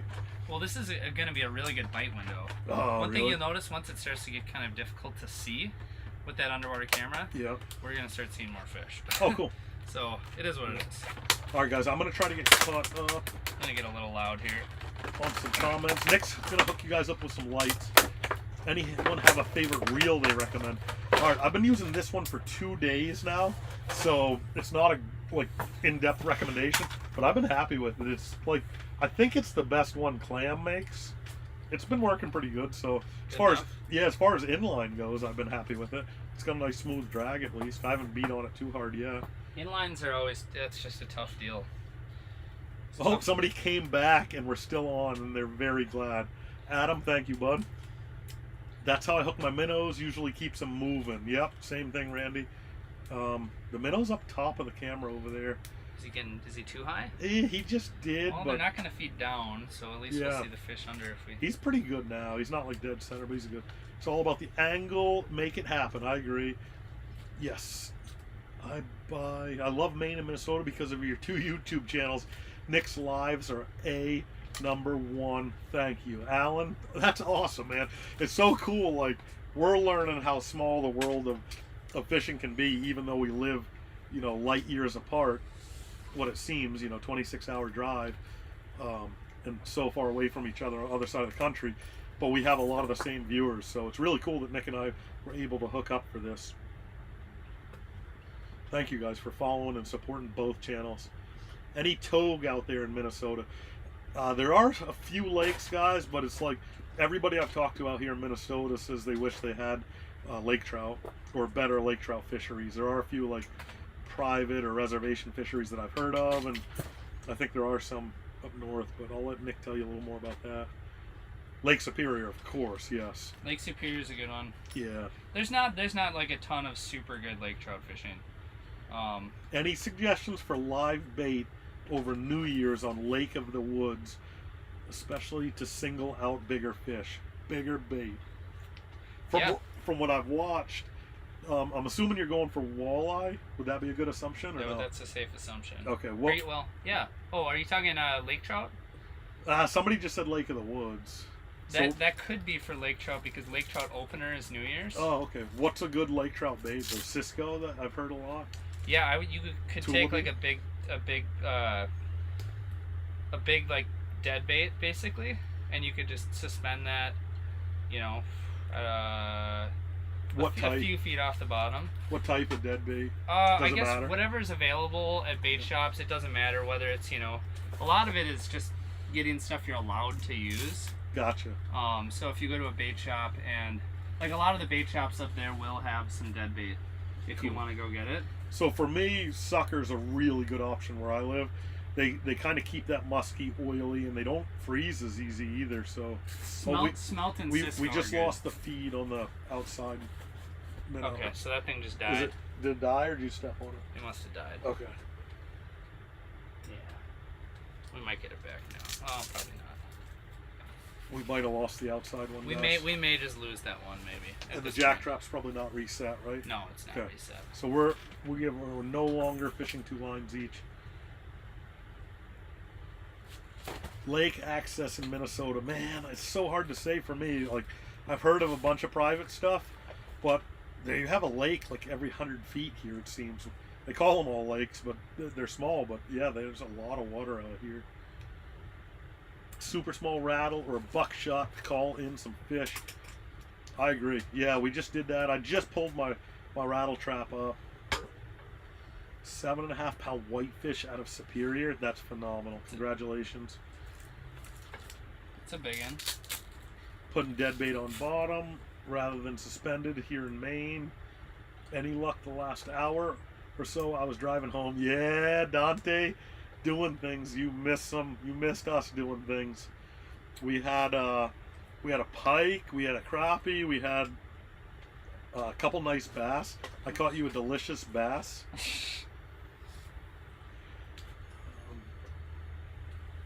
About finished here. Getting this all plugged Super excited to see you in Minnesota. In the Elk River, Minnesota. Elk River. Okay, I've heard of that. Guys, I feel so great in Minnesota. I feel like I'm at home. The people here are incredible. They made me feel right at home. We're 26-hour drive away, but it's like the same parallel up north. So I'm sure they deal with the same seasons we deal with. So they have like the same attitudes, and everybody's been great, super welcome, and I've really liked this state a lot. I wish I had a little bit more time this trip, but I got to get back for the Sebago Bait open house. So if you guys are watching this and you're in New England, I'm going to be at Sebago Bait meeting subscribers and helping people out with some buying decisions on December 10th. I'll be there pretty much all day, so if you want to swing in anytime, it's usually a madhouse. It's the best pricing for any of the ice fishing stuff you'll get all year. We're getting pretty dark down there, but I can kind of still see my bait, so we might have to resort to like not visual fishing, but we're gonna give you guys the visual either way, and you'll at least get the visual on the screen. Yeah, we may have to cut the feed once we get Yeah, we'll definitely that battery almost went down the hole. Yep. Sorry about that. We'll definitely have to cut one of the feeds. Oh, what do I have here? Nice weed. We're gonna cut the feed to the minnow out there. Oh, what do we got here, fellas? Oh yeah, it's fighting really good. The troll. Oh, what is it? It's a coontail. It's a coontail pike. Yeah! There it is, guys. He's got the jokes. Nice green weed for you. But honestly, that's what you're looking for right there. When you guys find weed, not all weeds are designed the same. Obviously this has got a mixed bag of weeds here, but look for green. Green is good. Green's pumping out oxygen. Green is going to have the bait around them. Brown or like decomposing eats oxygen, and they're stinky. So, it's the same as you. You don't want to live in an area that has that either. All right. Where's my bait? I cannot see my bait. All right, we're going on feel now. I'm going to go ahead and switch mine over to feel mode instead of visual. Feel? Oh, there it is. I see it now. I wish I brought. I don't think I. Nah, it's tropical here. I thought I brought another power box, but. Oh, really? Alas, I did not. It's not in there, is it? Back there in it? Where? No, that's a bag. So it was a pretty tropical 7 degrees this morning, no wind, so that's why you see me in a t-shirt. But it has warmed up a pretty good amount. There's something moving there. Could be that weed. Yeah, I think that was that weed falling back down. Okay, I'll get back down here. I think we're gonna cut out this second screen here. I think it's dead. That one on the left. I think we're pretty much. There we go. Yep, that is a battery up there, guys. That's not a weird looking Minnesota fish. It's just not moving. Nice work. I love your videos and subscribe to both. Awesome. Thank you so much. Really appreciate that. That's the Minnesota nice. I agree. Minnesota is nice. Oh, the live bait. So they were asking about walleyes. So for me, once again, like depending on where you're from, if you're from Lake of the, or if you're from Canada, or if you're from the United States, my understanding is you're not really supposed to transport bait over the lines. So get what you can. So like around here, like we'll use a lot of shiners, and shiners, you know, walleyes like them. And then yeah, I would just say anything that you can get that's decently sized. You know, sucker minnows can work really good if they have them.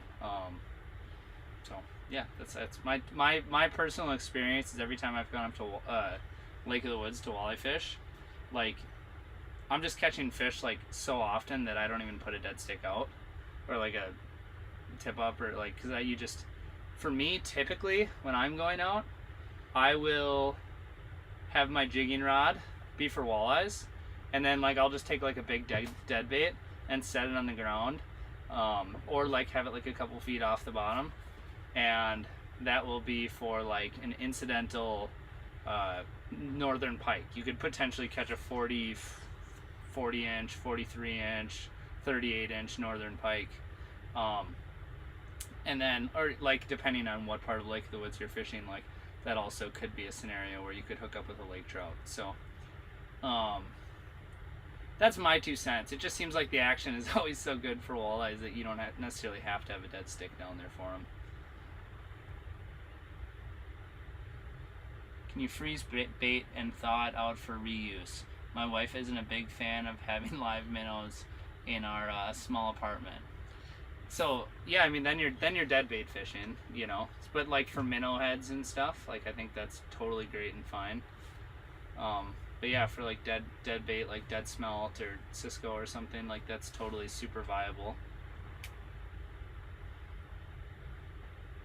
Fish muskies in Ottawa, I heard it's nice. Yeah, I think it's nice. I've seen some videos. I've seen the East Canadian muskie bite. That's close to the St. Lawrence River there, which is like the best muskie fishing in the world as far as like catching enormous giant fish. If you guys want numbers on muskie, come to Maine.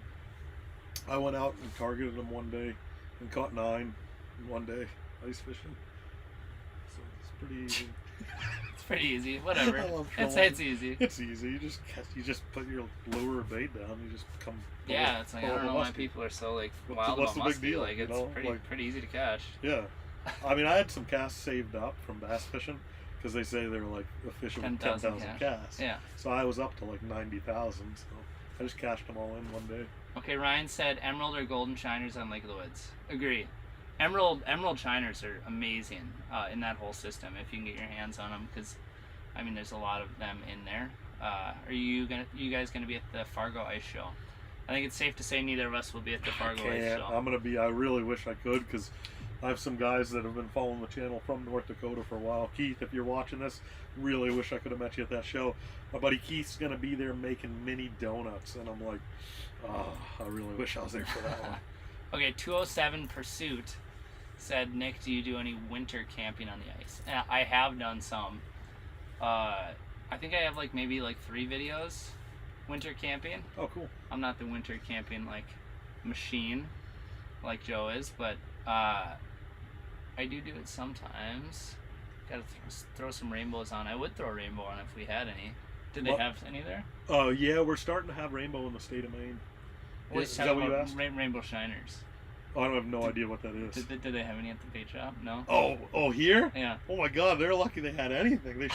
She was so wound up. She told me you guys are never getting any shiners at all. We're never getting any bait again. Never ever getting bait. You're going to be lucky if there's any shiners left in the state. There's a bunch of regulations. There was a freeze off. It was like the apocalypse of shiner fishing. Okay, Ryan asked if we have any burbot content coming in the future. I will. He said, is there any soon? There won't be any soon for me. Because burbot for us is more like a late February into March thing. I'm going to catch them as soon as I can. Like, I'll catch them all winter, but keep an eye on my channel for like a late burbot trip. I'm going to go for double digits weight-wise, and I won't leave the ice till I get one. So you're either going to hear about me floating down the west branch of the Penobscot, or you're going to see a double digit.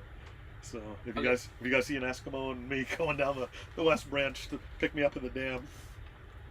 Utah Mike wants to know how much coffee you need for a 26-hour drive. Straight IV. It was straight IV. Like, hooked up the percolator to like a tube that just right in.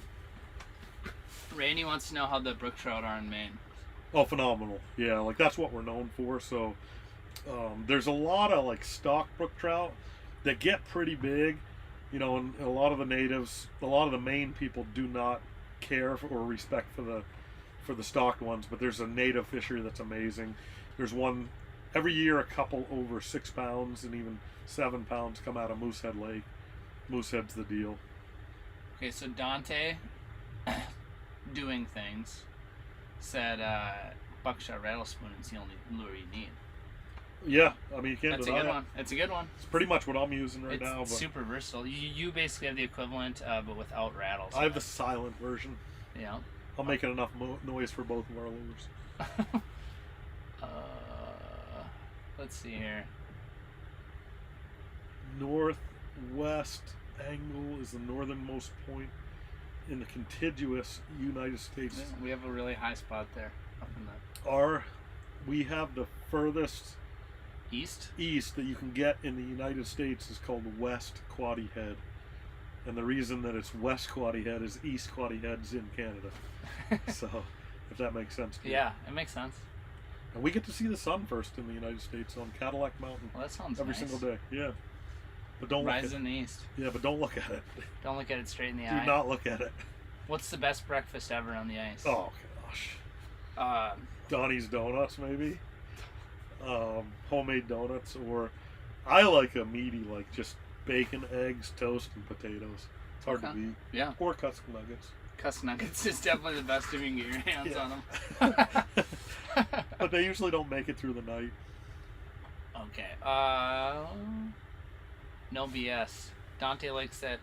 He likes our personality and no BS. There's no BS. There were a couple things revealed in this live that you've never heard before, so. He said, I noticed a lot of the fishing channels fabricate excitement over hype. Hype on everything. He said us and Tom Boley is the go-to. I met Tom at the show. Tom is a nice guy. Yeah, He's I legit. met him. I've spoken with him a couple times. I was surprised his beard wasn't thicker than I thought you'd be taller in person. I thought your beard would be thicker, I said to him. And he said, that's all I got. That's all I can do. I was like, yeah. work on your beard game a little bit. Yeah. Before you come to Pick Maine. that up. Don't talk to me again until your beard is Yeah, once thicker. you get the beard game up. But yeah, he was a super, super nice guy. He doesn't do much like social media and stuff. He said he just fishes every single day and works on content every day. Mm-hmm. Yeah. Well, there you go. No, I noticed a lot of people who do YouTube are like the hardcore YouTubers. Not always like super hardcore Instagram, Facebook, or like I feel like you need to kind of be an animal to like really succeed with YouTube. My Instagram game is not super strong because of like transferring stuff from a computer to a phone. It's a lot of work. If I could figure that out Well, you better. just got a phone 6 months ago. That is true. That's actually true, by the way. Yeah. This is an interesting cat we got here. I went in the store and I said to the kid, "Give me your best phone." He said, "What are you trading in?" I said, "I don't have What do you one." mean trade in? That's what I said. I was like, "I can give you money." Cash? Wait, so if I had an old crappy phone, I could just trade it in? Yeah, apparently. But I didn't have one, so. Okay, Uper RD wants to know how many lines you can use in Maine? 5 is the state law, and some places are regulated down to 2 for like a special regulation, which doesn't mean trout water usually. No. Just that is. What It's like a special regulation lake, like Lobster Lake. They regulate the heck out of it, and it's 2 trap limit. I would say like 95 to 98% of our waters are 5 line limit. Okay. And not many people jig in Maine. It's mostly a set line with jack traps. It's like an old thing that we've always done, and it works. So why break it? Or Yeah. why change it if it ain't broke? Why break it? Or why break it if you don't change it? Why break it if it ain't changed? Yeah, if it ain't changed, don't break it. Okay, brobug perch is the best. Brobug is best for perch. It is a good one. I mean, that's what I got on right now. So That brobug is sick. 3 lines in Michigan. LOL straight IV. Getting dark, boys. Yeah, you noticed it's getting a little dark? Yeah, It's I'm kind waiting of a for thing. my first walleye ever through the ice, and to close out this species game. Where's them green bait lights? Yeah, that's not legal in Minnesota. I wish it was. That'd be fun. That would be cool. Kevin said to keep up the live streams. Can you do artificial light in Maine? We can do anything. Okay. So one thing I've learned from being out here in Minnesota is it's the land of 10,000 lakes, but I've also heard it's the land of 10,000 regulations. Yeah. So that's why I didn't want to just come out here and solo camp and solo fish and be that guy that like everybody driving on the highway calls the DNR for because I don't know, because I have 5 lines set or whatever. But fishing with Nick has definitely been a pleasure for many reasons. One, especially keeping me out of jail. Okay, so Jack wants to know, is Taiwan a country? I would say yes. I don't know. I've never been. Shoot. Are you a Chinese nationalist? No, I just don't know. Okay. Yeah. Fair I'm enough. not up on my world news either. It is. It is. It's a country. I'm gonna phone a friend and say yes. But you might want to watch out for the Chinese nationals on your way home. I want to know if Maine is a country. I don't think it is. Okay, so Michael said when I moved to Maine from Minnesota. Wow, that's a Yeah. He's got the right connection there. Yeah. He said I started using ice rods, and people here never knew that was a thing. Yeah. Then I started slamming crappies, and they were shocked. Yep. You are a truth teller. What is a John Gillespie dance? Yes! Got him! I've never seen that. Woo-hoo! I have not seen that. You have to catch a fish to do that or not? Well, if you're really mad, you could do the opposite dance. Like if you miss a big oh, fish. yeah. Yeah. I I have a think dance that for was that good. I don't know. Nick, did Joe show you a luring pack basket? Did you see my pack basket? was that the green Yeah. thing? Yeah. I love that thing. It's incredible. You could drive a truck over it, and it just pops back up into form. It's like seems great. It's like a 10 lifetime pack basket. We use pack baskets where I'm from a lot because we have 5 traps too. I mean, it seems like I feel like I should put a spoon on. Like, this is so dark. I feel like it's a really good way to fit a lot of stuff into an area that's like not going to be using up that much space. Yeah, and it keeps stuff separated pretty well. But you may have to keep a peek at that live sonar. That might help. Over here. Yeah. Yeah, I've been watching that. I don't have a good way to put that live sonar on the screen. So we're gonna jig. We're gonna jig a little longer. Like I totally understand if people's. Oh, was this in the hole the whole time I was jigging? Oh, good thing there's no laws here in this state. Oh, no, it wasn't deep.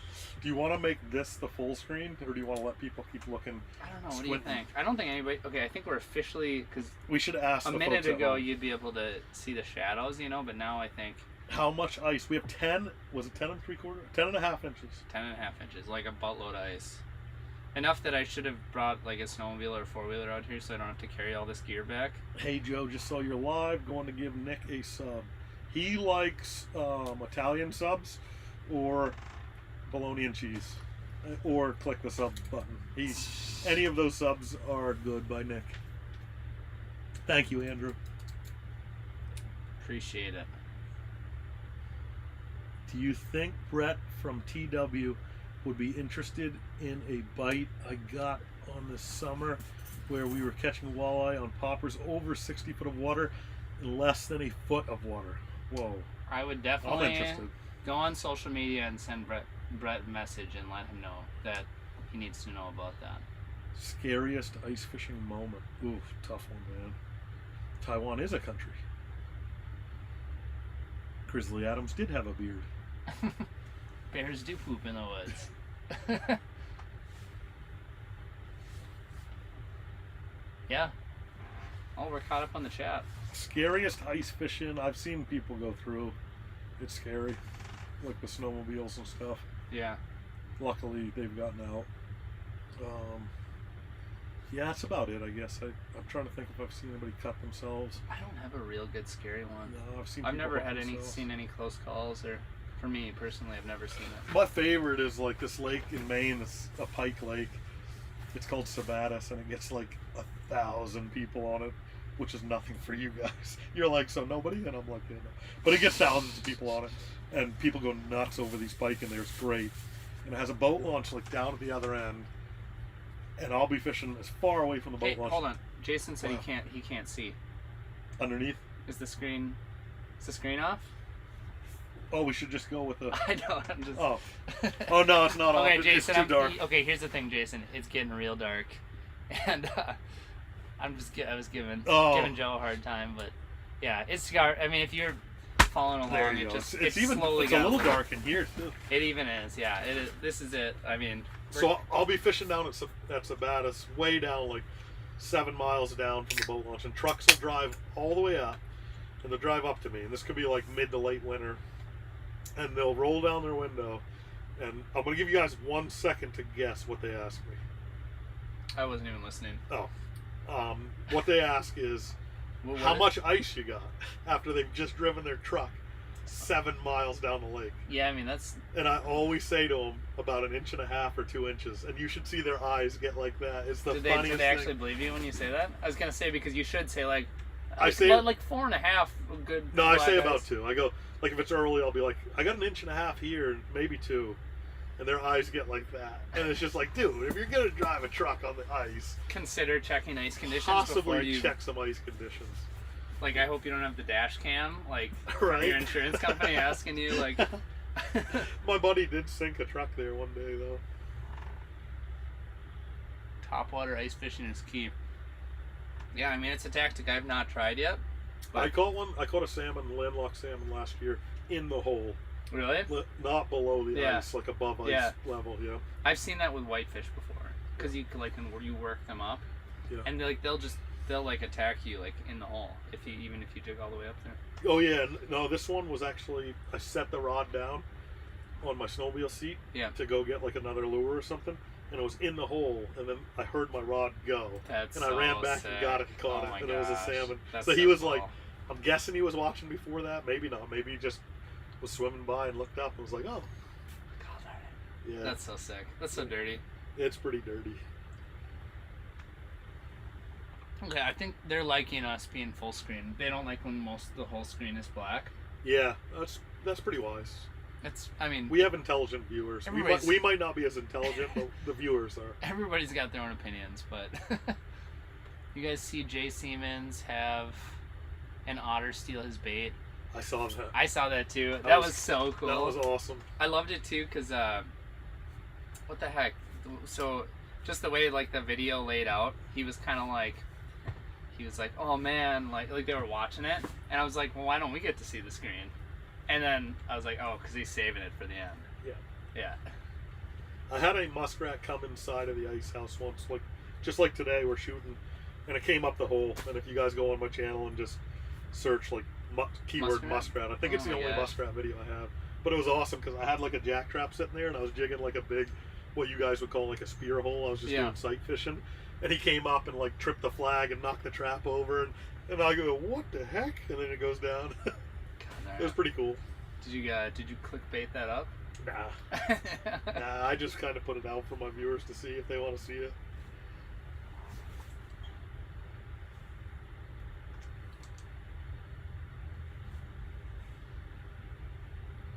Should I switch to a rattle trap right now to bring in a fish for you? Yeah, if you want to. I mean, I think you're good with what you've got because Good. the sun is below the horizon now. This is kind of like a potential window when things could happen. And you got a nice, good presentation for crappies, and he's got a smaller spoon. So, no, I think we're good. Yeah, So- this day has just flown by for me, guys. I don't know if you've been watching the whole live feed or not, but we worked Excuse really me. hard to get this set up. Nick worked incredibly hard to get this set up for you guys. Yeah, we've been live for about 4.5 hours, probably. All right, how many fish topside? Couple bass, a rock, 3, counting all my little ones. I bet at least a dozen. Yeah, 3, 9. I probably caught 9. So yeah, so that's not And bad. so when 4 you add my hours. fish, then now we're up to like 10. It does. Just kidding. It does. So yeah, We 12 caught fish for 4 hours. Something is, teen fish. I is don't a know, fish every maybe. 20 minutes. Yeah. That's not the worst. No, I mean it's not terrible. It's not phenomenal. But yeah, no, this has been pleasant.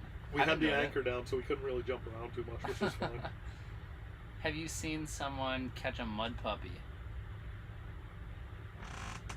I have What was in that the Belgrade strange Lakes. fish I caught? Did you? Yeah, they're like a big salamander. Yeah. Oh, yeah. Right. Yeah. I'm trying to remember. I know I've had a close encounter with one, but I can't remember if we caught it or saw it or. They're cool though. Yeah, dude was telling me. I you definitely catch caught them. one when I was like 8 years old or Really? something. Yeah, I was like, oh, look at this thing. Salamanders too. We used to do crazy stuff.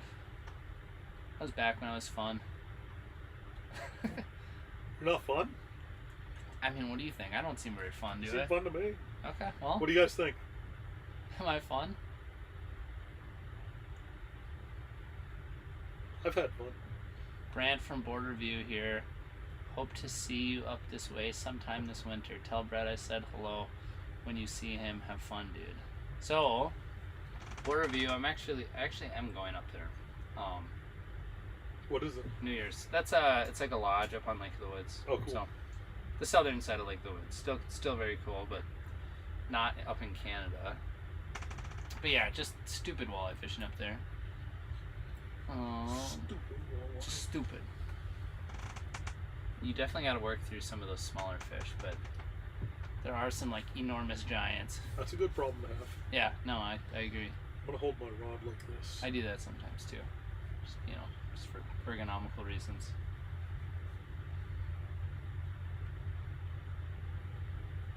You should come to Maine. Yeah, you should go to Maine. There's no ice. Thanks. You should go fishing in Maine. I've overstayed my welcome. Nick says you should go to Maine. Yeah, no. I've enjoyed hanging out with you here. Nice. We went fishing before the ice show. We hung out a little bit at the ice show. And then we went fishing again here. Are you taking off tomorrow? I have to be on the road Thursday morning, Thursday. Okay, so no today's matter what. Tuesday. Okay, so you are gonna fish somewhere tomorrow, maybe, or Possibly. maybe drive. I'm either gonna fish or drive. I have to be. Are at you the- gonna go up through Canada? No. You're gonna go underneath the Great Lakes. Yeah. Do you have anybody else you're gonna meet up with, maybe? Does anyone want to fish? There's probably no ice though on the way home. There's gonna probably be some in Wisconsin. Southern, If you south. know anybody in Wisconsin. Yeah. Where do I go? Madison, I suppose if you're gonna Eau go Claire. through southern Wisconsin, does anybody on here know if there's ice in southern Wisconsin? The southern half. I bet it's edgy. I bet they do have some. I bet. I was told I should stop and try to catch a sturgeon on the way home, but I don't think I have the right gear for it. Yeah. If you go fish, are you fishing with someone? Oh well, then don't do that. Yeah. I wouldn't do that. I know, right? Just going blind for some Right? sturgeon. I know. On a river, and then I'm like, Well, I the don't St. know. Croix River has really good sturgeon fishing. I have I'm to go assuming over that's that. where they talk to you. That's where I have to go over. Yeah. said But the they St. don't have Croix. ice there. Oh, then. Yeah, I'm not gonna go sturgeon fishing then. I mean, I doubt they have ice. Maybe they do. Maybe I'm a doofus. No ice at the Lake Ontario area. I saw ice in the Minnesota River yesterday. Okay, ice is forming. Just not quite there yet. Any bucket list fishing trips? Yeah. Maine? I would love to go fish with him in Maine for some crappies. Yeah, that'd be phenomenal. I want to go to like northwest Canada where they catch those gigantic lake trout. Yeah, I would love to go way up north for some giant lake trout. I'd like to do that and like connect with some big fish. I think I just want to go to Canada. Like, Yeah. I love every Canadian I've ever met. My passport was expired in July, and it just showed up, so I got it. I'm Nice. ready to go north. I should get one. You don't have one? No. Oh shoot, you better get on that right I now. know, right? Yeah, you're definitely not driving up through the No. north side. No. They won't let you cross. Probably the one I really... So I want to do northern lake trout. Way up north lake trout. But one that I really super want to do is Lake Erie walleye. I've heard. If we get enough ice this year, like, I would love to get out there and do that. I would drive out for that. That's like almost halfway. Yeah, that'd be like meeting halfway. But that's like so stupidly good there. So, yeah, you'd go out there. Like, I've just heard like stories of people. Yeah, like we got out on Lake Erie and we just caught so many 30 inchers, man. It was crazy. I'm like, what the heck? That's what the dude at the Shields I stopped at was telling me. He said like 2015 it froze over. Yeah. And he said like his whole group of 8 caught a limit every time they went. And there's like so many 30 inchers. Yeah, it sounds stupid. Is it true? Oh yeah, it's definitely true. I tell you, like, I've been there in open water and you just catch enormous fish after enormous fish. like one trip that I really want to take, that I will take, is Simcoe. No ice in southern Wisconsin. Is Simcoe? Yeah. It's not far from me, you know, but You're those gonna- guys. You're gonna go white fishing. Yeah, they put a hurting on those whites and Yeah. yellows too. They get some good yellows and they got some awesome cusk. It's like a dream come true, and the people are all really cool. Like, I subscribe to a bunch of fishermen from up that way. Ryan said PB crappies. PB crappies. Yeah, is that Ryan Walk? Because if it is, he's not lying. If you No, want to come to Maine. different guy. He wants to know. There's a question mark. Oh, what after my that. PB crappie? In the 17 plus range. Not super official, but Yeah. Same. yeah. Just kidding. I never caught one that big. Oh, Okay. Okay. So Kevin said the kids and I really enjoy watching both your channels.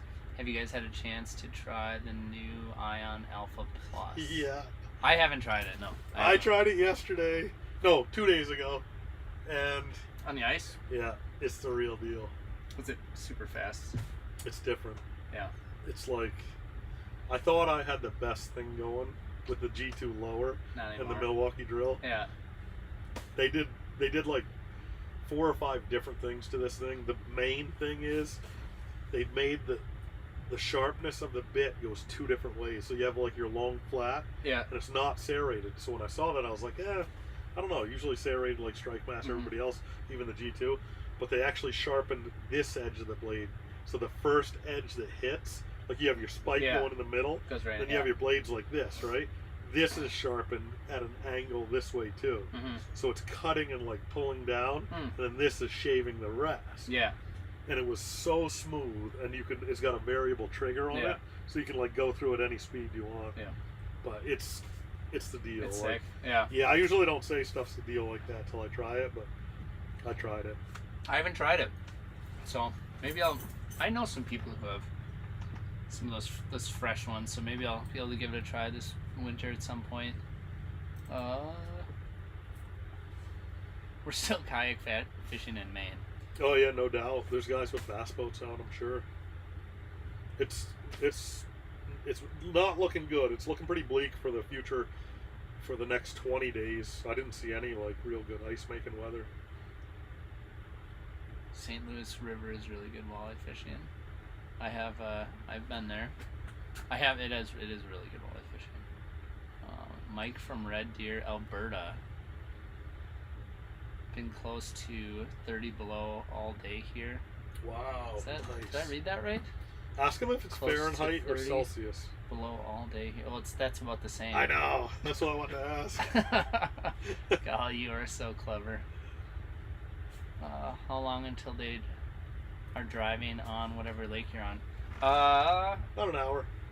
I can tell you, once people find out how much ice is out here, someone will put their pickup truck on this lake and then put it through. You think it'll go through? Not here, Oh. but there's variable ice. Over And by the lighthouse? every single year someone puts a truck through this lake. So if you're local, you no. might know where we're at.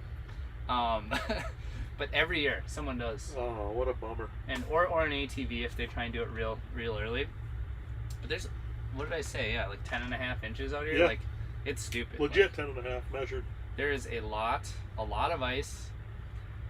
And yeah, so they'll probably be bringing trucks out here next weekend because someone will tell someone that it was 10 3/4, 10 it was 10 inches, and then, you know, next thing you know, like there's gonna be ice castles out here in like a week. So I think it got down to like 4 last night in this region. yeah, 4 degrees, it's been so. really cold. So that's, I mean, it's been, I think, making super fast. But like the biggest difference was like every 20 feet it kind of like goes up and down. It's weird. I've never seen ice do that. Flutter Yo said 16.5 is his PB. That is sick. Nice. Small Secret Lake, 500 every year. Let's see here. The biggest crappie I've seen was 19. Make your own crappie bait series based on Maine's crappies. That's a great idea. And so, in other words, using bass baits. Yeah, that's what I use to catch them. You getting out with Doug Wegner anytime soon? So I was talking to Doug at the St. Pauli show, and we are trying to line up some dates. So Doug has a house on Lake of the Woods now, and I think it's a 4-hour drive. I think me and my wife Jordan might go up and visit him and his wife Jessie up there and try and catch some walleyes. So Doug does a lot of lake trout fishing up there. Like, I think once lake trout opener, like January 1st happens, he'll be up there lake trouting. Are you gonna squeeze through here? Yep. But I think before, we might get up sometime in December before that and fish for some walleyes. So, oh, you're trying that off before we take off here. I figured it might want to hang for a little while. Yeah, that doesn't seem like a bad idea. I'll text you no doubt. Sure. So yeah, I'd like to fish with Doug. We're trying to make it happen. So it's just going to be a matter of whether or not we can squeeze in there before like the holidays happen.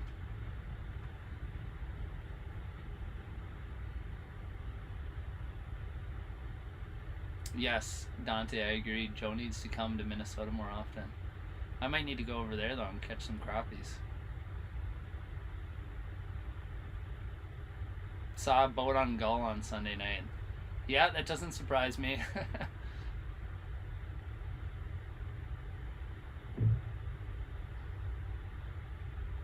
Oh, sorry.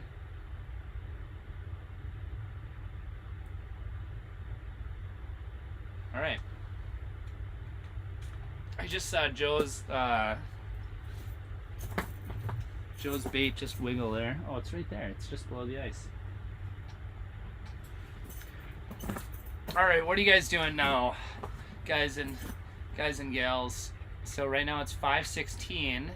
I think we are getting close to 5 hours on the ice here. And what y'all doing now? First off, I want to know if anyone stayed with us the whole time. Oh yeah, that's a great question.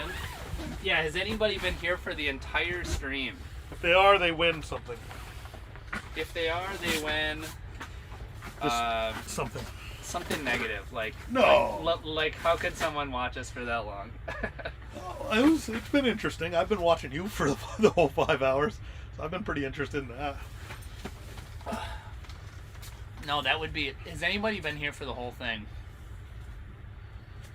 Javi's tuning into the stream. Javi's one of my buddies. Oh, great. And him and Jesse just got off work. So Jesse is my brother-in-law, who also helped me fix my snowmobile seat, which I'm just insanely appreciative of. He helped stitch it up there, put some super glue on there, try and make it as waterproof as possible. Ryan is studying for finals, figuring out which rod and reel to buy. Alright, now they're starting to roll in here. So Gary said he only missed 3 to 4 minutes. Whoa. Well, knowing my luck, you probably, in those 3 or 4 minutes, you probably missed one of our big fish or something. Let's talk species. What have we caught? God, don't make me remember all Yes. these things. Okay, so you caught the big crappie out there. We caught that pike out there. Did we catch anything else out there? No. Okay. We caught 2 bass in here. We caught a 9.5-inch bluegill in here. You caught a Minnesota Master Angler rock bass. Was that it? Nope, there's one more. You are such an animal. You got the bluegill already, right? Yep. Got the crappie. There's one more, and you got it, and it was a good one. Wasn't a pike. No, we got the pike already.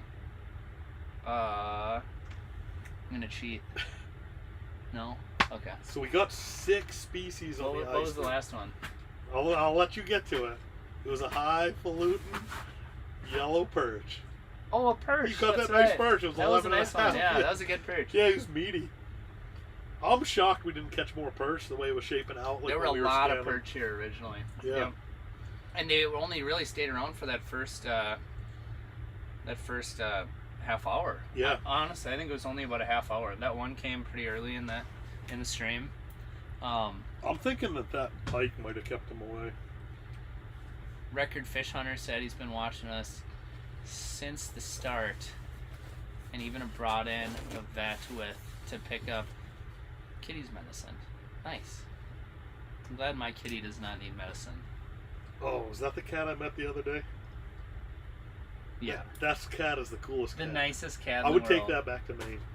I was thinking about it. I was like, if he really doesn't, if they don't want that thing, I'll take it. I mean, we kind of like it, but I'm like pretty highly allergic to cats, so it can't go in the house, and it just wants to come in the house. Dude, so I bad. like that cat. It's a nice cat. I would take that back to Maine. Okay, I need some cat advice for all you cat folks. I have this really nice cat. I'm very allergic to it.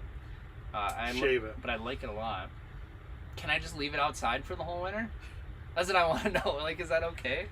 I mean, you got, on a side note, you have barns and garages. Yeah, there's barns, and there's actually a dog house that other likes to go in. animals, Yeah, and dog houses. And it's got a dog. There's a dog house with like blankets and stuff in there. But like, it's gonna get pretty cold this winter, and it's starting to get like all poofy and stuff. I'd take it to Maine. Utah Mike said I should ditch the cat You could put it in a bag. and just leave it in I there have a until terrible, summer. I have a terrible cat story.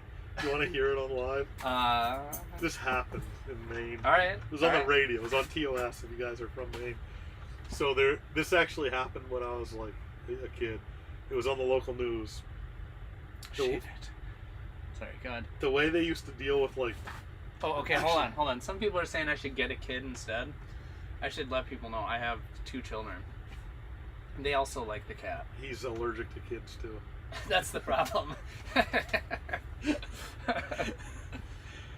I shouldn't even tell it. I'll tell this story. I gotta tell it now. We're this far into it.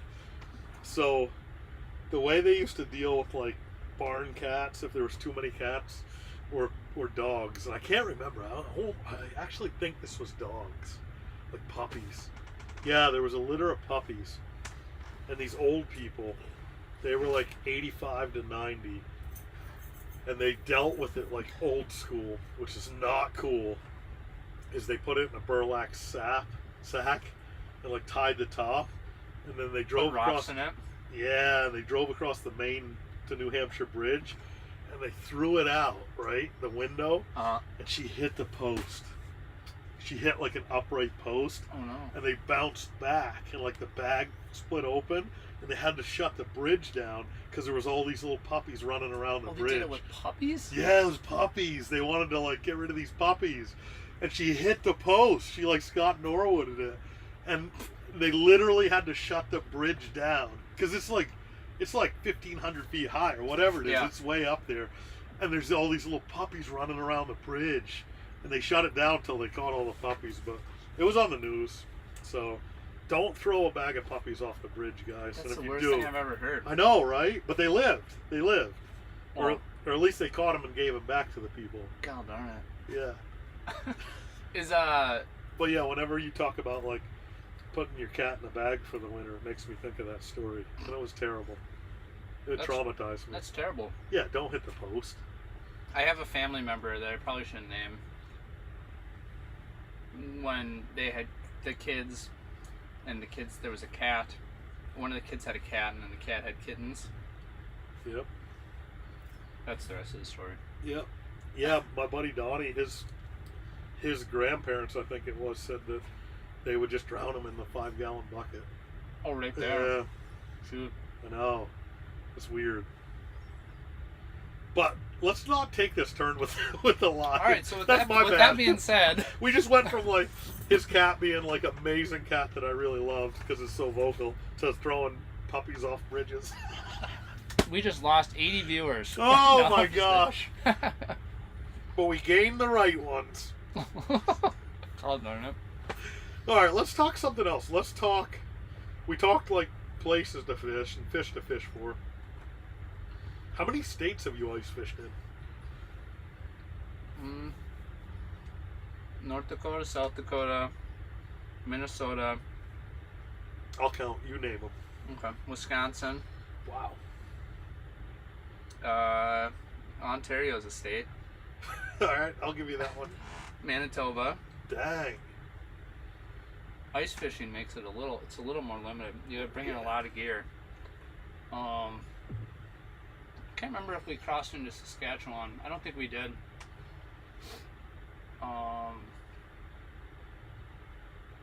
Michigan, never Michigan in the winter. Iowa, did I ever go down to Iowa in the winter? I don't think I've been there in the winter either. Montana? No. You said North Dakota. Winter. Big long trip, driving. I feel like northern Manitoba is like a whole nother state because it's like another 8 hours of driving. That's all I can think of unless I went on another trip that I can't remember. Oh no, that was okay. So that's Green Bay. That's different. So you're at 6. Milwaukee. Yeah, I don't think I ever went down to Illinois in the winter. If you would just open it up to ever, it would be any time of year. You know, it'd be longer. But Oh yeah, I got a list. but you've toured around. You've done a lot of stuff too. What about you for ice? This makes 2. What? Yeah, why would you ever leave Maine? Did you ever go to like New Hampshire or like Vermont or anything? No, I would never. What about Champlain? Did you ever? Champlain would probably, well, like whatever they have in there, other than walleye, we have like 10 times better where I live. I mean, that's fair. But the only cool thing about Champlain is you're allowed 15 lines per person. 15 lines per person. That's aggressive. Tell them about like the perch boys, the commercial perch. Oh yeah, that was cool. That's to me, that's so crazy. You like that? So I was fishing Champlain, and I ran into this older dude in a Lund, and he had like 5 or 6 different buckets set up, and the dude was just yanking fish in the side and like keeping a bunch. And I was like, oh cool, you eat rock bass, because he was catching some rock bass too. And he's like, no, he goes, he says, I'm a commercial fisherman, and I can sell what I catch. So he had like a bucket of yellow perch, bucket of crappie, bucket of rock bass, bucket of what other bluegill, I guess, or pumpkin seed. Okay. And maybe something else. I don't know what else they eat. And he gets paid by the poundage, per pound. That's so crazy. Yeah, and then they sell them to like restaurants or food markets. And he said he would just go out till he made $200, between 100 and 2 a day. So it sometimes till noon, sometimes it'd take him all day with the buckets of fish, and then he'd go home, and how he was living out his retired life on Lake Champlain. I've heard that there's guys in the winter, they'll just like set up camp on like a big like point, and they'll set up like 15 tip ups, and they'll just run around picking the perch off the tip up and throw them in the bucket, and like then at the end of the day, like they'll bring them all to the market or whatever it is, and like that's what they do for the day, like manage 15 tip ups for perch, dude, like, and then go sell them. I don't know how you could do that, because we have 5 lines, and like I've been in a lot of situations where you have all 5 lines up at a time. My wife asked if I'm gonna make it home for lasagna. Oh no. Is it okay? Does she know you're out fishing? I wasn't really supposed to fish today. Just kidding. Oh, you're at the doctor's. Jordan, my question for you is it okay if I bring a friend? As we're eating this pizza. This is late lunch. I'll be hungry. She knows I'm always hungry. Alright, she said you can come. You're cleared for lasagna. What do you guys think? Yes or no? Should we bring this live stream with us and You guys want to see the lasagna live stream? Ooh. Oh, we still have battery. I haven't been reading the comments. I've been reading a little bit of them. So Nick, I'm hoping you got a bunch of my viewers over here. Honestly, they've been piling up in the chat. Nice. These boys followed you over. I have the best. You've got viewers. a good I have crew. the best viewers and followers, and they're such a great group of people. And You've got a bite? I saw movement under me. It looks bluegill like. Okay. On the live scope. I'm actually surprised we didn't get a couple predators coming in low light. So if you could tell my viewers in 4,000 words or less. Oh darn. He can get long-winded. That's a big article. He can get long-winded. In 4,000 words or less.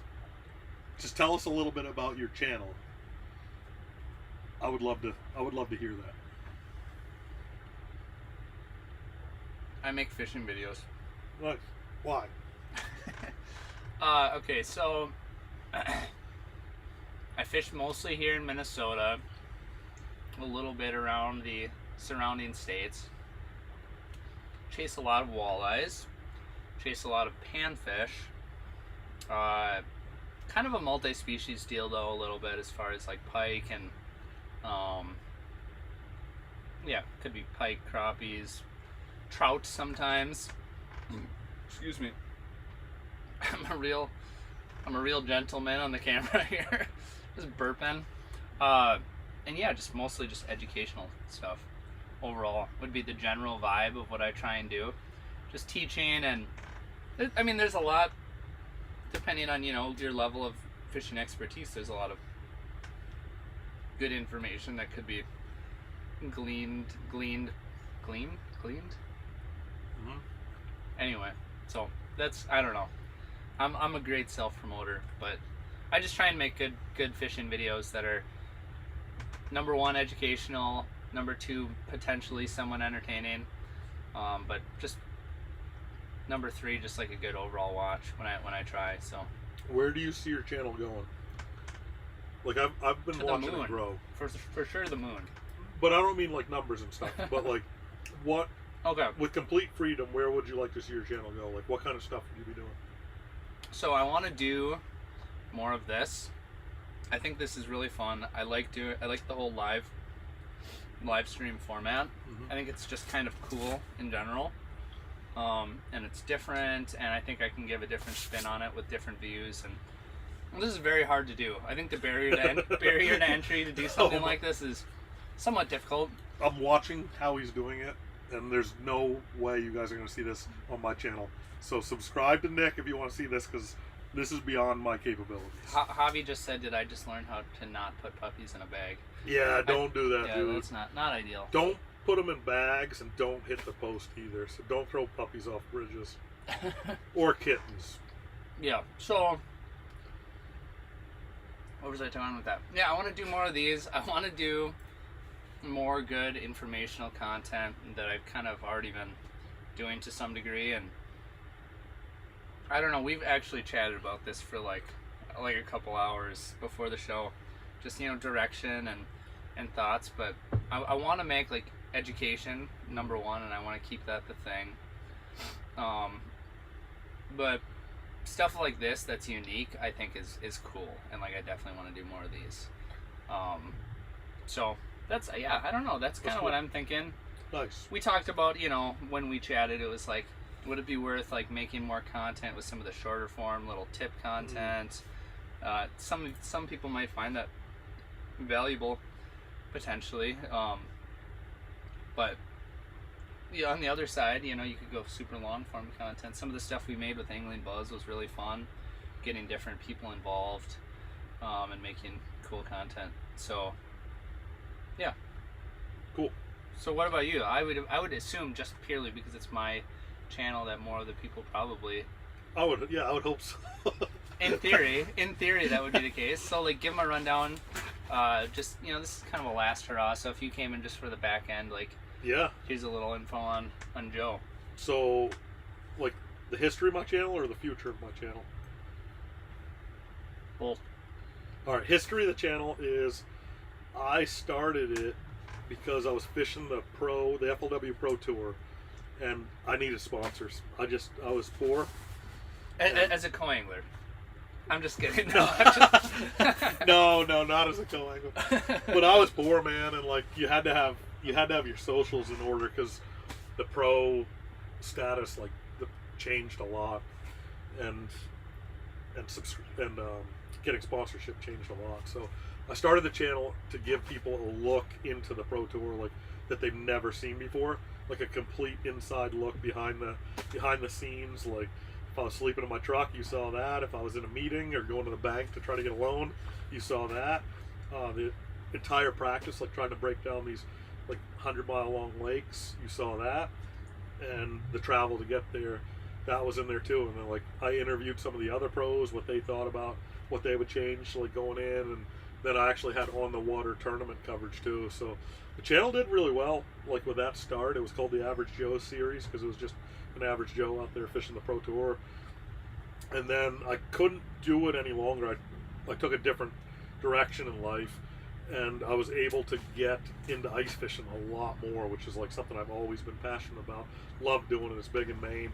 And I took the channel just strictly into ice fishing. Like I'll throw up a documentary every once in a while, like on lobstering or some cool hike or something like across the US, but for the most part it's just an ice fishing channel, and it's been growing pretty rapidly. People seem to enjoy the content.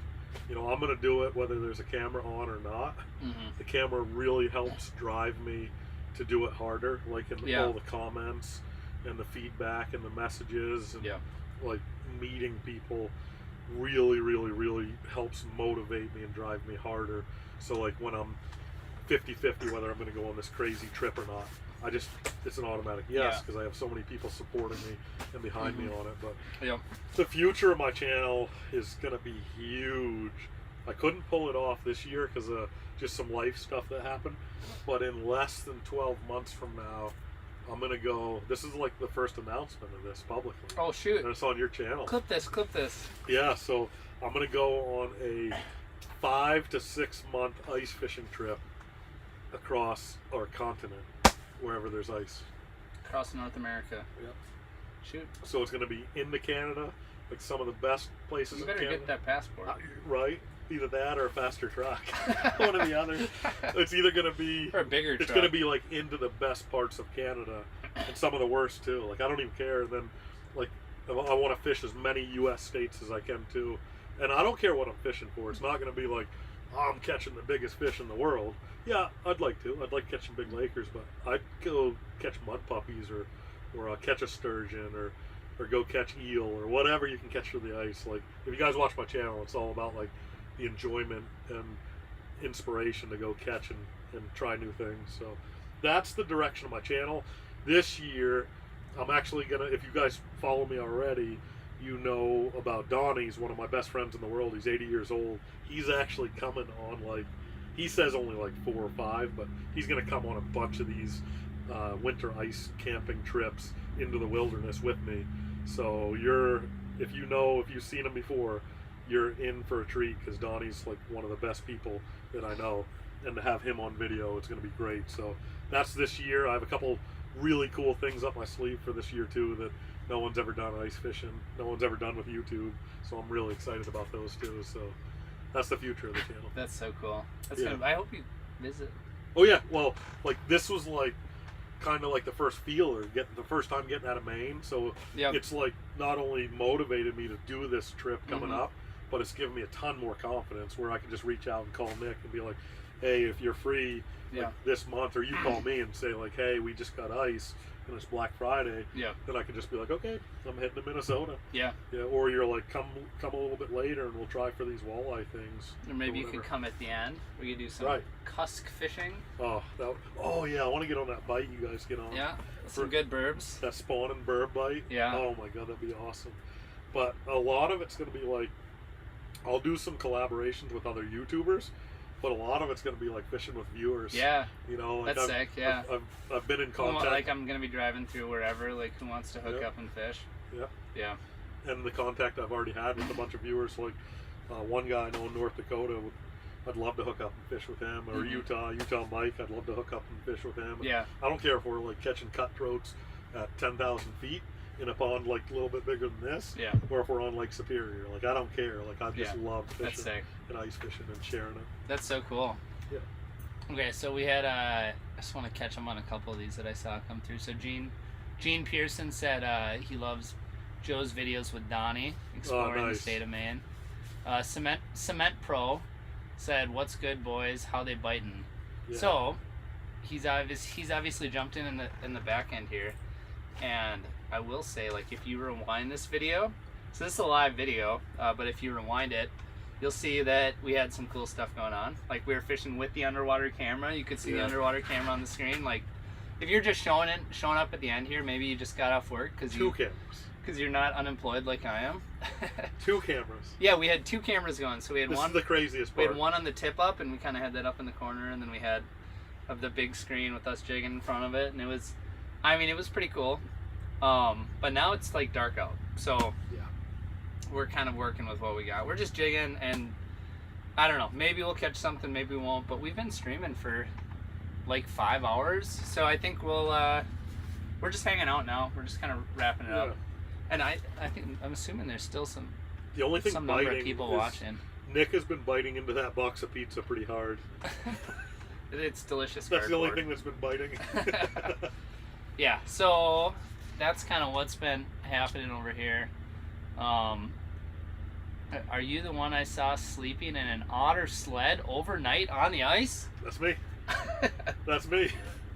I like to keep things pretty unique on my channel, a lot like Nick does with these live feeds. You know, no one's ever done it, so he's a pioneer in what he's doing, which is kind of what drew me to fishing with Nick and his channel. So I like to do the same things. I like to do stuff that no one's ever done, think of things a different way, and take some courageous leaps and try them, put them out there. But yeah, I was taking a bunch of flack for how much stuff I was bringing on these winter wilderness ice camping trips, where it's like I'm not only ice fishing for several different species, but I'm ice camping, and I'm filming, which is like loads of stuff and batteries. I can't even tell you how much stuff you need. Like and just to ice camp, it's crazy. But I get trolled pretty hard by a handful of people that are like, "You bring too much stuff. That's stupid." All this stuff. So I was like, it got me thinking one day. And I was like, you know what? I'm gonna do the opposite and bring the least amount of stuff on a wilderness ice camping trip in northern Maine at like 10 degrees. So I just took my otter sled, a pillow, a sleeping bag, and my snowmobile, and went in and smashed these brook trout and slept in the otter. It was awesome. That's so crazy. Yeah, it was so cool. So when you're doing that, you're usually riding out on your skidoo, right? Yeah. So you got this stupid tricked out sled, and you can put unreal. a big giant like sled behind it. And So you could bring a lot of. Every time I go ice camping, I'm usually like bringing my Suburban. Oh yeah, and I'm like filling my Suburban. Yeah. You know what I mean? Like. Yeah, we're nowhere like near where a truck could ever get. Yeah. You know, like it's like park at a location then. But like you said, to fish.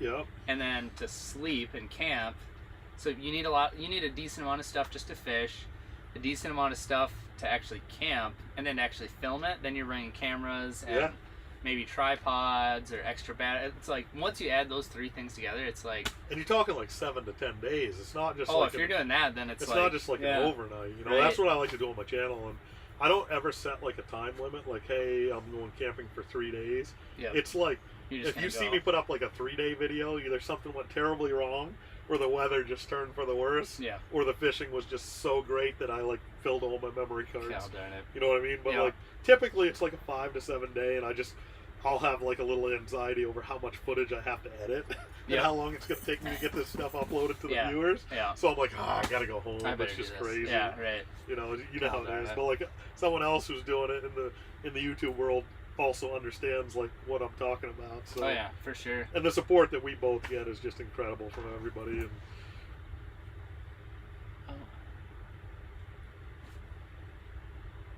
yes. Dude, I'm glad we got that crappie. Seriously, what? serious about eating lasagna. Yeah, we'd like to eat lasagna. We may. Was that your wife? Yeah. Is she like putting it in the oven now? Like, do we need to get going? Maybe. We should consider packing up because it's going to take a little bit. She said she just needs to know. Yeah, we'll come home and eat. You should just make it. And then... Oh my god, that would be amazing. And then we'll... Would you please make it? We'll probably talk a little bit longer and then we'll pack up and take off. And we'll eat the lasagna. Okay, so... 207 Pursuit asked if we watched Clayton's Game of Inches. I did not watch a lot of it. I think the newest one came out yesterday. Was it like the last day? I think this is the last day. So, what do you guys think? Have you guys been watching the Game of Inches thing? I think it's great that they're doing it. I think it's really cool. I think if you're talking like 39 hours versus Game of Inches, like 39 hours is sick. Like it's all edited together into one video. And to me, that's like peak. But at the end of the day, like they have all these different YouTubers doing it, and like they all would like to get probably some benefit of versus just one channel getting all the subscribers or whatever. So it seems like people like it. Like all of the videos are getting like tons and tons of views. So yeah, if any of the boys are watching, like, and they need a Minnesota, a United States team. What do you guys think at home? Would we make a decent team for a Game of Inches? Yeah, I think we would. We just got to go to Maine. Yeah, no problem by me. Everybody's making up we'll make up like a good 5 inches or so on the Panfish side. Yeah, we'll destroy the panties. Yeah, and Pike will be right there with them. Bass will be there. Lake trout? Lakers, we can't compete. Walleye, we don't have any. Well, we may have to make a trip. Yeah, we'll use one of our days just to travel. But yeah, it's a cool series. Anything that promotes the sport and doing stuff in the winter outside and for families, I'm behind it. So my only trouble watching it was like they were coming out with like different episodes, different days of like this person's this day, this person's that day, and I don't know. It was kind of harder to follow than if it was just in one. It's a lot to keep up with, I haven't watched all of the videos, just because realistically there's too many. Let's say there's 20-ish, maybe 20-ish minutes per video. That actually might be light. It might be 25 minutes. Yeah. Take that times 5 teams, so 125 minutes per week. So take that times 5. We're getting into really hard math now, but 600 something minutes. So that's like 10 plus hours of content. And Is that right? One thing that they could have done is done like day 1 episode with everybody, and then they release it on one of their channels, and then the second, if there's 5 teams and 5 days, then the next channel gets day 2, the next channel gets day 3. Right. But I mean, you clean up everything the way they did it. Like the way they did it was definitely the way to clean up, and they did a great job. And I know a lot of our viewers did watch that. Oh, so. For sure. Yeah. Well, they got. I think they're all getting like 50,000+. So you take 5. There's 25 videos that get 50,000 views, or better. Like, they're probably pretty happy with how it went. Oh yeah. So yeah, it was a great idea, just like 39 hours was. Yeah. I mean I don't know if it's Jay Siemens or who's coming up with this stuff, but top notch, really good stuff, good clean stuff. I agree. Yeah. No, it's been good to watch. I think it was Clayton is awesome. I watch a bunch of his videos. Jay is super awesome. I just huge respect for his video. Like his videos are just super great. And then the Conrad brothers are just like, like they're not the expert shooter editors like Jay and whatever, but like they're super fun to watch, and they catch obviously stupid fish, and they go all out for these things. And then who am I missing? You got Frostbite. Oh yeah, with Joe, and that was a weed. Yeah. With Joe Cooper is super cool. And then Perrick's team with Cast and Conquer, like that was super entertaining. They went for muskies, and I really liked that channel the best out of all of them during that series. Sure. Like I was more entertained with those than any of them. It was I really liked that too. Yeah.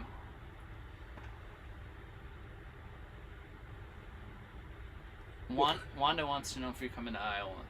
Not this trip. I really wish I could. Oh, like on my big trip?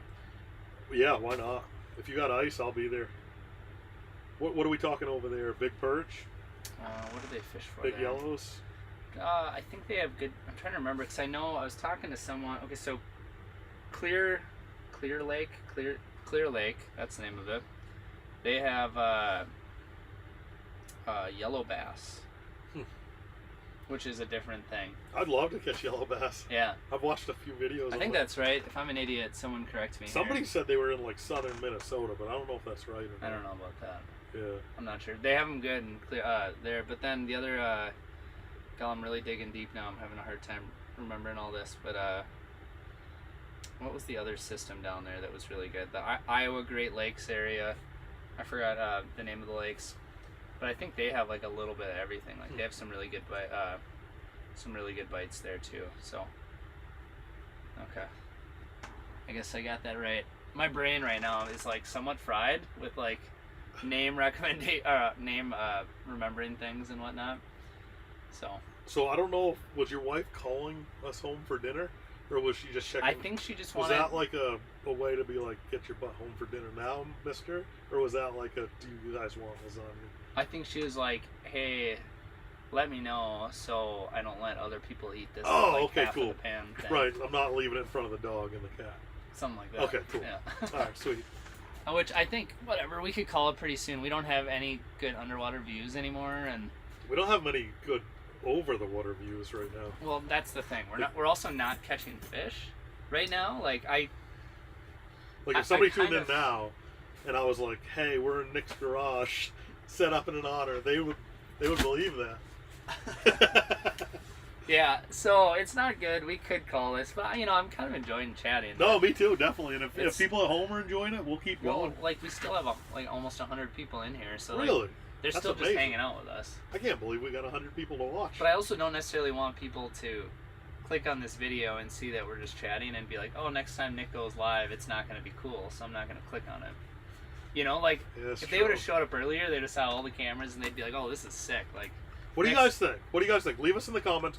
Do we keep going for a while longer, or do we call it? Like if you just started viewing now and you didn't see all that cool stuff, would you go back and watch it? Because I'm going to go back and watch it. Like on my drive home. But you were here. You don't have to do that. Yeah, but I missed a couple bites. Like you caught a couple fish that were suspect. I wasn't sure like how you got them to bite because I was like looking down or something. I got the tricks. Yeah, I see, and I want to see those tricks. That's why I'm going to go back and watch it.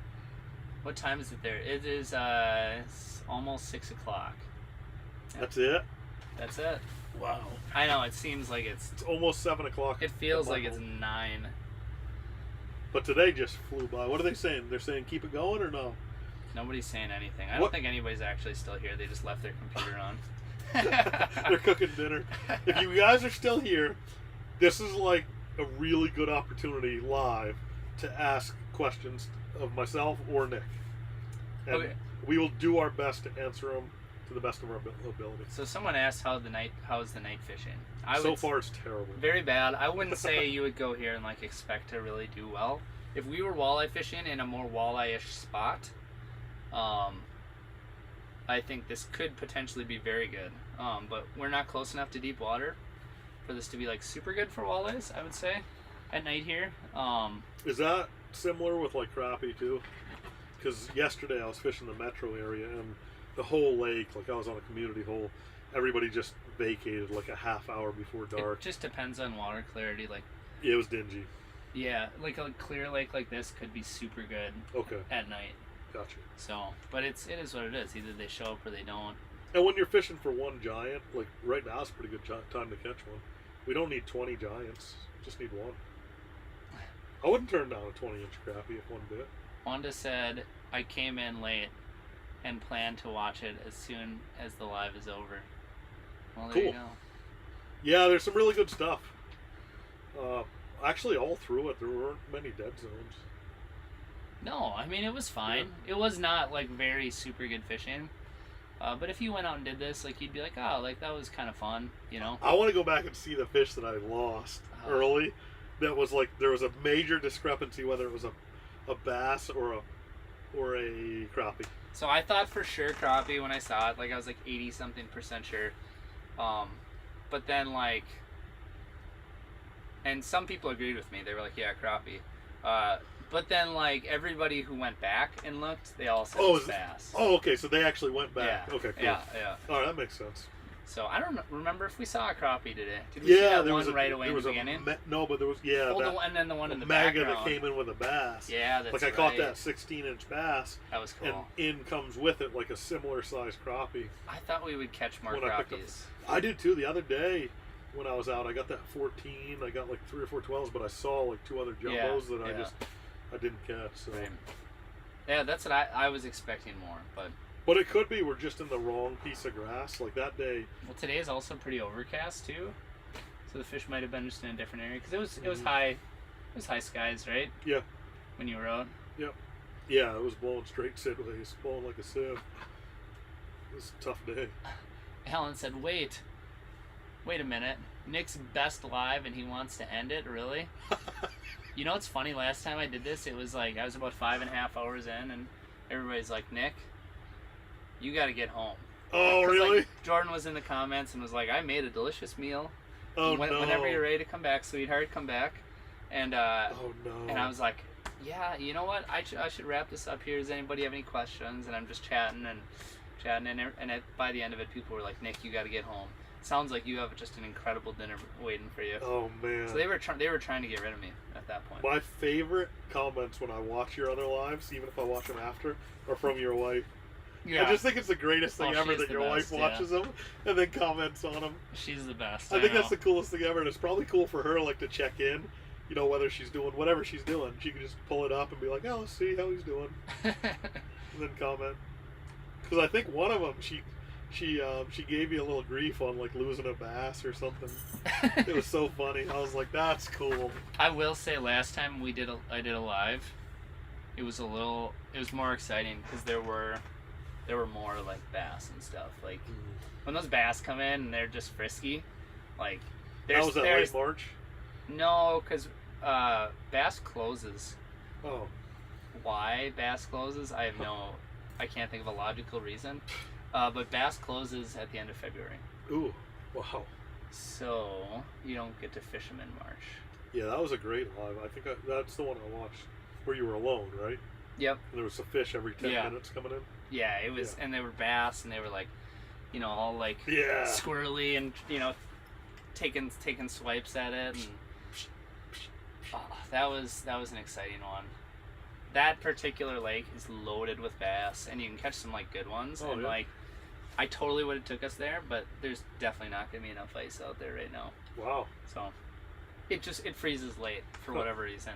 It's a little bit deeper. I was happy with this. I mean, anytime you get 5 species or 6 species, that's a great day. Yeah. Okay, so it looked like Dan Kenman.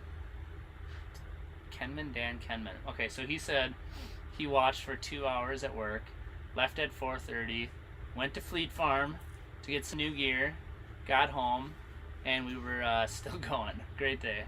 That's awesome. Mark said he's still here. Yeah, 30 below, Mike here again. Keep these live streams coming. Good show. Cool. Appreciate that. Going to try Devil's Lake this season, question mark? I think I'm definitely going to go to Devil's Lake. Really? I got to figure out when. Yeah. But Devil's is super cool. So when I went to Devil's last year, they were saying walk out only. Don't bring your machines, walk out only, and then by the time I get there, they're bringing machines out. Oh. So it kind of sucked because, well, I was walking out. So, I was fishing so there was a lot of snow, and so for me to bring the sled and so that was a thumbing it. Were you thumbing it by the boat launch? Yeah, I should have been looking to get a ride. No, I should have been. I should have thumbed it out. But yeah, no, it's so I want revenge on it. Nice. So we got into a couple bites. So there was a little slough, real close to Devil's Lake, where just crushed the perch. It was stupid good. That Cody Roswick keyed me in on. He's a guide over there. But Devil's is so cool. I'm definitely going back to Devil's. So, Do yeah. they have lake trout? No. Somewhere in that state, there's some good lakers, right? Probably. Trying to remember if they have them in Sakakawea or not. If someone's from the Dakotas, like, is there lake trout in Sakakawea? I can't remember. I've never fished there, but Winnebagosh, caught a bourbon on Winnebagosh last year. This time, that's awesome. I love catching bourbon on the live scoop with a jig rod. They're like the coolest fish ever. They sometimes come in and crush, but sometimes they'll like come up and do this all the way up in the water column. You can see the fins, like you know, and you, like, you know what it is. They like swimming like this. Yeah, they're super cool. They're so cool. Yeah. They don't ever like stop and look. Did you watch any of that underwater footage we posted? Which one? Which? Of burbot? I watched some. I don't know if it was yours or somebody else's now, because it was like a year ago. Is that yours? Was it crazy, like spawning? Yeah, we did do some footage of that. I do know that like Fish and More did some burbot spawn bit footage too. But yeah, they're so cool the way they approach the bait. Yeah. Because they come up, and so like they don't come up and bite it. The first thing they do is like they come up, and they just kind of rub their head around it, and they feel the bait, and then they back up, and then they come in and eat it. It's so crazy. Like they're so cool. That's a cool animal. Cool fish. That's why they get snagged like somewhat often or more often than other species, is because like they come in and feel it, and they feel it on the end of their, ooh, I think he's on there, I think, and then they set the hook, you know. Gotcha. So they're so cool, and like we get some really good ones here, like 10+ pounders every now and then. That's amazing. You know? So they're super fun. Our biologists were saying in Maine that they're super old fish too, like to get to a double digit. Is that right? That's what they said. They said they're slow growing, but no one's really studied them. No, they're actually just starting to do more studies on them right now, at least in our state here. I was out there yesterday with the 4-wheeler. I'm about an hour away. Machines are out in the bays now. Yeah, this was easily a machine day. I'm very disappointed in myself for walking out. No, on Devils. Oh, Devils? I think so, because you had asked about it. Oh, okay. I thought you did.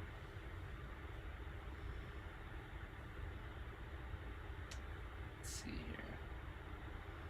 Burbot is from the catch. My son calls him water dragons. I like that. I always said they're like a mix between an eel and a catfish. Yeah, they're so cool. Last time I was on Devil's Lake, 17-year-old kids with us got lost on a snowmobile in a blizzard on the lake. That sounds unpleasant. It can happen. Okay, so my son Carter said, "This is Carter. When are you coming back? We miss you." Okay, I think we should pack up. That's your son? Yeah. Okay, so my mother... Uh-oh. If your mom's calling... My mom left a message, and she said, "Nick, Dad says yes. Lake trout in Sakakawea." Oh, cool. That would be... Sakakawea sounds really cool. Where is that? What state? Well, that's the western side of North Dakota. Gotcha. I've never been there. Yeah. Devils is so insanely awesome, and it's a little bit closer, but if you want to make like a big long trip, Sakakawea just sounds like it's just so cool. How big is that Devil's Lake? I don't know how I'd really, I don't know, like the acreage. Miles long. Yeah. Like 20 miles long? It'd probably take you like an hour or two or something to drive around it, probably. Okay. Yeah. Yeah. There's like, you can definitely, if you go on Google Maps, like there's pictures and stuff. You can look at them. Yeah. Yeah, I have it on my phone now. It's this button. There's a button I can press on my phone. If you want, I can pull it up on my laptop. No, it was more like conversation. I know. Burbot spawning videos are amazing. Yeah, I know. They're so cool. Alright guys, if you have some questions, now is the time to get them in. Or, if you have anything that you want to see on my channel or Nick's channel in the future, now is a really good time to put that request in and give us something to think about on the ride. Okay, so someone asked favorite panfish. We're going to wrap this thing up, actually, so what's about to happen. Favorite panfish. We Ooh. my battery thing just died, so the laptop has 70%. That's gonna go down real fast with this whole system. I have two that people So we're in gonna wrap this Minnesota- up somewhat quick. We can do a few questions. People in Minnesota will not agree with either one of these. Okay. But as of right now, one of my favorite is rock bass. I love catching them. Okay. They're just so much fun. And because we don't have a billion of them, like Yeah. other states are like, they're a pain in the neck. You're not gonna get a lot of thumbs up. I'm gonna get so much hate over that, but I don't care. And then the other one is white perch. They are bruisers. Those are so big. Does that count? Do either of those fish you just mentioned count as a panfish? I don't know. Here's where I'm at. That So, shows you my mentality. when I say panfish, like, I think to myself, like, hey, does a perch count as a panfish? Well, we have big pans where I live. Oh, fair. Yeah. Like griddles? Yeah. It's the big... Yeah, griddle. Yeah. Yeah. Well, perch isn't even in there? I think some would argue that a perch is not technically maybe a panfish. Okay, alright. More like a relative to a walleye. Okay. Okay, so Robert said Devil's Lake is over 4,000 acres. Whoa. So it's very large lake. Yeah. It'd be one of the bigger lakes in the state. But like, I don't know. That's tough for me to say because you catch a big bluegill and you're like, dude. But also like a really large crappie is like a bass. Like it's giant. You know what I mean? Like you can almost like stick your hand in there if it's big enough, you know? If you have a small hand. But perch, like really big giant jumbo perch are just like, I just love them. So I have a hard time saying what I like the most. So I like them all. I think if I could catch just big super giant perch, that would be cool. Well, but big bluegills are so sick. Well, I can't answer that. When I get on a good yellow perch bite, I don't want to catch anything else. Yeah. Because they're so aggressive. They taste the best too of all of them, you know? Like if you're gonna take home some nice, like, you know, low double digits fish, you know, that are like just the good eater size.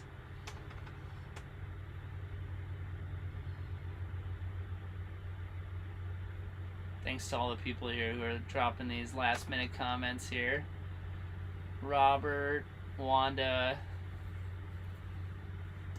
Jack, Wolf Moon from Virginia, Jim, Ian, hello from Michigan, he says, and Mark. Yeah, thanks to everybody who's hanging out at the end here. So if you are late to the party, we had some really cool stuff going on earlier. You can actually just rewind the video and you can see like we had a bunch of underwater cameras set up. It was really fun. So I want to do more of these with the cameras and maybe even a flasher view or something like that. But man, it's getting really pixelated in here with how dark it is. But yeah, it is what it is. But I think we're gonna wrap it up. Shadow Bassin, thanks for the stream, guys. Yeah, this was super fun. Thank you for everyone dropping the super chats for Nick too. That goes a long way. Like, that's I mean, it's humbling as a content creator. It humbles me too when someone takes a $5 super chat or something like that and drops it in. So yeah, I do appreciate that. we're both very humbled when that happens on our channel, and we can't thank you guys enough. Scotty Wright, thank you for bailing me out of that $5 that I owed Nick for him catching the first fish, and Kevin actually did too. So they covered me there. So thank you guys for covering me on that. That's so funny. I know, it's awesome. Well, that's what you get for playing rock, paper, scissors against me. I can't. Yeah, I don't even know how I tied you on some of those. I don't know what to tell you. Yeah, I don't even know what I did. Like, You know what though? As soon as the bet was on, I busted out that micro tungsten, and I was like, I'm gonna win this $5. Dude, I knew I was dead because he wasn't even looking at me. Like, he was in your zone, and that was it. I had something going on early where I was just getting all the action. I don't know why. Yep. Yeah. I didn't have a chance. Like, I knew that $5 was gone. Like, I could have just burnt that up, I could have thrown it off the bridge and hit the post. Yeah, Shadow Bassin said 1 gallon of gas. Yeah, that's somewhat accurate these days. For what? Oh. $5. Hopefully that turns into 2 gallons. I saw of the gas cheapest soon. on this entire trip. Like not far from here, $2.89. Oh wow. Yeah. That's super low. Yeah, I won't mention towns because we don't want people to know we're in Bemidji. Bemidji? Yeah.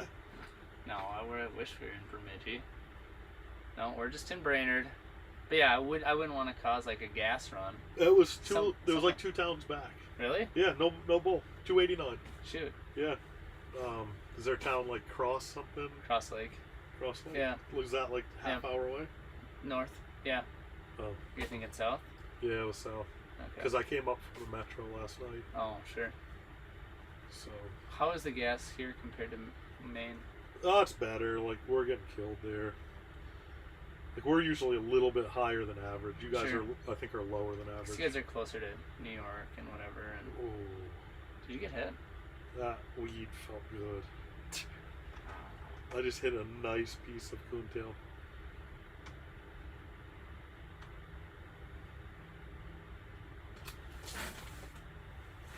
Cool. How are the comments coming in? Any questions? No questions. They're all. No one's that interested in what would be. Oh, I do see one right there. Mark said, "What size is the shanty you are in?" Oh, great question. That is a good, because this is, Yeah, to me, this is like it's huge. the perfect 2-man. 2-man with gear. Yeah. Oh, Yeah. I fished in here with 3 people though. A little bit tight. With video gear? I guess with video gear too. Yeah. So maybe it wouldn't be bad if it was. But yeah, so this is 8 by 8. It's like a square. It's kind of a hexagon actually. So it's the Otter Lodge, and their sizes used to be square, but now it's kind of a hexagon since they added that like zip out door that goes down to the ground. So that's what I'm in. But yeah, I actually got that next size up, and I think it's called the Resort, and that's like the one that's got more sides and is bigger, and like I've slept in this a bunch of times. Oh, there's a fish. Shoot, there was a fish. See him to the left of me? Is he coming back? Seeing him on the sonar there. I was just ripping that, just kind of fooling around, ripping grass, and a fish popped out. He was like on the point there. So this one is like perfect for like solo camping. But the next size up, like I've tried to like camp with my wife, and next size up is just like needed. Sleeping 2 people in here is way too small. So just my 2 cents if you had that in mind too. Yeah, this is a little bit bigger, I think, than the 450i from. Okay. Yeah, this one's a little bit. It used to be 8 by 8, but now it's a little bit bigger because they pushed the sides out a little bit. Oh, there he goes. He's going to you. See him? Oh yeah. Lift up. I think it's crappie. I think I'm right in this. I'm right in the zone. Yeah, you're on him. Oh, I hope he bites. This could be it, guys. Last chance for romance. Yeah. Hope I got bait on. I hope it's a walleye. I think he's gone. I think he's there. You should turn your trans. I'll zoom that out for you. Too forward. Oh, is he? See your bait coming out of that weed? Yeah, I see it. I don't think he's in that weed though anymore. Yeah, he's swimming to it. He's going to your bait. See him? I do see him. Yeah. Don't make too many step noises. Scare him. I don't think he's very big. No, he looks like a little bluegill. Yeah. But we don't care, do we?